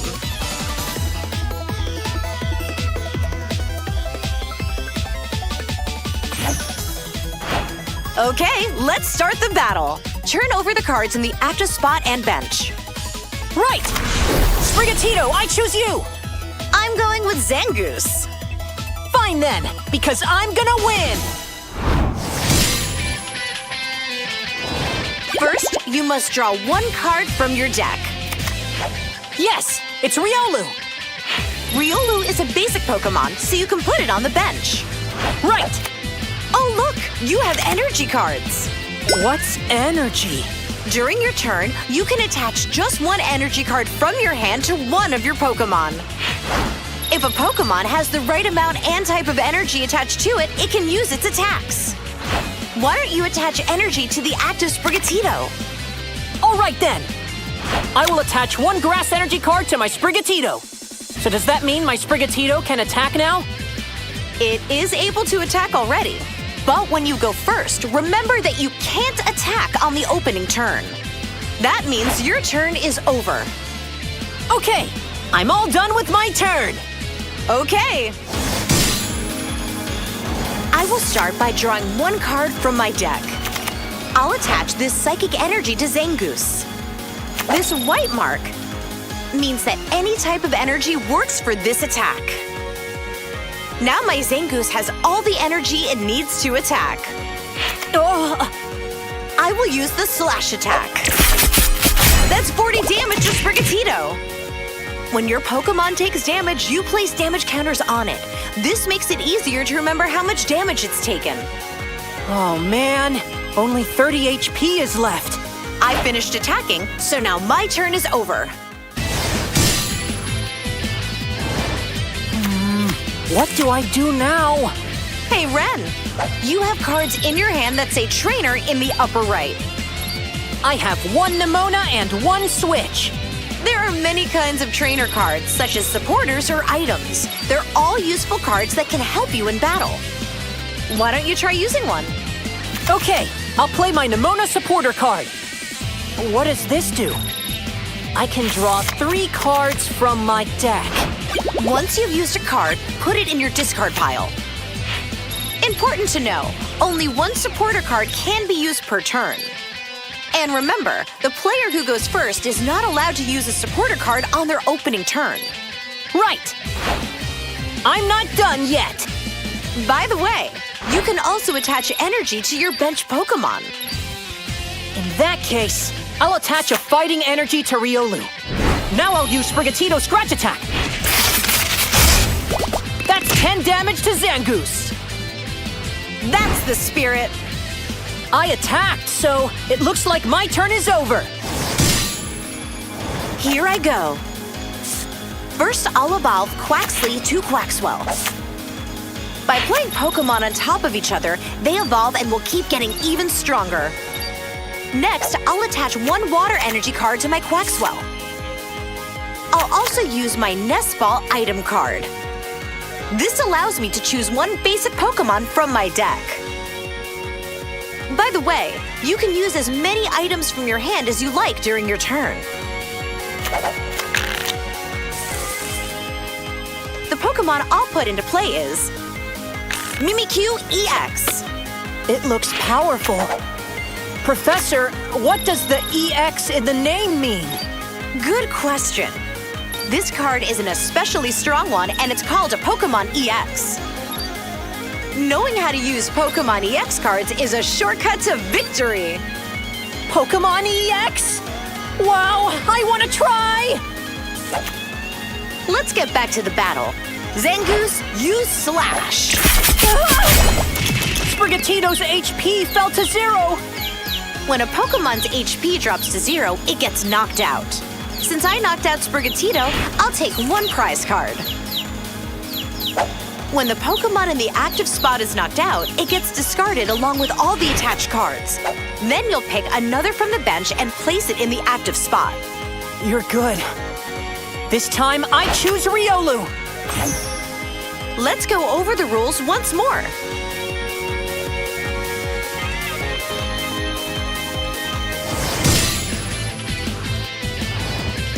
The battle's only just begun. All right! I drew Lucario EX. Lucario EX can evolve from Riolu. I'm going to evolve my active Riolu. Now I'll add fighting energy to Lucario EX. Wow! Lucario EX attacks with Low Sweep. Zangoose has a weakness to fighting type, so it takes double the damage. 60 times 2. That means 120 damage. I knocked out Zangoose, so I'll take a prize card. Pokémon EX cards have powerful attacks and high HP. On the other hand, if one gets knocked out, they give up 2 prize cards. I get it. Moving on, for my next turn, I think I will evolve Quaxwell into Quaquaval and use that to fight back. Well, I won't be backing down. But before that, let's go over the rules again for you. First, the rules for battles.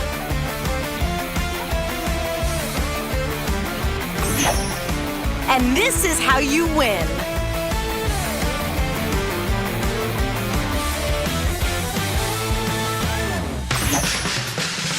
Let's resume the battle. From here on out, you'll play without my advice. It's a real match now. Okay, I just know I'm gonna win. There's no better time than now to start playing the Pokémon trading card game.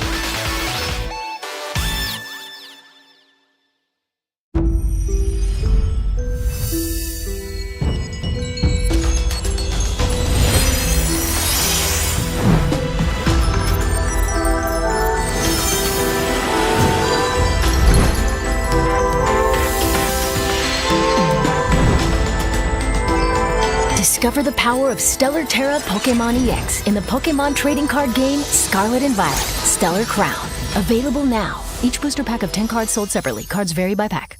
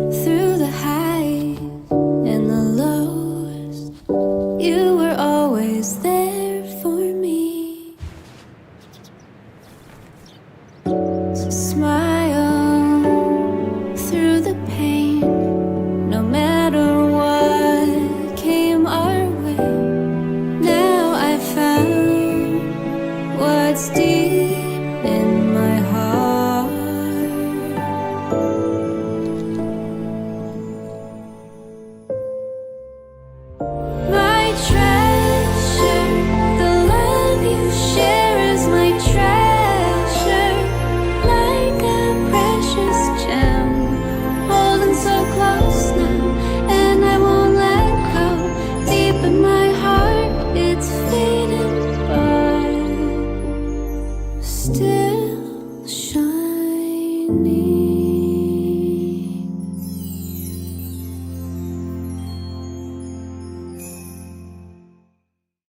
Learn how to play the Pokemon card game in just 9 minutes. I got my first pack of Pokemon cards. Thing is, I have no idea how to play the game. What did you say? You don't know how to play with your Pokemon cards. Huh? Who are you? I'm Kay, a Pokemon card scientist. But you can call me Professor Pokecard like everyone else here. Professor Pokecard? Let's see. Now that's a pretty nice deck you've got there. Just you wait. I'll make you into a Pokemon card master in no time. What? The Pokemon trading card game lets you battle using your favorite Pokemon. And the fastest way to learn is just by playing. You can battle me and I will teach you everything. Okay.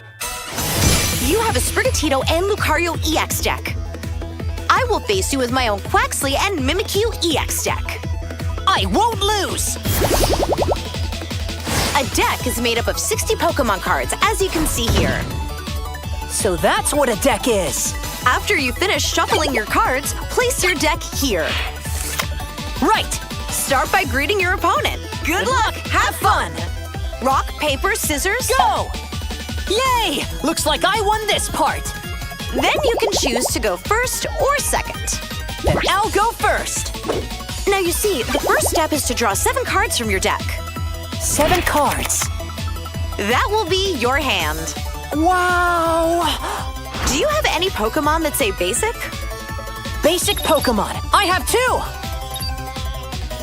Place the first basic Pokemon you will battle with in the active spot. If you have any other basic Pokemon, place them face down on your bench. I'll put this Pokemon in the active spot, and this one on the bench. Next, take 6 cards from your deck and set them face down without looking at them. Put them in the space marked prize cards. Why do I have to lay 6 cards there? Every time you knock out an opponent's Pokemon, you take one of these cards as a prize, and then you can add it to your hand. Whoever takes all their prize cards first wins the game. Now I see. Let's go over the battle setup one more time.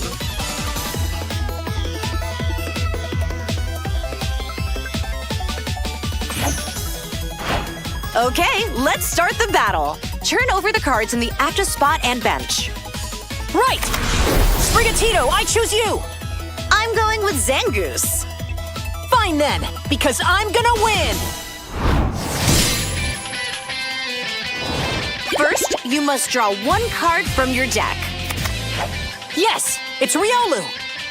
Riolu is a basic Pokemon, so you can put it on the bench. Right! Oh look, you have energy cards. What's energy? During your turn, you can attach just 1 energy card from your hand to one of your Pokemon. If a Pokemon has the right amount and type of energy attached to it, it can use its attacks. Why don't you attach energy to the active Sprigatito? All right then. I will attach 1 grass energy card to my Sprigatito. So does that mean my Sprigatito can attack now? It is able to attack already. But when you go first, remember that you can't attack on the opening turn. That means your turn is over. Okay, I'm all done with my turn. Okay. I will start by drawing 1 card from my deck. I'll attach this psychic energy to Zangoose. This white mark means that any type of energy works for this attack. Now my Zangoose has all the energy it needs to attack. Oh, I will use the slash attack. That's 40 damage to Sprigatito. When your Pokemon takes damage, you place damage counters on it. This makes it easier to remember how much damage it's taken. oh man, only 30 HP is left. I finished attacking, so now my turn is over. What do I do now? Hey Ren, you have cards in your hand that say trainer in the upper right. I have 1 Nimona and 1 Switch. There are many kinds of trainer cards, such as supporters or items. They're all useful cards that can help you in battle. Why don't you try using one? Okay, I'll play my Nemona supporter card. What does this do? I can draw 3 cards from my deck. Once you've used a card, put it in your discard pile. Important to know, only one supporter card can be used per turn. And remember, the player who goes first is not allowed to use a supporter card on their opening turn. Right.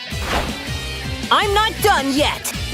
By the way, you can also attach energy to your bench Pokémon. In that case, I'll attach a fighting energy to Riolu. Now I'll use Sprigatito's Scratch Attack. That's 10 damage to Zangoose. That's the spirit. I attacked, so it looks like my turn is over. Here I go. First, I'll evolve Quaxly to Quaxwell. By playing Pokémon on top of each other, they evolve and will keep getting even stronger. Next, I'll attach 1 water energy card to my Quaxwell. I'll also use my Nest Ball item card. This allows me to choose 1 basic Pokémon from my deck. By the way, you can use as many items from your hand as you like during your turn. The Pokémon I'll put into play is Mimikyu EX. It looks powerful. Professor, what does the EX in the name mean? Good question. This card is an especially strong one, and it's called a Pokémon EX. Knowing how to use Pokémon EX cards is a shortcut to victory. Pokémon EX? Wow, I want to try! Let's get back to the battle. Zangoose, use Slash. Sprigatito's HP fell to 0. When a Pokémon's HP drops to 0, it gets knocked out. Since I knocked out Sprigatito, I'll take 1 prize card. When the Pokémon in the active spot is knocked out, it gets discarded along with all the attached cards. Then you'll pick another from the bench and place it in the active spot. You're good. This time, I choose Riolu. Let's go over the rules once more.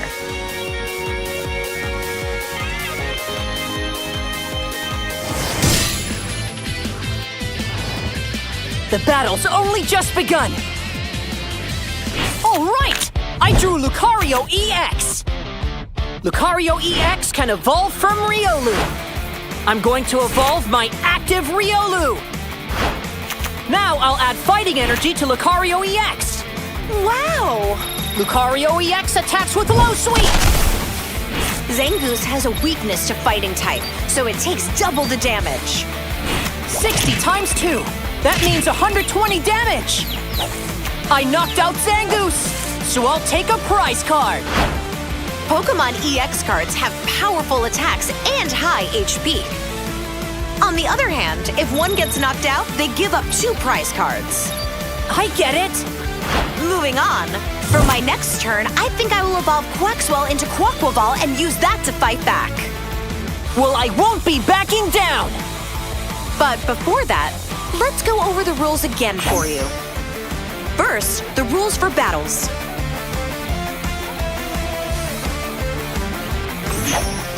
And this is how you win.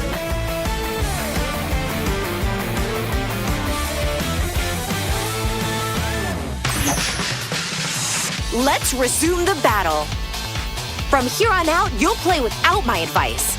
It's a real match now. Okay, I just know I'm gonna win. There's no better time than now to start playing the Pokémon trading card game.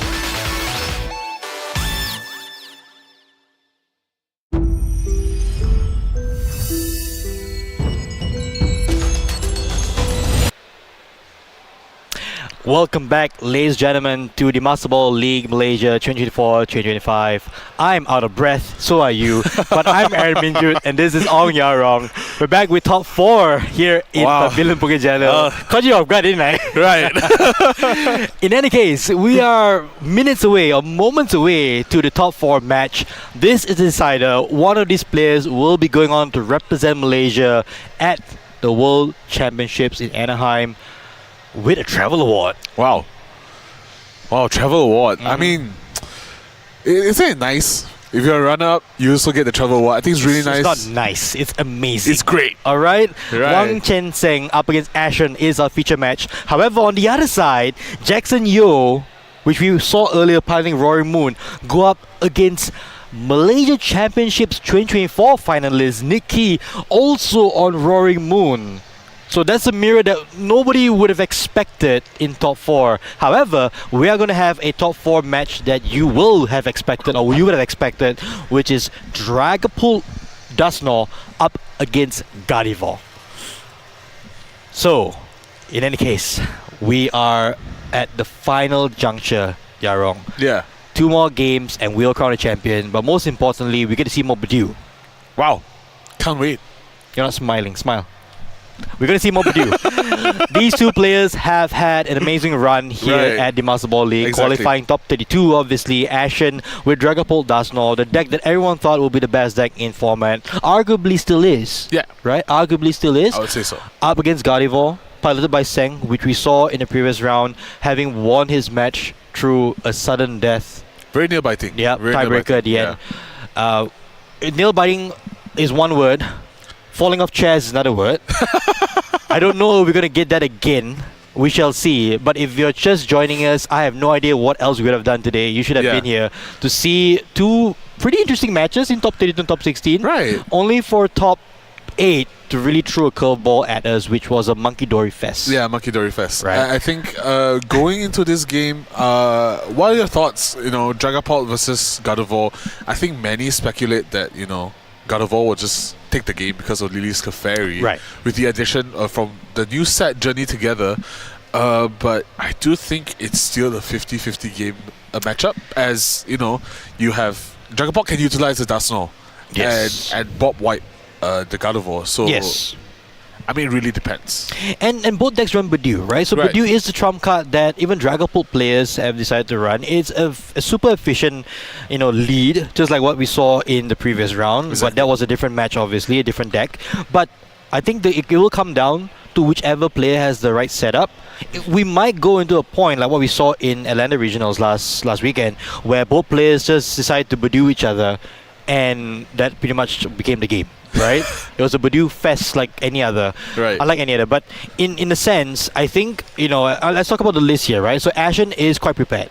He's not just running, the typical 4-4-3 Dragapult. With 4-4-3 is a little thicker line than usual, but also the double jack, anticipating that you will be seeing quite a bit of Badiou. Yeah. Nothing else really stand up. It looks like a standard list here and there. However, the one card which I think is super interesting here is a one-off jamming tower. Definitely. That is clutch, I think, in this Would be matchup. very clutch. Very Yes. clutch. I think even the Bravery Charm could... The Oh, one yes. Bravery Charm as well that Correct. actually plays could throw off some people, Yep. And What about on Ginseng's side? I know we've seen his deck already in action. What do you think are the cards that we want to see here in this matchup? Don't say Lilith Clefairy. I wouldn't let you say that. I Go think- ahead, card. I think he really needs to secret box early. Okay. Probably secret box early and probably drawing to his... I mean, guaranteeing a supporter is very important for him. Fair enough. Because he needs to rely on the Candy Gardevoir. I'm not sure if... He might have the time if Ashen doesn't choose to go aggressive. He might have the time to just manually evolve and go Right. for a turn 3 Gardevoir instead. But I think it really comes down to who produces who first. Right. And then we will see the bot develop in that way. No, But that I makes think- sense, yeah. I think the Badiou hurts Chinsing more than Badiou hurting Ashen more in this. Yes. Because you can always recon directive to see more cards.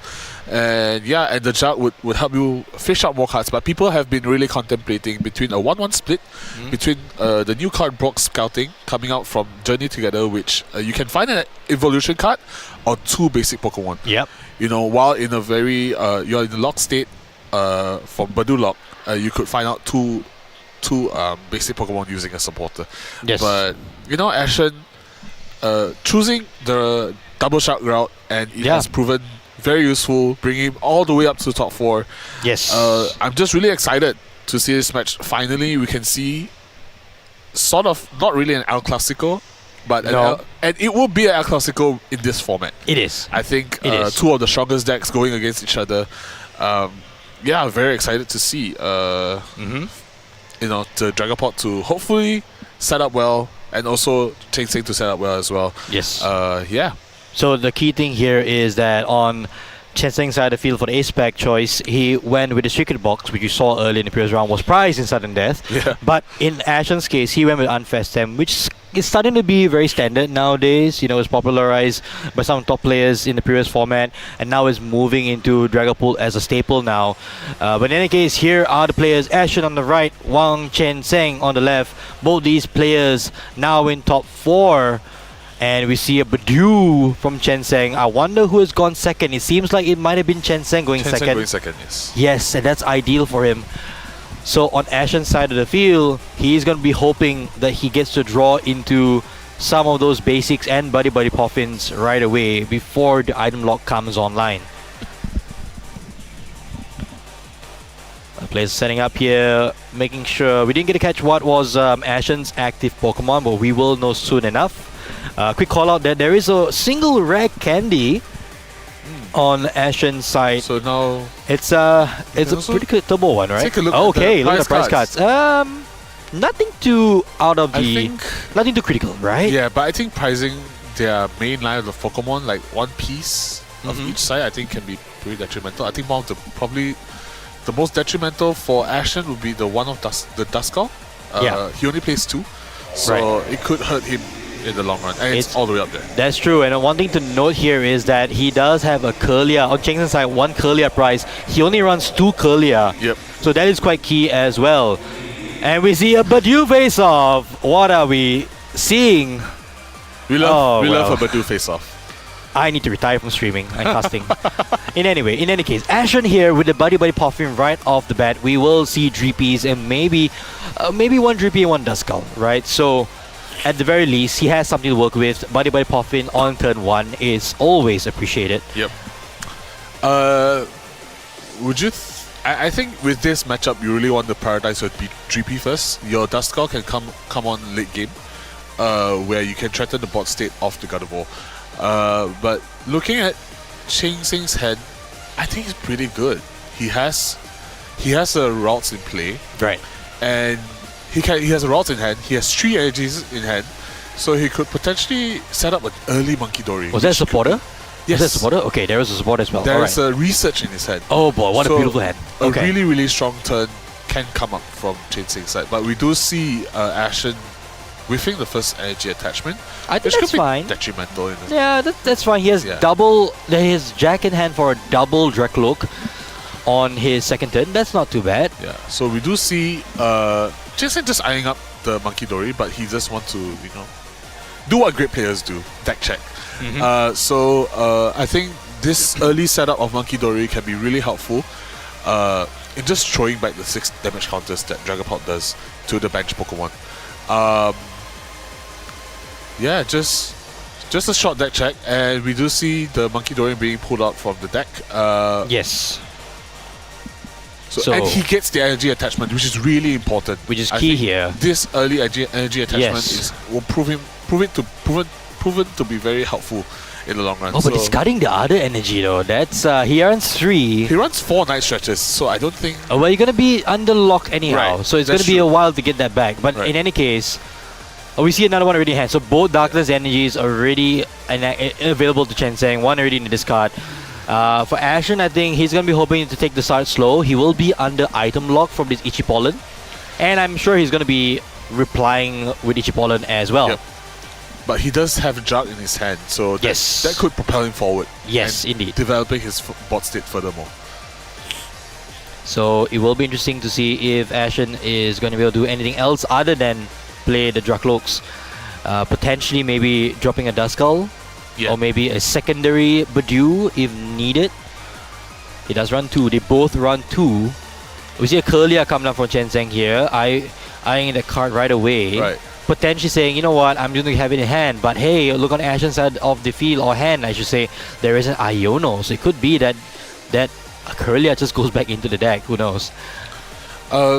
One thing I do want to note out that recently Dragapult decks have been running the Blood Melissa Luna, so Yes. I think that's a really cool addition to the deck in terms of it. You know, when you don't have any Dragapults in play anymore, you could hit for really strong 240 damage. Right. So just something to note out, you know. Yes. I think here Ashen did find the Psychic Energy, which will go on to the Dracloak, I should presume. Yep. Yes. And if I'm Ashen here, I would just go for Iono. The Rare Candy is not going to do anything for you. You're going to be on Ichiban lock for a while. I think just go for... Oh, goes for the Arven play. So potentially grabbing that Bravery Charm just to keep the Badoo around for one more turn. Or maybe 2 more turns, actually, Yeah. to be fair. So we'll see here. I think it's good on Ashen's side of the field to at least keep a Badoo going. We know Chenseng for a fact has multiple Badoos and multiple Bravery Charms. This is the only Bravery Charm for Ashen. Yeah, and we do see a Bravery Charm already in Chenseng's hand. Right. Alongside with an Atazon as well, so he could potentially search out the second Monkey Dory and have the energy attachment ready for the next turn. So I guess the risk here is that he only still has only one Ralts. yeah. So going to next turn, if Ashen can find the Fire Energy, it is potentially game-changing to just go into a Dragapult, wiping out the Ralts from the game. So Mortis Conviction just for 2 cards. It doesn't get anything though. Yeah. Just an energy and a supporter, but there's an Artazon, so at the very least, Chenseng can go into Monkey Dory. another Monkey Dory. I didn't go for Ralts, right? You play around the fact that your opponent might have a Right. boss That's true. onto the Curlia. Right. Which I think is the play that Ashen is hoping for at this stage, right? So putting there you go, Adrena Brain, and then now also again in Ichipollen, I would presume. Yep. He does have a supporter for next turn. I think he's contemplating whether... Oh, okay. He doesn't use the Archazon, so... Yes. Oh, another Arven for Ashen here. So Recon let's see, Directive. Recon Directive. Ooh, but- gets a Dragapult. That's quite clutch there. But it doesn't Does he have fire a energy. Oh, no Fire Energy, and I don't think I saw either a boss's order, right? So none of the sort. I don't think you want to bench it right away or evolve it right away. That's opening yourself up to a Lily's Clefairy play. The Jack coming in, that's quite important. You have another Recon Directive, potentially setting up your next turn. Yeah. Jack there, a card which not many people played for the longest time, but thanks to Badoo, you know, Yes. giving second life to Yeah. the card that's been around for a while. So we do see a double Draco grab out from Ashen. Potentially, I mean, what do you really want to see of this Recon Directive here? I think he does want to see another GP, correct? Yes. So we do see the Draco being played down. Another Recon Directive. I do see Another Jack, Jack, and I a think Dusclops. that's a Dusclops, yes. So He's just out for a Dusclops, and I think he's just going to go back into Badoo. and I think that's all he needs to do here, Ashen. I don't think he needs to overextend himself right now. He has 2 Draclocks in play. I think this is what you want to do. It's going to be a grindy matchup, folks. So to get yourself a snack and a beverage and just hang tight with this, it's going to be a long one, I think. Definitely. But in any case, regardless of who wins this matchup, we know for a fact there's going to be a roaring moon in the finals waiting for either one of them. I don't think a matchup that either one of these players were expecting. Yeah. So here comes the Iono from Chenseng. This is going to be big for Ashen as well here. Hopefully to draw some cards that, you know, would be far more useful than what he has in hand so far. And Chenseng, again, surprisingly not playing the Artazon, not wanting to give an extra basic for Ashen even. I think which is a good call coming from Chenseng. Not playing the Artazon, I think he's limiting Ashen's choices, you know, and options to not dig into the deck for another GP, for another Duskull. I don't see a Fire Energy again for Ashen, unfortunately. So here comes Chenseng with another Ichipollen, I presume? Yes. Yep. So the damage is going to add up very much on this Badoo. Now up to 50 damage and draws the Fire Energy. Okay. Does he have a chance to get the boss and the Dragapult? Unfast Stamp is not what you want. So no more boss into the Dragapult play, unfortunately. Yeah, I do think that Ashen can play it safe, where he can attach the Psychic Energy to the other Dracloak and just Ichipolen again. That's true. I don't think Yes. he has to rush anything, to be very honest. I think Dragapult thrives on setting up, right? Yes. Thrives on looking at more cards in the deck. So this is what he's going for. Because I don't think a Dragapult attack is gonna matter at this point. Unless you're taking a knockout on the exactly. only curly or routes Exactly. in That's it. the field, right? So Yeah. So there'll be not much, but if Chenseng opts to knock this Badoo out, I think it could be bad for him, maybe. I don't think he can get it done yet though. Yeah. 10 damage counter, or 1 damage counter, and then Ichipolen.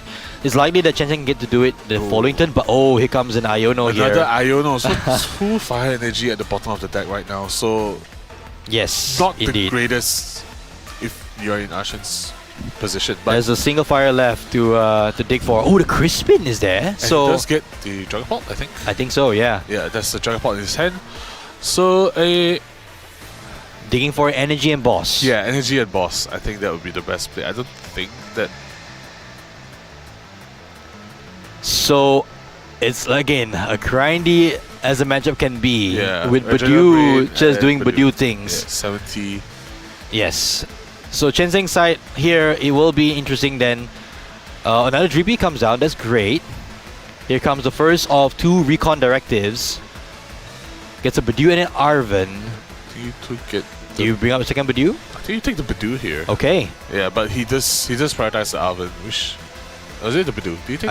He took the Badoo. Alright. He took the Badoo, yes. Ooh, we do see a boss and boss. Holucha, okay. Is there fire energy in hand? No. Fire energy in hand. There is no fire energy, but he does get the boss's order. Now that's going to be key. Yeah. There are 2 Ionos down already for Chen Zheng. 2 more left. He might want to keep that for a later turn, but if he has a read on Ashen's hand, he might just go for the Iono here if he can. He does have 1 more left in hand with the Lily's Clefairy as well. And these 2 players here have really stamped their mark throughout the event. I'm sure they know this matchup as well as they can. I think it's just safe to pass. And It's safe to Ichipolen actually. just Yeah, Ichipolen, just he will Ichipolen. lose the Badoo, but Which is fine. it's fine. There's still 1 more in the hand. yeah.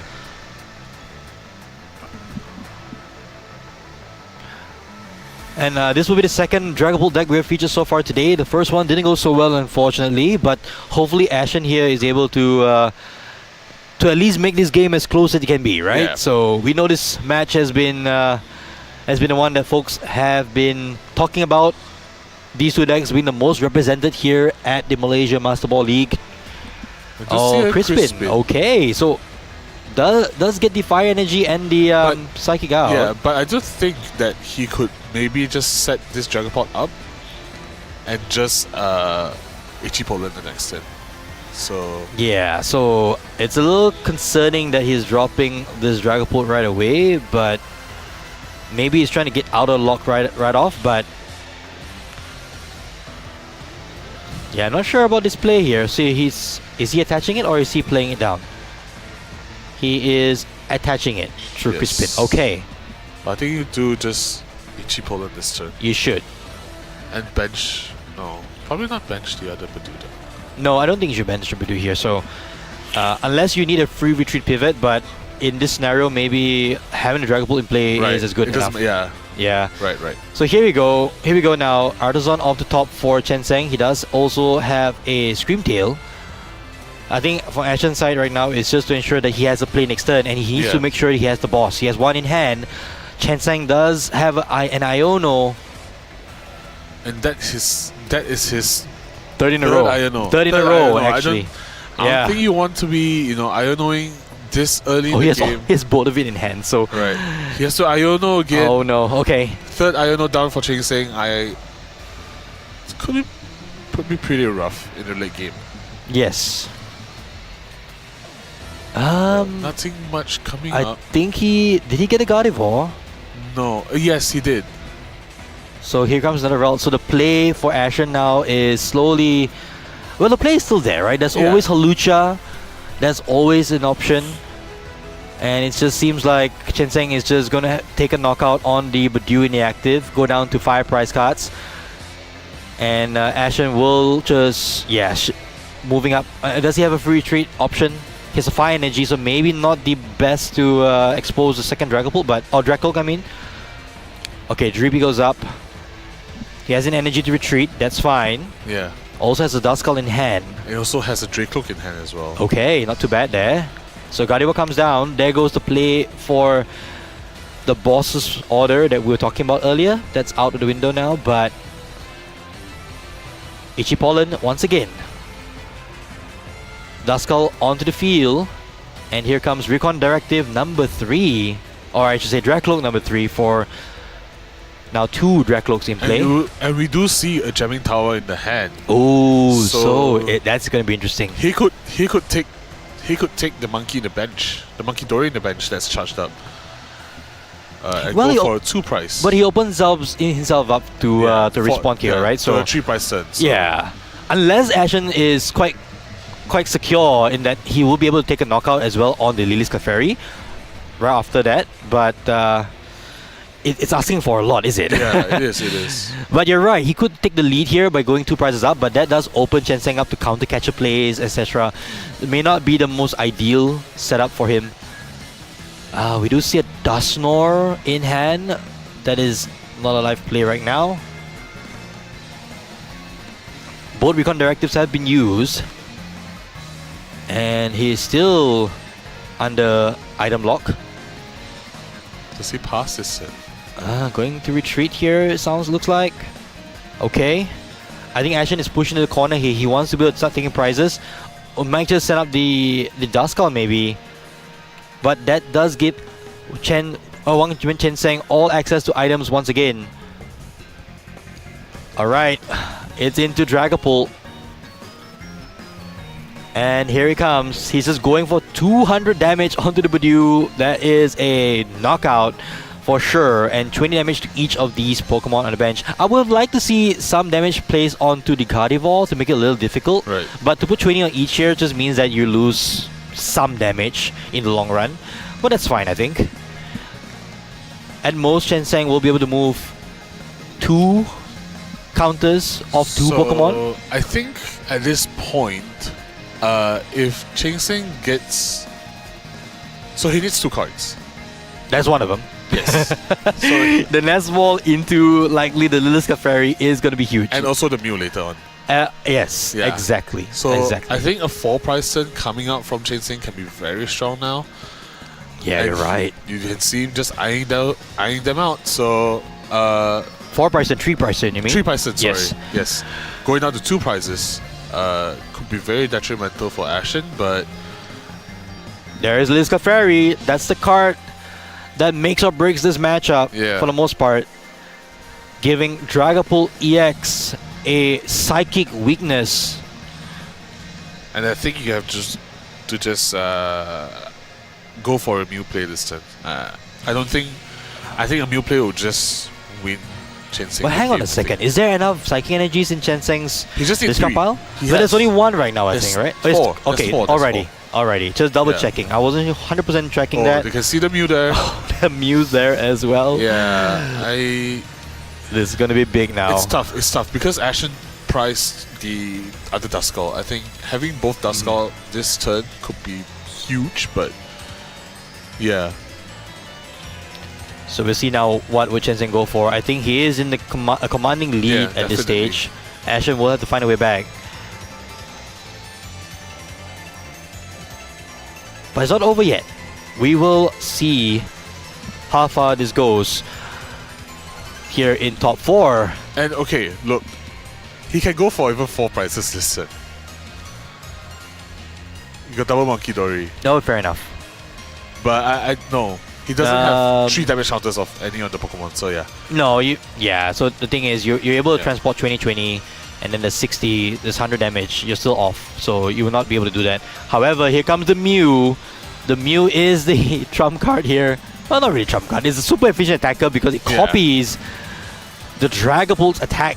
oh, there we have it. 6 damage counters. Oh boy. He can actually move those to the Duskull.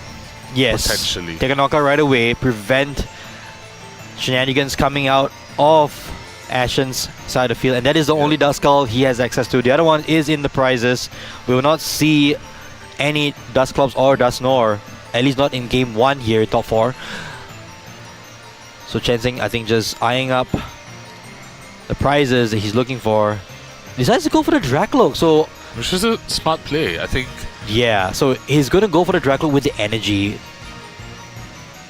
I think he's just disabling the Dragapult attack next turn. Yes, there is no attack now. Yeah, for Ashen. because The Crispin has been has been played. used, Yes, yeah. indeed. Crispin has been used, so This game is likely over at this point, Yeah. unfortunately.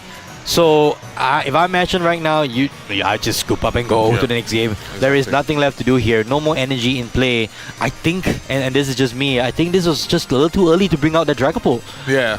Maybe benching the second Budew would have helped him out here. Keep the lock Yeah. going up until you have a chance to pull off the play to just remove either Monkey Dory or just disrupt the opponent so much before we have a chance. But not right now. Doesn't seem like it. So there you see 4 prize cards taken. The only Curler left up there in the prizes may not be an issue anymore because this Gardevoir will not be going anywhere. Yep. Dragapult doesn't. I mean, the Dragapult player Ashen doesn't have any options to KO the Gardevoir. Well, there is the Blood Moon Ursaluna. Yeah. No, not the, sorry. Not I meant the Mew. I didn't I recall that you mentioned Gardevoir. So the Blood Moon Ursaluna is the only out here to take a knockout on the Mew. But that's about it. There's Yeah. nothing else. And Iono is nice, but it's still a lot to ask for. Yep. Come back from this board state. There is an unfair stamp, so at the very least, there is something going for him. So here comes a nice stretcher, lightly going for getting a Dreepy back. I think all his energy has been used, right? I think so. Like at least He's definitely 3 low on or energy. 4, yeah. Maybe the Blood Moon is the only play left at this point. There's Jamming Tower as well. I don't think you want to use that this early. Doesn't help in any case. Yeah, it doesn't so help. So yeah, discarding away the Dragapult and even Dusknoir, I don't think those cards are going to be needed right now. He's looking for the Blood Moon Ursaluna. If only Ashen was able to pull off that play when there was only a single Kirlia in play on Chenseng's side of the field. Yeah. That would have been clutch. but we do see Dusklos being eyed out for Ashen. I'm not Yeah, he could sure. still Dusclops here because he'll put Chenseng down to 1 and Iono him to 1, but the Mew inactive needs to be dealt with. Therefore, you kind of Yeah. have to go into the Blood Moon Ursaluna. Like right now. a Luna and maybe a unfair stamp and then I don't know. Perhaps. Yeah. Alrighty, we see a Blood Moon Ursula in play. Yeah, I think just play the Jamming Tower right now, right? No, so he needs to rescue board to retreat. oh yes. Unless he bomb. Oh, well, I mean, unless he uses the Curse Blast from Dusclops. Okay, so he actually had a Night Stretcher in hand. He could have gone Night Stretcher into an energy, attach and Yeah. retreat. So not sure what's on his mind there, but Unfair Stamp is played. But he could see 8 cards this turn with Unfair Stamp plus Flip the Script. That's true. So That's true. Flip the Script has not been used, so I wonder what Ashen's going for right here. KOing the Mew. 2. See a research, see a candy, you see a. Flip the script for 3. Okay, So that there is a candy Dusknoir. there's a Candy Dusknoir. You can potentially go for a candy Dusknoir, but he does opt for a Dusclops. Mm-hmm. Can he even attack? That's the question. This is a rough one. He needs to get this Dracloak out of the active, and I don't see a way. Yeah. Actually, I'm not too sure why he did not Night Stretcher the previous turn to Yeah. at least get, the previous play before the Unfair Stamp to at least get an energy card, attach it to the active, and, pivot out. Is that a switch, I think? Oh, no, it's Jamming Tower. Okay, the Jamming Tower gets played. See, that's a card they could have thinned from the hand at the very least, but unfortunately, he didn't go for it. So there is a play for the Counter Catcher. Oh, he's going to Ooh. research everything away? Okay, that's I think he might need to. alright. So. And look at Chenseng's hand. That's a dead hand right there. Yeah. Energy and Earthen Vessel, that's not much. So if Ashen gets a chance to just take 2 prize cards next turn. But this jamming tower can be pretty much detrimental to his plays as it locks out his rescue board. Oh, you're right. From being utilized. So maybe that's the reason why he wasn't playing it the previous turn. But now he chooses to play it. He draws rescue board now. I'll be okay. That's a fire energy. All right. But he has to Curse Blast to. He will Curse Blast for sure and take 3 prizes this turn. Yeah. Oh, what you doing there, Ashen? Are you sure about that? If you Curse Blast this particular instance, he has to move the Dracloak out of the active. I think it's a tough choice. I think it's a really tough choice. So all his energy has been wiped away, and I'm not sure if he has any Night Stretches left. He might have just 1 left, and that's why he's contemplating whether to just discard his energy. He goes for it. I think you have to retreat into Luna. Well, sequencing wise, you could go and just Curse Blast first and see what you draw off your prize cards. Potentially going for the Ralts, yes. Yeah. At the very least, drawing a prize, putting yourself down to 4, and then potentially down to 2 after that. I do see a Psychic Energy. Okay, so he does get the Psychic Energy, and now the Blood Moon Ursula will take out that Mew. Okay, there is a sequence where Ashen can possibly win this turn. Okay. The next turn, if Chainsing just passes. You can see a switch boss play. That hand doesn't look good anyhow, right? A switch and a boss play, so not much can be done. Hang on a second. Is there any reason why Chenseng has 4 cards in hand? Curse Blast. Oh, Curse Blast. Alright, there you go. Yeah. I keep forgetting that he gets draw prize. Right.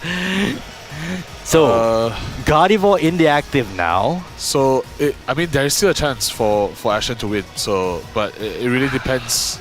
Switch and boss? Switch and boss. Switch and boss, right? Switch boss and the energy that's already in hand. Yeah, so, but it's going to be a close one. It's unfortunate that Chainsing didn't, draw into anything.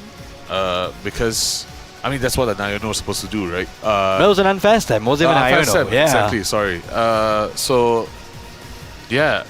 Possibly a Night Stretcher will win him the game, or an Artisan, or a Nest Ball, or an Ultra Ball. So he could just, search out for the Scream Tail. I wonder if Ashen still has access to any counter catches. Because I don't think any has been played right now. I think he discarded 1 off the research.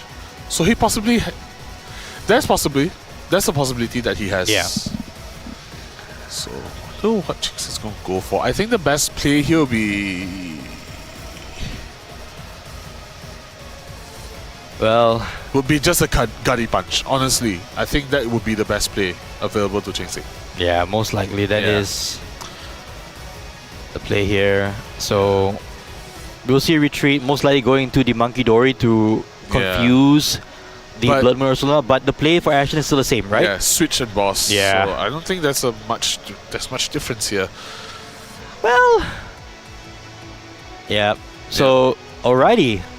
This has been a nail biter. I wasn't expecting this after the turn that Chenseng had. So this is the function of the Blood Moon Ursula. Yep. The possibility of it, being able to take all these these late game prizes. Yes. Yeah, I think it's really strong. So Chenseng now putting himself to a single turn left. Yeah. And he will he will dish out 190 damage. With the Miracle Force attack. With the Miracle Force attack. That is going to put this Blood Moon Ursula at 70 hit points. Oh, sorry, 50 hit points, I think. 240, yeah, there you go. Okay. Another Dracloak on board. 2 Dracloaks to work. Alrighty, let's see. Does he opt to Iono? He shouldn't Iono. I don't think he should Iono here, unless both bosses are already in discard. Yeah. I wasn't able to see. Recon Directive number 1.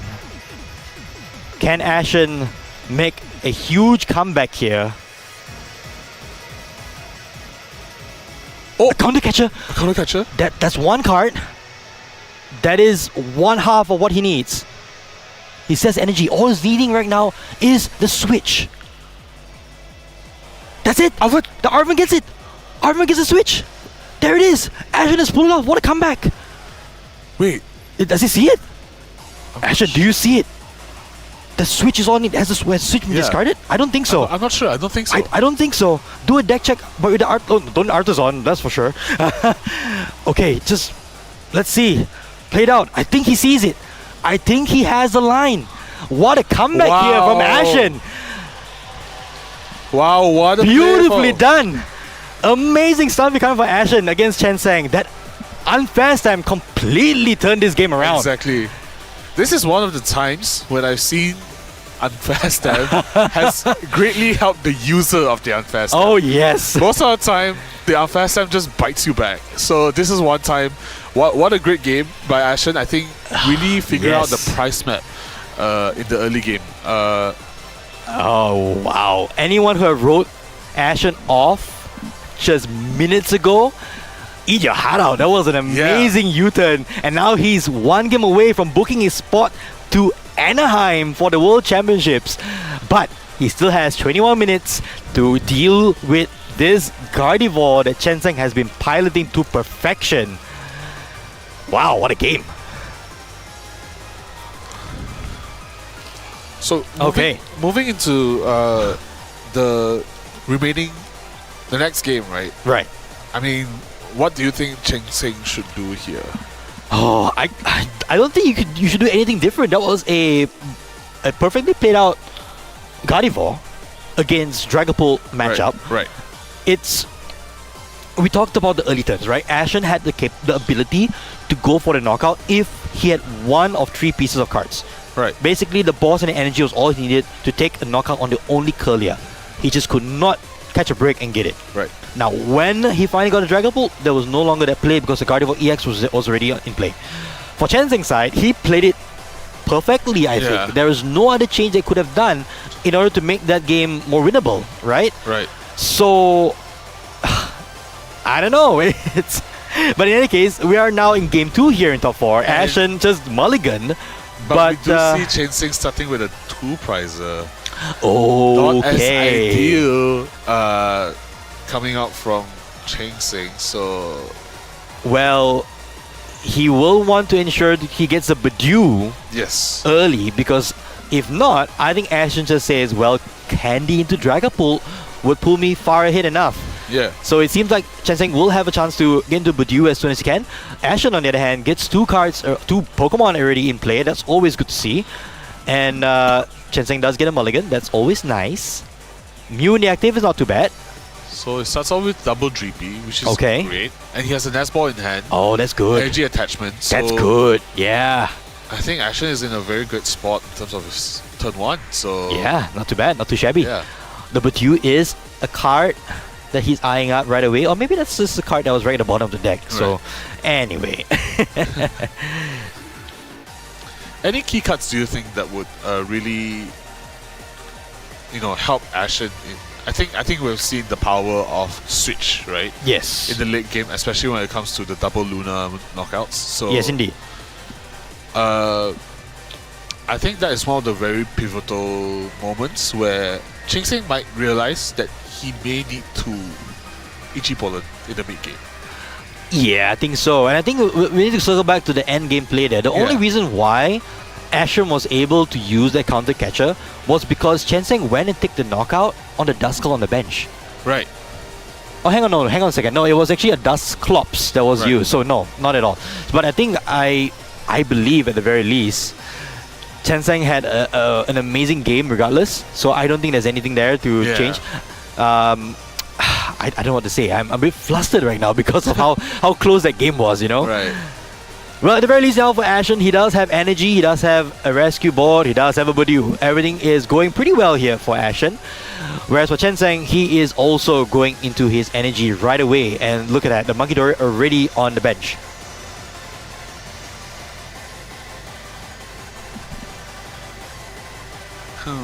Do you think? I think Cheng Sing wants to go into a possible just a Bidoof this turn. I think so. I think, but he has a secret box in place, so Okay. he has the option of secret box and quite a strong turn. I think can come off from Cheng Sing. I think double routes may be the thing that he wants. I think that's something he needs right now because he needs to ensure that there is no possibility of not having Gardevoir. Yeah. And Ashen right now sits pretty happily because with 17 minutes on the clock, if Chen Zheng goes into the Badu play, he's up a game already. He has no pressure at all to rush this. Chen Zheng, on the other hand, has to prepare himself for not just rounds and rounds of Badu lock, but also being able to actually play out a potential game-winning play or map out the prize cards for a game-winning play here in order to force a Game 3. Yeah.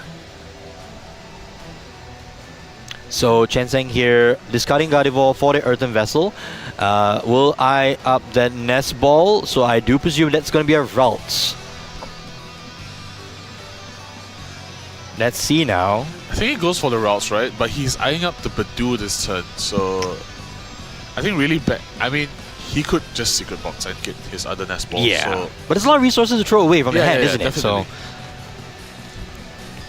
So now we see there's an Ultra Ball, an Iono, and a Liska Fairy. So just going for an Ultra Ball here.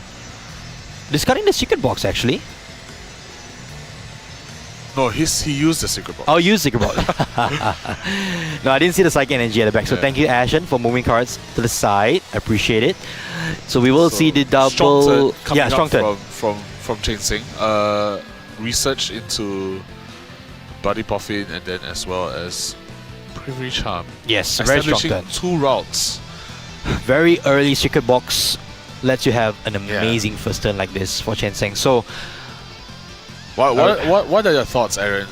You know, we see Gardevoir utilizing Secret Box. We see Gardevoir players utilizing Brilliant Blender. Is there a specific A-spec card you would, prefer in the personal level? I do like consistency. I think it's one of the things which I really enjoy in the Pokemon TCG. Just trying to make sure that I maximize my outs to play the game. So I do lean heavily into Secret Box. Right. I played it also in Ancient Box early in the season. Right. I considered it for Archaludon even, but eventually Scoop Cyclone still, was my definitely. go-to pick. But I think again Gardevoir Secret Box is quite important. Especially because in our metagame or in our format, you play a best of 1 during Swiss in your qualifiers on day 1. So you want to not have even the slightest opportunity to just break out and not have a game. So Definitely.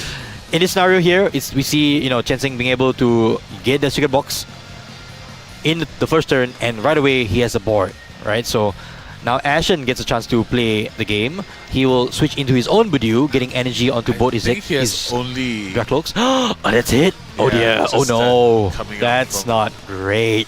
Okay. 3-card hand and it's just energy, and a Dusknoir. That's not good. So I think Chen Zheng can still play it slow here. Just Monkey Dory and then And just Ichipollen, Ichipollen. right? That's it. Yeah. Again, Do we like we see said- anything here? Artazon is not bad. Yeah, I think Artazon probably searching out for Another Drippy? Yeah, a third Drippy would be nice here. At the very least, setting yourself up for a chance where a Juck could get you so many cards off the top. And I don't think we got a chance to see the prize cards, right now. If we might get a chance to swap back to the prize cards later on to see what was prized. That might be quite important for this match. But with 13 minutes down the clock, you would hand the advantage to Ashen right now. He can just take it slow and just say to Chen Zheng, let's see you take 6 prizes in 13 minutes. Yeah. So we do see a GP being called down, and then he would attach a third Psychic Energy, taking his side and Ichipollening back again. Alrighty, Ichipollen still maintaining the lock. Yeah. The Artazon does give Chen Zheng a chance at his own use of Artazon as well, but we do see the Gardevoir come down on turn 3 for Chen Zheng. That is what you want to see. Yeah. And there is still a research in hand, so all those draw supporters for Chen Zheng is coming in pretty clutch right now. I do think that Chen Zheng might be able to go into just a Scream Tail turn. Yes. Scream Tail off Potentially, yes. all the GPs on the bench. One after the other. Yeah, one after the other. So there you go. You see him going for Adrena Brain, taking the first knockout. Potentially just hitting the one at the rescue board with With the Scream Tail, right? Yeah, no, with it's the Scream Tail, but opting to it's still- Ichi Pollen. Okay, so it's saying Something more stable. yes, but a Duskull draw for Ashen is not what you want to see. Yeah. Potentially here, you probably want to get out another Dreepy or another Duskull. I'm not too sure what would help you decide. Oh, another Badoo. That's good. That's not too bad. Keep the lock going, and I think that's Ashen's game plan right now. He's not getting anything going. No supporter yet. So I think this is not a bad play. Yeah. Just keeping the lock on, forcing Chen Zheng to make the moves, potentially even burn some resources. Yep. And the main thing is dragging this game long enough with plays that have an impact, forcing Chen Zheng to rush through the game and hopefully get those prizes that he needs. Yeah. If not, we are not going to see a sudden. I don't know if we're going to see a sudden death again, but we shall see. Not too sure. So it's really interesting. I think Chen Zheng will have a read on Ashen's hand. Not much going on, but this Badoo can buy an extra turn for Ashen. That's if he true. does draw into a Jacques or possibly Anything. just Anything at all. anything that's usable. Anything at all would be good Yeah. at this point, to get at least something going, because he's still under item lock. Yeah. And there is not much you can do. A second Monkey Dory coming now for Chen Zheng. His board is set up. This is ideal for Gardevoir. You have the Mew. You have the Monkey Dory. Double Monkey Dory even. And a Gardevoir. And of course, a Badoo in the active with a Bravery Charm already attached. And now another Bravery Charm coming out. And here comes Chen Zheng breaking the lock and saying, you know what? I'm done with locking you up. I'm just going to go for multiple prizes right now. Knock out your Duskull, knock out your Badoo. Let's see what you have. And Ashen, your top deck here is super key. What do you have there, my friend? What is that? Pheasant? Pheasant? Pheasant? Was this Pheasant Dippity? Wow. What a top deck. There you go. Pheasant Let's Dippity. see if anything comes out of it. Yeah. 3 cards off the top. Jack, Dracloak. Oh, wow. That's interesting. Okay. This is interesting right now. There is no way for Chen Zheng to actually bench the Lily's Clefairy. Exactly. So, if Ashen gets into the rare candy, he's actually able to go into the Dragapult right away because he's off out the item lock. Okay, this is an interesting game right now. Just a Jacques going Goes for the Jack, which is still not bad because it gets you Dracloak. And both these Dracloaks can evolve. Yeah, I think I'm not sure if Badoo will do anything. You mean for Ashen to go into another Badoo right now? Yeah, why not? Because essentially it means Chen Zheng has to go into his own Badoo if he wants to retain playing the game. But it looks like that one Pheasantipity has bailed out Ashen right now. Yeah. So here comes... Greatly, by the way. Oh, he's just going straight for it. He's not even considering the Dragapult right now. Which is Just interesting. playing it safe. I think just playing it safe. Oh, the Crispin and Jamming Tower. That's good. It goes for the Jamming Tower right away. So I think eyeing up a potential to take multiple prize cards next turn even. Okay. Ashen, what can you play here? What else do you have? Maybe spreading energy around is what you need. There is still an Artisan. But will Ashen put any pressure right now? I don't think so.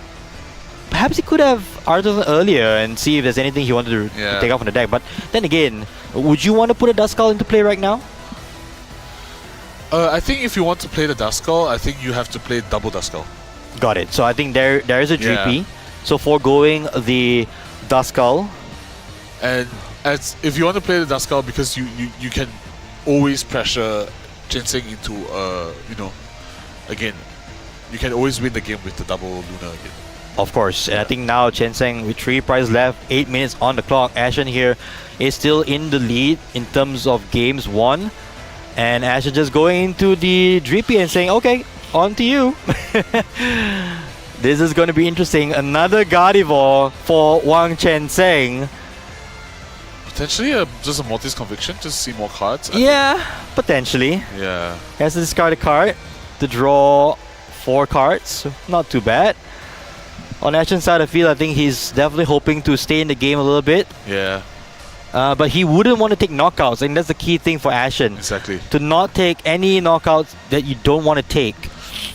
But to prevent knockouts is a Yeah. whole different thing. There is a I Pheasant think- Deputy on the bench though. I think Ashen just really needs to stall out, I guess. Yes. On his side. I don't know, can he even take the 6th prize turn?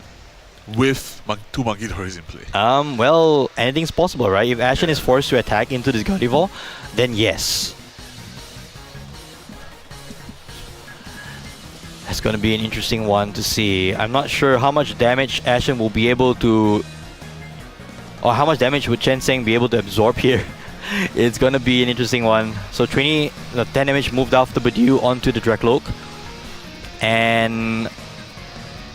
potentially Ashen can just switch between Dragapults and just stall the game out.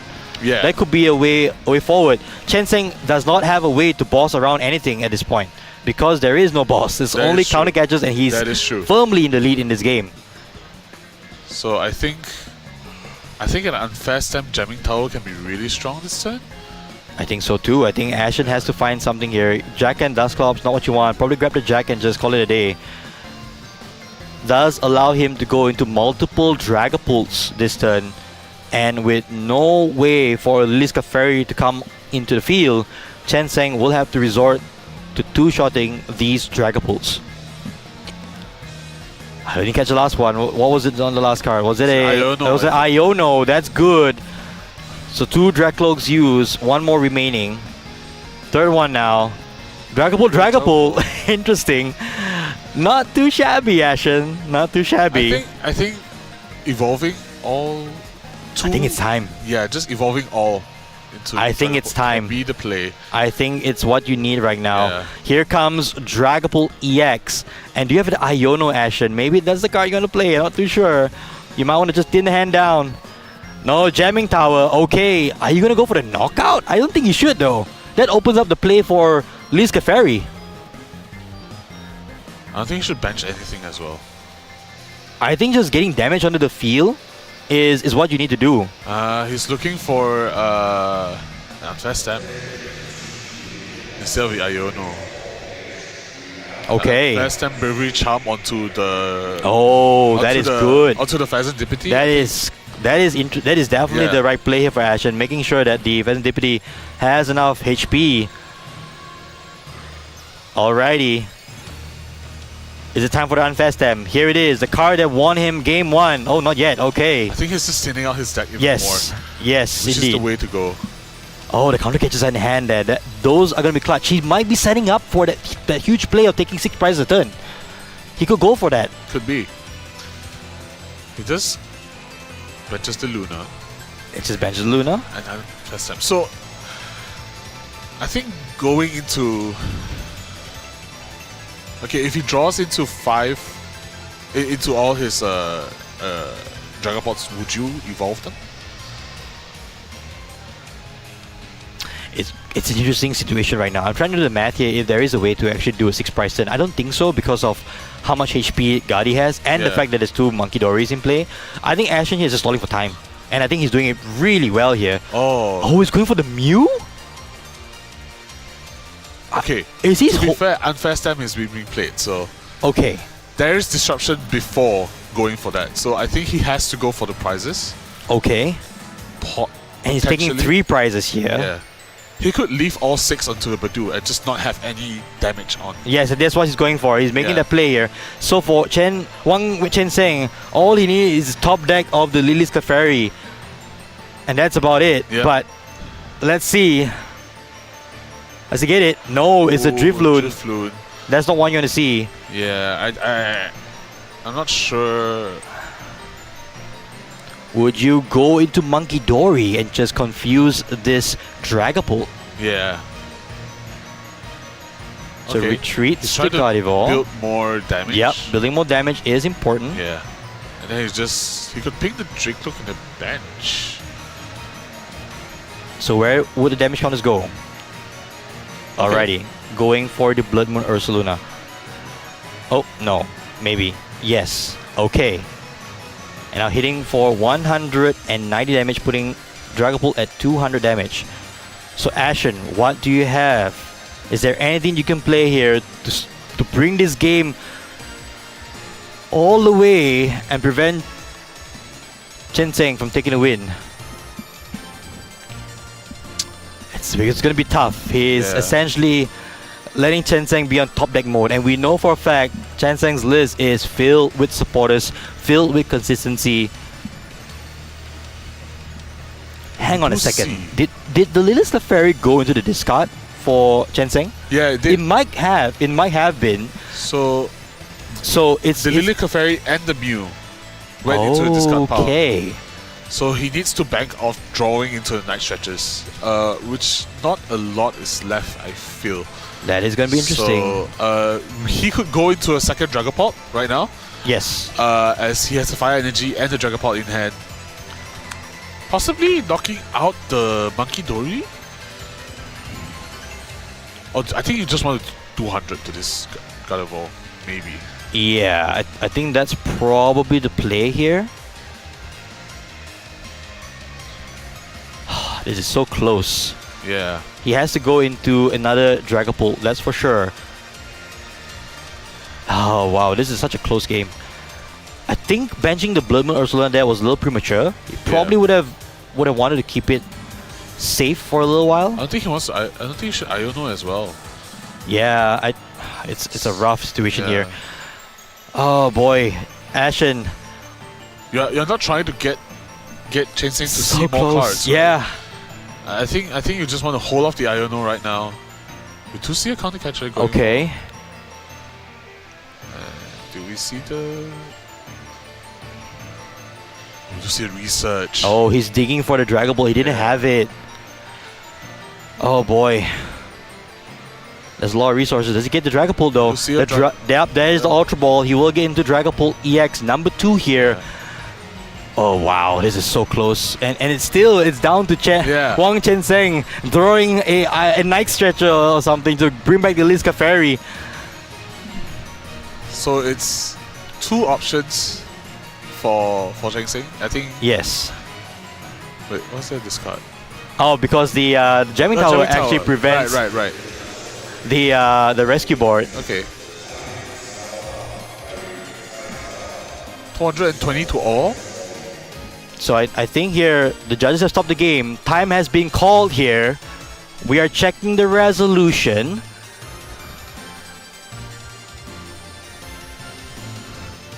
Oh boy. Oh boy. So now we can see judges are speaking to the players, trying to finalize the game here. Time has been called, folks. I think it is down to whether Chen Zheng can take his last prize. It might be. It might go down to that wire. So we are checking with the judges here. It seems like so Ashen did pull off an attack, and Wang Chen Zheng is relying on a top deck, I presume. Yeah. Regardless of the fact, it is a nail biter of a situation here. What is that card? It's a Bravery Charm. I think that's it. Yeah, I think that's it. It doesn't seem like Wang Chen Zheng has any way to take the final prize. The unfair stamp. The unfair stamp. Clutch for Ashen. So good for Ashen. Wow. I don't know. And I think if I understand this correctly, when time was called, Ashen had 1 turn remaining, and so did Chen Zheng. Yes. And that's it. That's it. Ashen goes to the finals and books his place to Anaheim. What a game. What a game. What a comeback in game 1, and for him to stretch it in game 2 all the way. Game 1 was amazing. Wow. Yeah. Wow. Amazing. Yeah. Whoa, what happened here? Whoa. Before that, I don't know. Commiserations to Chen Zheng. What an amazing show of skill for Gardevoir. But congratulations, most important to Ashen, you are going to Anaheim for the World Championships 2025. What a game, what a series. Exactly. I mean, well played on both sides. I mean, both players have really know how to play the deck. Yep. One bringing Gardevoir, one bringing Dragapult. 2 very big contenders for the title. 2 powerhouses of decks, right? I think well played to both, especially Yeah. Ashen. I think well timed unfair stem into the Bullet Moon of Soluna 2 turns in a row. Really, Yes. really showcases that the line of play that he sees and the price mapping that he has for the matchup. So 100%. Yeah. It was an amazing match. I think I'm glad that we got to show a very good matchup between Definitely. two of the top decks Yeah. in the format, right? Like, and the best part is we get to see Dragapult up against Roaring Moon now in the finals, which is wow. Who would have expected that? But Right. before we go into a quick break for the finals, explain the magic that has just happened here. Explain what Mewtwo has brought onto our table somewhere in the last couple of minutes. So right here we have From left to right, let's yeah, go. So if y'all were here at the beginning of the stream, y'all can see that we introduced the prizes. Yes. And introduced the promo for the event. Yep. So here you go. I think we'll just start off with this really beautiful card. This is a Buddy Poffin. You almost forgot the name, didn't you? Yeah. With the Master Ball League Logo. badge and Yes. logo on the side of it. It comes with a very beautiful galaxy foil. So this was available to all participants of this event. So this is a promo card, very beautiful, and it being one of the biggest staples of the Yes. of the meta. Very, very nice to see it in this holo foil. And moving on, we also have the deck sleeves. So Yes. we do have The deck Master shields, Ball- yes, the deck shields, yes. Master Ball exclusive deck shields that has Mewtwo, Hydreigon, Dragapult, Dragonite, so many pseudo Legendaries. Yeah. I mean, Among Us is also a Among Us, legendary, so and let's go with that. there's Zoroark and there's Garchomp as well. Yes. Really nice purple as well. And these were prizes for the top 64, if I'm not Yes. mistaken, right? These are So the top prizes for 64, top yes. 64. So we have this deck shields here. Yep. You get 64 pieces of this. And let's go So- to my favorite of the three. Yes. Which and is- we do have the play mat right here. Very beautiful design. Again, showcasing the Mewtwo and the 6 Pokemon on the side there. So these playmat is awarded to the top 64 players of this tournament, the Master Ball League Malaysia 2024-2025. Yes. Really nice. Would you The, want the to take one playmats, home? the playmats getting better, right? These are Yeah. all exclusives to the Asia region. Exactly. While we play English language cards, we also get very cool swag. Now, moving on to some of the interesting trophy stuff on Yeah. the right. On my right here, or right in front of me, on your left, we have the 3 trophies with the Mewtwo as the mascot of the Master Ball League. Remember when you used to play Pokemon Red or Pokemon Blue? Or maybe me. Yeah, You. me. I started at Fire, Emerald. Fire Red and Leaf Green. Yeah, I Fair started enough. at Emerald. So remember you used to play, Pokemon Red, Pokemon Blue, Pokemon Yellow, Fire Red, Leaf Green, whatever it is. Mewtwo was always the most difficult Pokemon Exactly, to catch, right? yeah. So the Master Ball with Mewtwo as his logo or as his mascot is perfectly Exactly. perfect choice. Yeah, it's a perfectly perfect chosen, choice. right? Perfectly So chosen. these will go to the top 4 of the Master Ball League in every age division. Yes. And not only that, on the far right, I think arguably the most hyped up prize, the Exactly. Ents Zoroark trophy card. Only 4 of these will be made available to each age division. In 3 divisions, there's only going to be 12 of these available. Yes. These are the hot cards, or I should say the hot items from the event. If Exactly. you've ever thought about playing the Pokemon TCG, what are you waiting for? Play this Yeah. game. It's amazing. Win these awesome prizes, and perhaps one day you too can Yeah. book your trip to the World Look at Championships this. as well. This is amazing. Yeah. I mean, if you see it in person, it's really amazing. I want 4. Yeah, In any I want case, 4 too. we are going to a quick break. Thank you all so much for staying tuned with us all through the day. Yeah. We really appreciate you. I love the Pokemon TCG. Me too. And I just cannot wait to see who gets crowned champion of the Master Ball League Malaysia 2024-2025. Don't go anywhere. We'll be back shortly. One more game.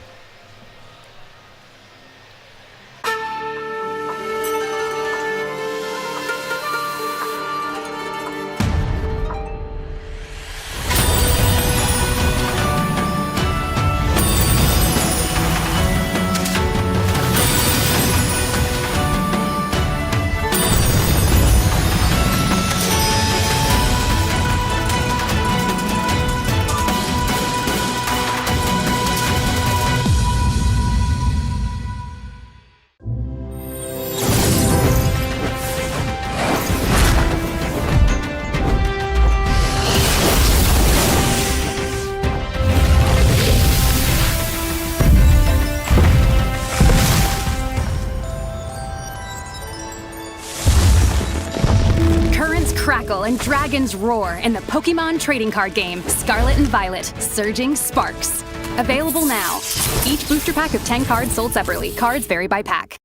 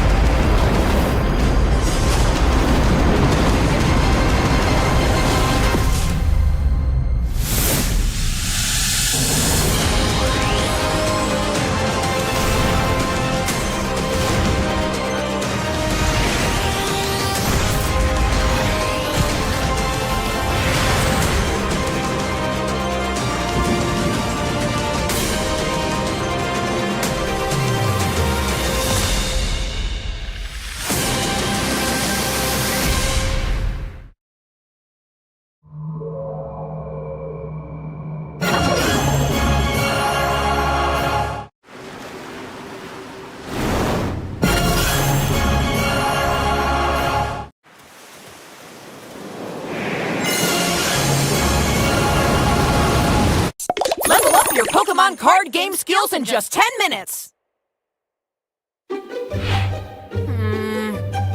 I'm not sure how this card works. Is there something wrong? Professor Pokécard! Ren, if it's a Pokemon card problem you have, I can probably help. Since you were the one who taught me how to play the game, I've done a good job collecting cards, but cards like stadiums or Pokemon tools are still a bit confusing to me. How do they work? I see. Well, it sounds like it's time for you to learn more about rules and cards and get your Pokemon skills to the next level. All right, I'm in. Here are the 5 points we'll learn about today.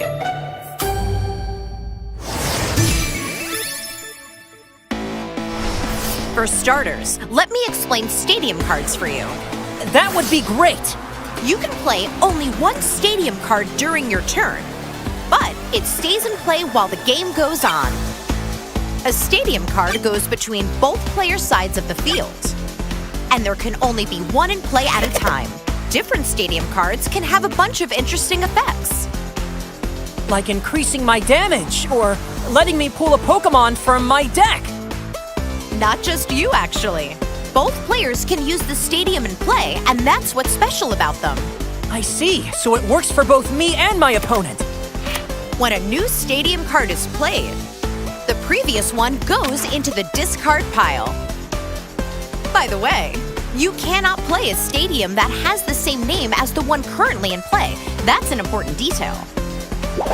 I'm gonna write that down.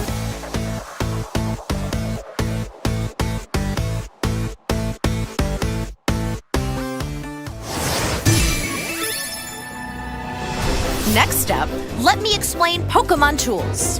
I see Pokemon tools also offer a lot of different options. A Pokemon tool can be attached to one of your Pokemon in play. Only one tool per Pokemon. For example, in this situation, Defiance Band makes Miraidon EX's attacks deal 30 more damage. That's 250 damage to Koraidon EX with Miraidon EX's Photon Blaster. Amazing! If you have 2 Pokemon in play and 2 tools in your hand, you can attach one tool to each Pokemon during the same turn if you want. One per Pokemon, huh? And what if I want to give my Pokemon a different tool later on? Unfortunately, once a tool is attached to a Pokemon, it stays there and can't be moved. Okay, I see. In other words, you can't attach 2 tools to a single Pokemon or freely switch tools around after they've been attached. Oh, that makes sense. All the more reason to carefully think about what tool to attach to which Pokémon to get the upper hand in battle. By the way, if your Pokémon gets knocked out, its Pokémon tool gets discarded as well. Better write that down too. And that's everything you need to know about Pokémon tools.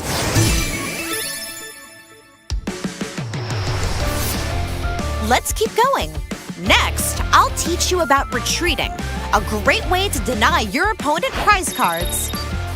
I guess that has to do with the retreat on the bottom right of Pokémon cards? Good guess. I knew you were paying attention.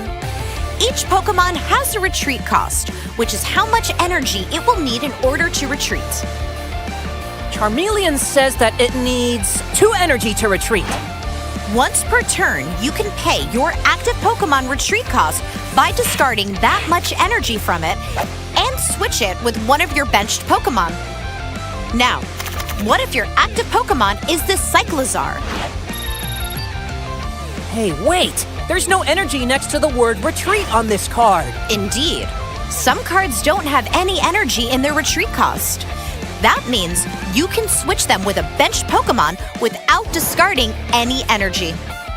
But tell me, how exactly do you decide which benched Pokémon to switch into when retreating?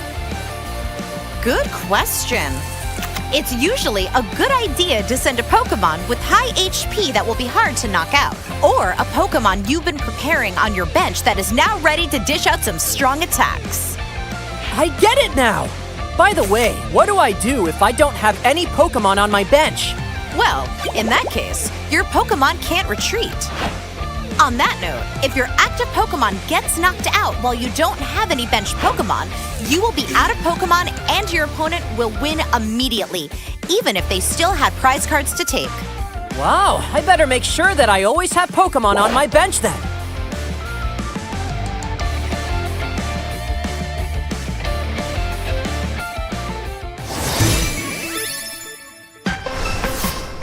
I've been wondering, what are those red abilities I sometimes see on Pokémon cards?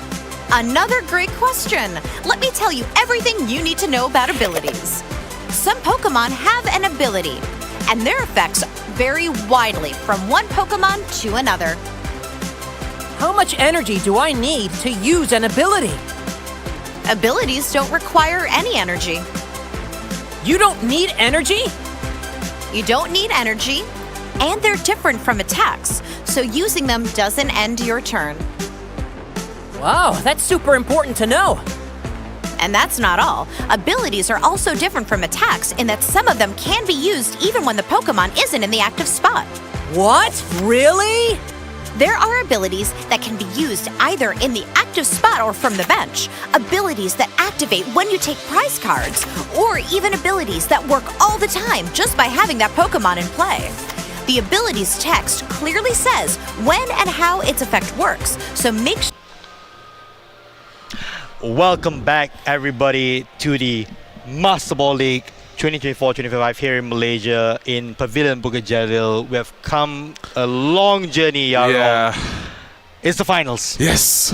So, both these players will be representing Malaysia, but only one of them will take home the title of the champion of Master Ball League Malaysia. My name is Aaron. With me is Yarong. We're here for the final match of the tournament. Let's jump straight into the leaderboard and get into action right off the bat.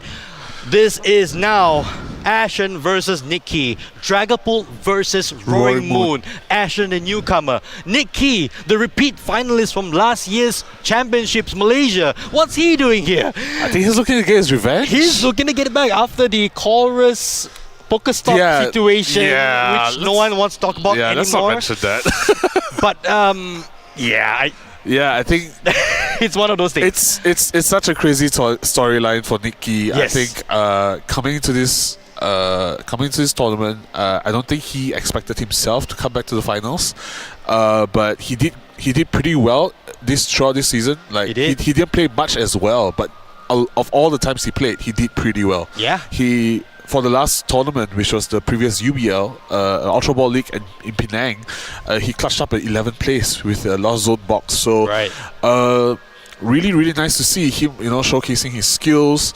piloting this Roaring Moon Poison package Yes, all Roaring the Moon. way to the finals. Roaring Moon, the deck that not many saw coming. We were Yeah. talking about the Dragapults, we're talking about the Gardevoir, we even talk about our Charlodon. That is true. But Roaring Moon has really put itself into the contention right now. And I think if I was Nikki, I would hope that it was a Gardevoir in the finals. Yeah. But Dragapult is not that crazy, I think. Exactly. It's an interesting matchup. But here we go right now. Players ready. 75 minutes on the clock here in this best of 3 finals. We will see a winner. Nikki on the left, Ashen on the right. Here we go. And we do see Ashen going second and Nikki going first. Nikki That, seems to be struggling on choosing which Pokemon to start first. It'll be interesting to see who actually won the roll-off. We didn't see that coming, but I believe Ashen is going second. Oh, so Nikki probably was the one that won the roll-off. You see the prize card Yeah. there. Carmine, Patron EX, Iono, Energy Switch, Ancient Booster Capsule, and Night Stretcher. Nothing too crazy. We didn't get to see what Ashen's was. Here we go. So, double boss. That is not what you're going to see. Yeah. Okay. Still not the end of the world, because one of them is at the bottom half of the prize cam. And he still has access to counter catches. Yeah. And now players are all ready, all set up, waiting on the judges to time us off and get this show rolling. And it's also kudos to Ashen on just benching or starting out with 2 Pokemon to prevent the donk. So, yeah, I wonder if Nikki could pull off a turn 1 knockout with Patron. But we'll see. Nikki, I see the players getting ready. I'm not Yes. sure if they're going to start soon. No, I think they're just making sure that everyone is aligned, the timer Yeah. is all set. What do you think of this matchup, Yarong? Would Roaring Moon come out on top here, or will the Dragapult, the tried and true Dragapult, eke its way to a win? I think it goes both ways. I think it can go both ways. Depends on if Nikki can really pressure using the turn 1. Yes. Using a poison package to knock Ashen's Pokemon out. I think Ashen is going to be a very tough spot. That's true. So but no donks we'll though see. this time. Yeah, no donks, Dust but we Cloud do see a inactive. Perilous Jungle. Okay. Energy Attachment. Patron EX coming down. Oh, that's pretty quick. And also Oh wow, Carmine as well. Okay. So what is Nikki looking for here? I think a Nest Ball. Likely Multiple Nest Balls. Oh, we do see a Squawkabilly a EX. Squawk and the Iron Bundle. He could just go after the Yeah. Sleepy right now. So let's just see This what is- to go for. So Do you see a Pokegear in hand? Nick is probably looking here for a Nest Ball into the Brood Bonnet with the capsule. Yes, and also the Patron. And the Petron EX, that's right. So there is an Ultra Ball, but I don't see Do the you see any tool. Nest Ball? No, I don't think so. He has seen a lot of cards so far, but nothing that Do you would see a give him- Nest Ball? Yeah, but I think he's still missing the tool card. So no poison from Toxic Powder on turn 1. Yeah. It's a shame, Yeah. but it's not end of the world just yet, right? Definitely.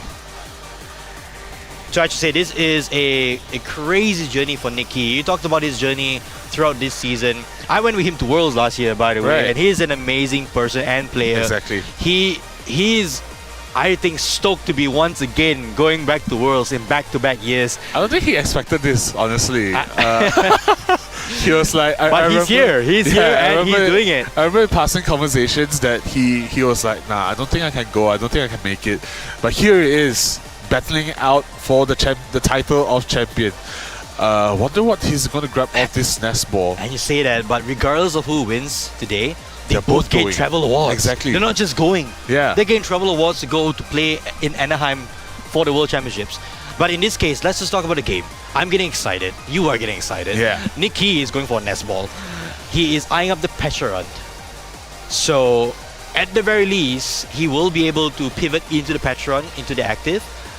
Goes for the Brood Bonnet instead, setting up for potentially the next turn. There it is with the Toxic Powder ability. So yes, Nick was actually one cut off to potentially donking the Dreepy or the Duskull. Yeah. Not donking, but taking a knockout. Unfortunately, just one card away from Ultra it. Ball being played. Yeah, Ultra Ball as well. So leaving himself with only 2 cards in hand. I think it's fine. I think it's fine. Nikki has a very, very good answer next turn. He does. He could just Sada and Petra up the other Petra. Yeah. Yes. So subjugating chains into baby Petra. So yeah, I don't think Nikki is particularly in a very bad spot.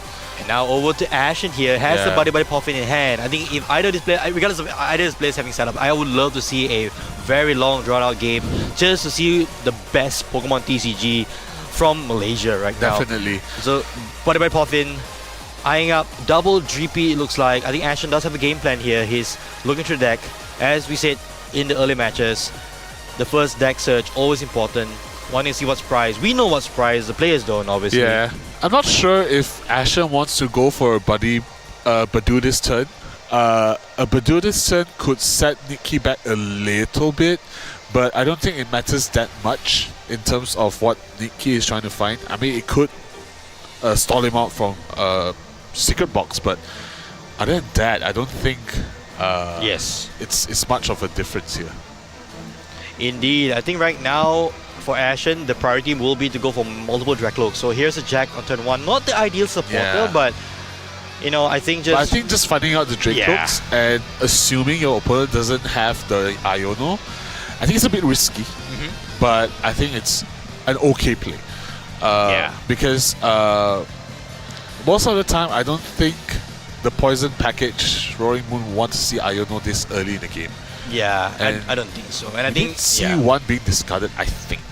Well, I'm not too sure. For Ashen's side, I think it's a straightforward game plan, right? Yeah. Get all my Dracos up, get my Dragapults up, start taking knockouts. Yeah. On Nikki, he is having to do some mental gymnastics, I'm sure, trying to figure out if there is a world in which he can go for a frenzied gouging without being punished. We see an energy switch. So likely just a Stardust Vitality for 1. Not ideal, but at the very least getting some card draw.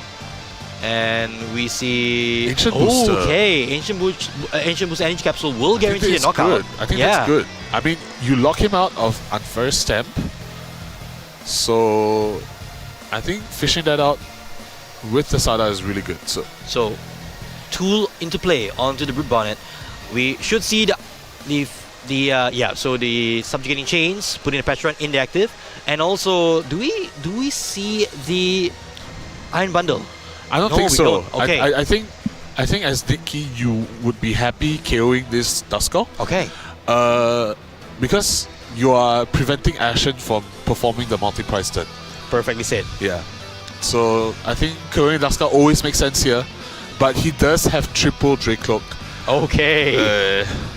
That's the thing I was trying to consider, right? I know for a fact that going for the Duskull here would prevent multiple major knockouts for Nick. But at the same time, you're now giving your opponent 3 Dracloaks. The flip side though, however, is that there's no threat coming out of these Dracloaks right now. Exactly. So I think Nick is pretty happy to sit back and relax here for a bit. He could go for a poison. He could go for potentially just a poison play going to the next turn with Monkey Dory. So again, proving how strong this poison package is in not enabling players to use the unfair step, not enabling players to use their Serendipity. I mean, this is one of the reasons why back then Cloth Terrapagos has been one of the strongest decks. It is. Because of this poison package. I think not many cards can utilize this package. So and I think it's finding itself in so many decks now. Roaring Moon's using it, our Chaldon's using it. So it's so I think in this stage right now, if you're a Nick, what are you hoping for? Are you hoping to just grab more prizes with the poison? I think I'll be contented in just just Iron Bundle. And placing down my Monkey Dory, moving the 2 damage from Petra onto an active, and just poisoning and just going, just chilling and taking the game really slow. But we do see 2 bosses orders in the discard pile of Nikki's discard, so not really ideal. But he does play the Palpet. So let's see what Ashen chooses to do. I think he might just want to hold off here. Retreat to the Duskull. Retreat to the Duskull. So saying, hey, if you want to talk about another Duskull, go ahead. But I'm going to have potentially multiple Dragapults next turn, and Nick might be forced into that Iron Bundle, right? So I think that's the card which really we want to see, I think. I mean, it depends if... Yeah, I think Nick has to play. Nick has to play right here. I think he can just Iron Bundle. Go for... a Dracloak. Yeah, and not Iono. I don't think Iono is a good play here. I think he can just hold off just using the supporters. As his board is... I don't think he needs to progress his board at this point. Well, to be fair, I Not think too sure. what you need right now is potentially fill up your hand with resources, potentially multiple energy switches, so that when time comes, when you need it, a Roaring Moon EX is your just come down. response Yep. to a Dragapult, right? Yep. So Palpat, double boss orders into the deck. I like this, at least giving yourself out to it later on. There is still a counter catcher available for Nick, but in this match, It has been discarded early. oh, there you go. Yeah. So, but then again, it's not going to be huge in this matchup And because also it's going to be in front. Right? Yeah, I also want to point out that that Nick doesn't run Jedi's Secret Art. So It's a little different than it's a little Jackson's. different compared to Jackson's list. So, but you know, it works. He's in the finals. Yes, it's So, working out. Yeah. So I think Nick is just content in taking the knockout right now. So, yeah. Yes. There So you go. there you go. Now 4 prizes left for Nick, Yeah. and 6 still remains for Ashen.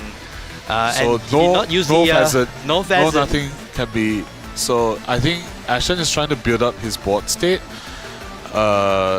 Possibly just multiple Dracocks.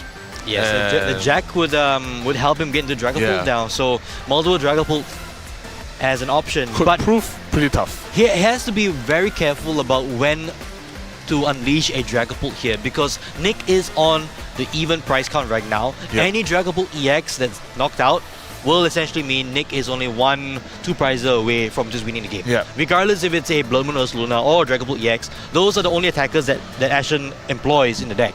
But Ashen can always play the multi-price turn, you know. He can. There's a squawk at the bench Yes. of Nick. So, and also the Patron. So, these 2 cards can prove maybe very vital in terms of Ashen in taking his prize cards. So, it really depends on how this game plays out. So, There goes double Dragapult into the hand for Ashen. Right off the bat here, we will likely see a Phantom Dive, or potentially just even a Jet Headbutt. I think that would also be enough to take a knockout. So conserving the energy perhaps. But we shall see what happens now. Okay, these players are going to give it their all. They have secured the invite to Anaheim, but so we do see it they evolve. want to be crowned the champion. An evolution for Dragapult now with the Psychic Energy as well. So both the There's a Fire and the counter Psychic. catcher. Oh, he has a counter catcher in hand as well. So potentially going for the Squawkabilly or perhaps the Patron EX. Perhaps right? the 3 price turn is coming down. Right, there you go. The Patron will also be knocked out, having already had 3 damage counters on it. So here you go, 3 price turn coming up for Ashen here. I wonder what else is he going to think about. So 3 price turn probably, yeah. There you go. So let's see where he places. So he places 5. Okay. 5 damage counters onto the Patron and a So single one one more. left. I think this doesn't really matter. Maybe it goes to the Roaring Moon. Yeah. Okay. So he does go down to 3 prizes. Actually, it would matter in the Roaring Moon in the long run, because that makes it that much easier to go for a knockout later on. If Ashen is going to spread damage around, this is potentially one of the Pokemon with the lowest HP that will stay in play for a knockout later on. So, Nikki, what can you pull out this time? There is a Nest Ball in hand. There is... Well, I don't think there's he has access to another Patron EX though. The other one's in the prize. So it might be a little difficult for him to get a knockout on this Dragapult EX. I'm not sure as in what Nick's best play can be this turn. I think Maybe just attack with Vengeance Fletchling, just to get some damage onto the Dragapult. That might make it easier for him to pull off a... it depends how much damage it is. If the amount of damage he's putting on right now would allow for the Roaring Moon to come in and use Calamity Storm, then I think it's an amazing play. because that would ensure that the Roaring Moon EX stays healthy going into potentially the last 2 prizes that Yeah. Ashen has to give up. But it's now down to how many turns does Nick have and how many turns is Ashen going to give him, because that Squawkabilly will be next, I think. Yeah. Look at that Roaring Moon Okay. So secret box. there's a nest ball with Pheasant. the peasant. Are Yeah, I you sure think you want to he'll- go for the peasant here? Are you think- really sure? I think he needs to go for the Pheasant DPT right here. Okay. His hand is pretty unplayable, Okay. so he needs to hope in drawing into maybe an Ultra Ball or another Nest Ball, Okay. alongside with Professor Sada's Vitality, or even an Iono. So I think if he Ionos this turn, it could be potentially very strong if he has enough energy switches. Yes. But He needs to have all of it though. There's one in the prize card, so we I'm need not to see how many we have yeah, left. I'm not sure if he can, retreat. So because Patron EX is not in play, so No Patron EX in play. One more does in the not prize hit cards. anything too playable. Okay, that's not good. Yeah. Is there a rescue stretcher by any chance? There is a Night Stretcher, but Oh, sorry, next stretcher. what can you Night Stretcher for this? the Patron EX if we need one. So, Yeah. but in this case, I think you need to be happy with just hitting with Vengeance Fletchling. Yeah. I don't think it's. Oh, okay. Going for the. Aha. So he's slightly going for the poison play, Yeah. which is not bad. I think it also puts damage onto the. Oh, he's going for the bench play. Okay. I think he can get a knockout right here. I mean, if he has Monkey Dory in the hand. And there is an energy also in hand. So let's see now. There is a Monkey Dory There in is. the hand. So Yeah. I wonder if he wants to go for that. So potentially taking a knockout here will put him down to 3 prize cards, tying it out with Ashen. So Going- Sada being played. Alrighty. Draws him a Drawing couple 3 more cards. Nothing really playable, honestly, coming out from Nick's side. But So you just go for the knockout there. yeah, then. I think he can go see. I think he can go for a Monkey Dory play right here. But he opts to go for more Darkness Energy to thin it out more. He has access to both Roaring Moon EXs. Yes, That's a he good has, thing. he So has. the question now is when will he start using it? I think for Nick's side of the field now, he probably wants to just go for this Drekloak and hope that Ashen doesn't evolve the other one to make it a 7 prize game. But Yeah. we know for a fact Ashen has it already in hand. I think Nick probably knows it as well. It was off the Jack last turn anyway. Okay. Well, there's an energy attachment to the we do Patron as see- well. Yeah, Patron's attack. Poison Chain, it does poison the Pokemon and doesn't allow it to retreat. But it doesn't really do much here because Ashen can just... Oh no, I think he's going for... Okay, no, I think he's short 10 damage, I think. So hence he had to go for the Poison Yeah. Chain. So there you go. I mean, he It- could have went for the Monkey Dory play. He could have, but I Yeah. think he's trying to conserve energy attachments I think or so. potentially bench spots. Yeah. Because if you bench the Monkey Dory, Dory, yeah. you're locked out, right? So, That's true. but then again, there's always the knockout that Ashen will take, and maybe just conserving it for later on. I don't know. Definitely. It's hard to think about these sort of things in this situation. But in any case, Nick does pull 1 prize back. It's now even 3-3. Ashen now with a Dragapult EX in the active.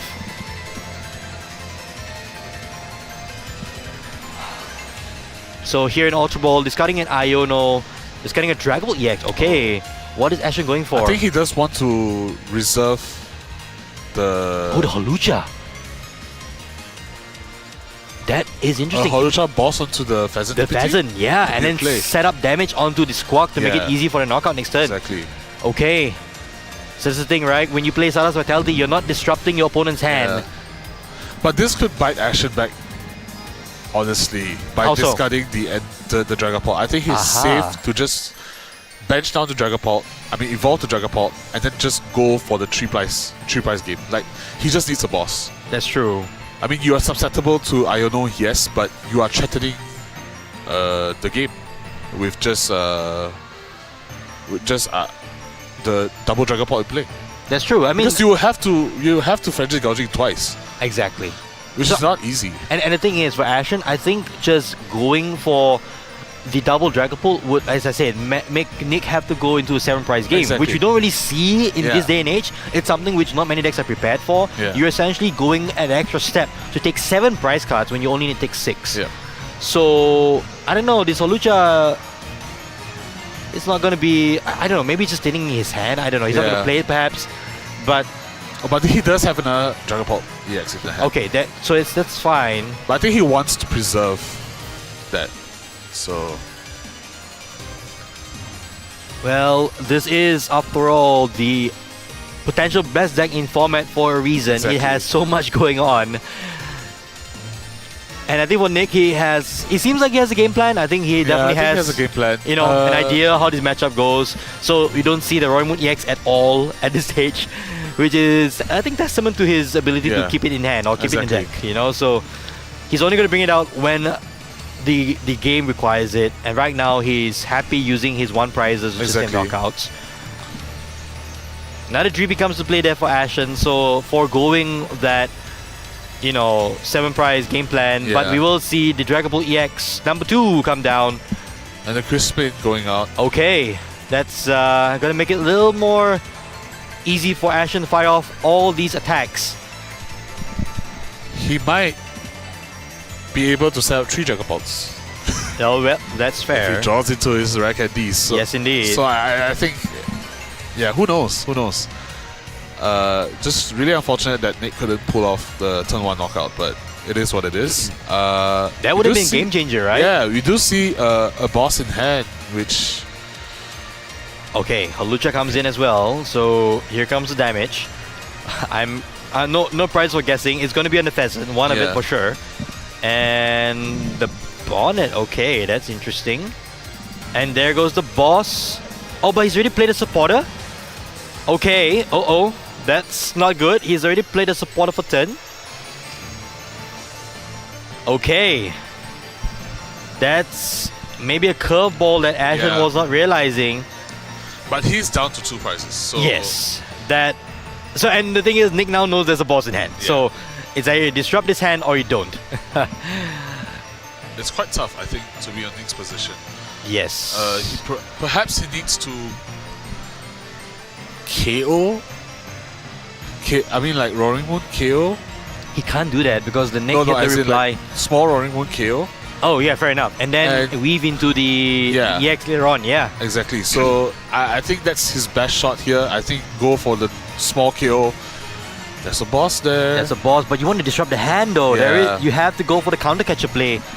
But if both of them aren't Countercatcher discarded already. has been- Both of them? He only plays 1. Oh, he plays 1. So it has been discarded early no. game. Not much choices can be seen here for Nick. Oh, he wants to boss and you want to Iono in the same turn. That's Yeah. not going to be fun. It's not going to be good. You have to Iono here. The game is in Ashen's hand. Yep. This is the exact board state that Ashen wants. At this stage of the game, you are threatening. Just threatening the game. It's threatening checkmate, Yeah, right, on it's board. checkmate, So right now, Nick has to be able to find a way to potentially damage this Dragapult inactive, get responded with a KO, and then hope that he's able to use Calamity Storm to take a knockout on the active Dragapult, and then, in a way, It's a tall order. hope that there's no further knockouts coming out Yeah. from Ashen's side. It's a tall order, But definitely. I mean, looking at the board state right now, the Brute Bonnet is already damaged, Yeah. right? And it only has at this point 180 hit points, so it's not looking good. I think this needs to go to a game 2 then for Nick. Yeah. Phantom Dive would I think take a knockout on the Brute Bonnet regardless of what you have in the active. So you do see Nick going for the Vengeance Fletching. Just doing 100 damage. Just going for 100 damage onto the Dragapult. We do see if Ashen has a boss here, he just takes game 1. Yes. So- He has an Artisan and a Candy. Yeah. And I can't see last fine. card. I think it's fine just going for the Phantom Dive this turn. Yeah, there's no risk. If Venom Dive here, putting 60 on the bonnet, that just means that you're just Yeah. one Venom Dive away. Exactly. You know, so and there's no way on Nick's side of the field to remove any damage counters. Exactly. So, like I said, it's probably going to go to game 2 here for this match. But it's okay. I think Nick still has 52 minutes to bring it back up to a 2-1 lead to win. But you know, all the odds are stacked against him. So Yeah. I mean, there's enough time for a full set of games, Yeah, right? We can there go is, all the way to there game is, 3, so it should be exactly. fine. But yep, here comes the Phantom Dive, knocking out this Baby Roaring Moon and putting 60 more onto the Brute Bonnet. And I think this is it for Nick. I don't Yeah. see a way back in. He is actually down to single price. And the writing's One on the Phantom wall. Dive would do it. Yeah. yeah, unless there is a possibility of, I don't know. I don't think there's a possibility. Yeah, there's no possibility for Nick to paralyze this Dragapult or put it to sleep. So No way. I don't think so. Yeah. Yeah. So do you see a Monkey Dory coming out? Oh wait, Monkey Dory. Well, there's no way to confuse. There's only Darkness Energy in the list. Yeah. I mean, Monkey Dory could remove. No, I don't think it's too late.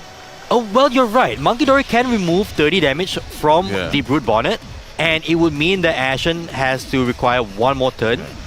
But Nick has to have everything at this point.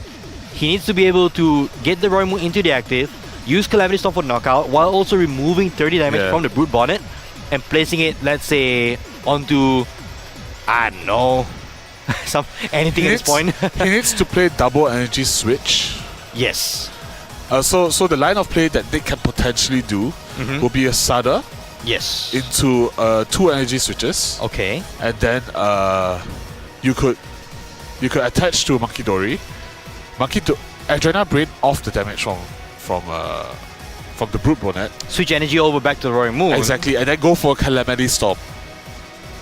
Oh boy. Are we going to see that? Not sure. If that happens, that's probably the play of the game. I think that is the play. I'm not too sure. That's but probably the did you play. see You're a right. Sada? You are right. That's probably the play here. So, But I think that would just make all players to be in. It'll be a sudden death, right? Because not Rory? really, because if he goes for a Calamity Storm onto Ashes and Right, field, right, Nick yes. Nick is just a boss away from winning. Right, exactly. Thinning the He's deck just trying here. to thin out the decks. Thin out the deck. Any more supporters? And I don't know. Yeah. Okay. Oh boy. This is quite a nail biter. Yeah. There's a huge crowd here, by the way, at Pavilion Bukajala. It's an amazing sight to see. Players, judges, guests, parents, guardians, everyone is sitting tight in front of the screens here next to the giant Master Ball, looking and watching this match. Yeah. This is intense. So there's potentially 2 more energy switches, Okay. which could. Oh, we And do it's one see of them. one. If we see one of them, is that enough? The He has a Serendipity secret- has been used. He has a secret box in hand. Oh my gosh. But no, the third energy switch is prize, I think. I think the third energy switch is It prize. is. It is, you're right. So he's going for the Is secret it box. prize? It is prize. It is prized. I think that's it. I think the writing's on the wall here for Nick. Yeah. I'm not sure if he got it off the prizes though, because he did draw the fourth prize, the third prize. It was on the second row. I'm not sure. If we could have the prize cap, I think he took the one on the left instead of the right. I think energy switch is on the right. If I'm not wrong. Can we check the prize cap right I'm now? not I'm sure. not sure. He did take the energy switch. Oh, he did take the energy switch. Yeah, but is it? I don't know. It's there. It wasn't there. It was there earlier. It's not there now. But or maybe he's one energy short for the attachment, perhaps. So going for the Carmine. Oh, I do feel he's probably one card short. Yeah. He's so close to pulling this off. Oh boy, what a game. This is a nail biter. Goes on the Nest Ball instead. Yeah. That's not gonna get anything that of use right now. We do see one energy switch. Maybe the other one was used already or Yeah. discarded, perhaps. I'm not too sure because this game has been back and forth for a bit. Nick here trying to find a way out of this situation. Dragapult staring him down. He Could be tough. Yeah, I think he just scoops. Yeah, that's it. Yeah. He was just one energy short. Attachment to the Monkey Dory, 2 energy switches onto the Roy Moon EX. That was what he was looking Yeah, for. I think he was short of his energy switch. Yes, honestly. it might have been discarded with a Carmine Yeah. earlier or an Ultra Ball or something of the Exactly. sort. So, Ashen in pole position right now, 1 game away from being crowned the champion of the Master Ball League Malaysia. Yeah. I mean, what? It's a really good game, I think. Yeah. It's just unfortunate that Nick Key couldn't, bring it back. So Yes, indeed. Let's just see if if Nick Key can cheese his way through with some poison donks. So yeah, well played to both players. Reading the situations really well. Yes, indeed. In terms of what the opponent's win conditions are. So yeah, I just want to see going into the next game what Nicky may play differently. Well, I think the to be fair, I think what he's looking for is a turn 1 donk, Yeah, or at least a turn 1 poison. yeah. I think And that then would have taking a helped him lead like lot. that. Yeah, I mean, that would have to be helped him fair, a lot. if he got that, it would have been a completely different game Yeah. because he would have been able to go into the Roy Moon EX much earlier, one Exactly. turn earlier, and not have the situation where Yeah. he was basically checkmated on Yeah. board, right? So again, now choosing to go first, which is great. You run Carmine for this reason. 3 Carmine with a Squawkabilly, 2 Squawkabillies actually Yeah. in the deck. Ashen, on the other hand, he doesn't mind going second. At least a way to get supporters, and Arvin to Buddy Poffin as well. But of course, he's hoping he doesn't get donked here, Yeah, which we saw earlier in the day already. yeah, top 8, right? I think It's so, no, yeah. top 16. Top 16 with Yeah. Jackson. So, Ashen, Nick, both these players here, definitely deserving of their run to the finals. Yeah, Nick, of course, his 2nd consecutive annual finals. Last year, he did reach the finals of the Malaysia Championships 2024, going down to Yunkai Jen in the finals. Ashen, on the other hand, a relative newcomer to at least to the tournaments right now in the Yeah. competitive standings, but showing that he is no slouch, was able to take down Seng earlier in top 4 exactly. In very skillful fashion in a as very well. skillful fashion. Yeah, definitely. Yeah, so players are now drawing the cards, drawing the first 7 cards. I think Nick is just hoping to just get, cheese the donk. So, but no, we do see Ashen with multiple basic Pokemon. And a in his- Badoo. Yeah, a Badoo and also a Drippy. If I were Ashen, would you put a Badoo in active? Yeah, I would. You would? Yeah, I would. Okay. Because you always want to conserve and protect. Oh, your Drippy. 3 Palpat and 3 Dark Energies in the prize cards there. Oh, for this Nick. could be rough. Oh, the Pheasant in the prizes for Ashen. That's also interesting. Yeah. And the only Bravery Charm as Yeah. well. Not something that will come into play right now, Yeah. but hey, who knows? And let's So see on let's Nick's see side of if the Nick field. has anything to work with? I think. I don't think so. His hand is pretty dead. Oh no. That's unfortunate. And you switch Night Stretcher, Boss's Order. Yeah, I think that's pretty unfortunate. Not great from Yeah. Nick. Do you boss the Drippy here? No, I don't think so. Could be. Force- Yeah, you could. You could. Yeah, I think you should do it. could. Force a resource from Ashen, but no, just passes and that's it. That is not great here. Ashen, on the other hand, with a supporter with Arvin turn 1, that is the best supporter you could ask for in this Yeah. situation. With Buddy Poffin and then into maybe a rescue board. Ashen is just playing very comfortably here. In a very comfortable position right now. Going into his first turn, and he could even item lock Nicky, and He would, I think. and It's Nick prone to wouldn't play.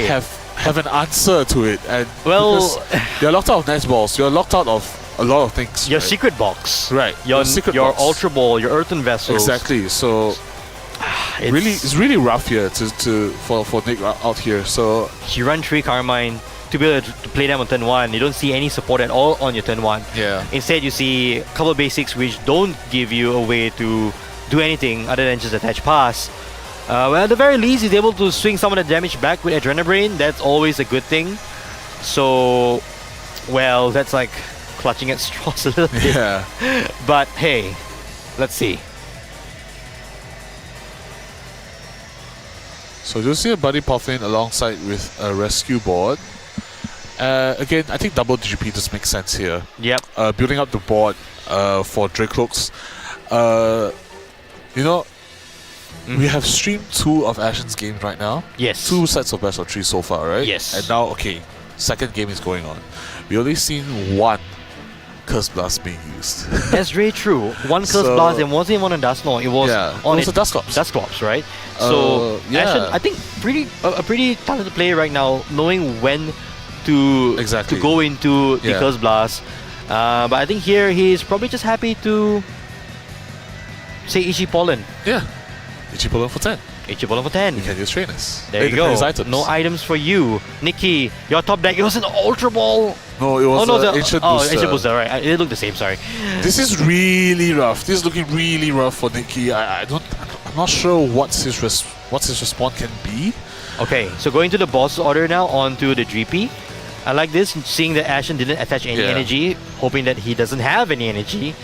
So just swinging damage back potentially onto the Badoo. Yes, Yep. take the damage back and passing them back to Ashen. And there's the energy of the top. Oh man, that's gonna be rough for Nick. And we see a Dracloak coming down right away. Recon Directive is now online. And there's also Arven as well. Yeah, I think he could further just dig for another Buddy Puffin. And also, setting up his Duskulls. Because Nick is just not drawing into anything.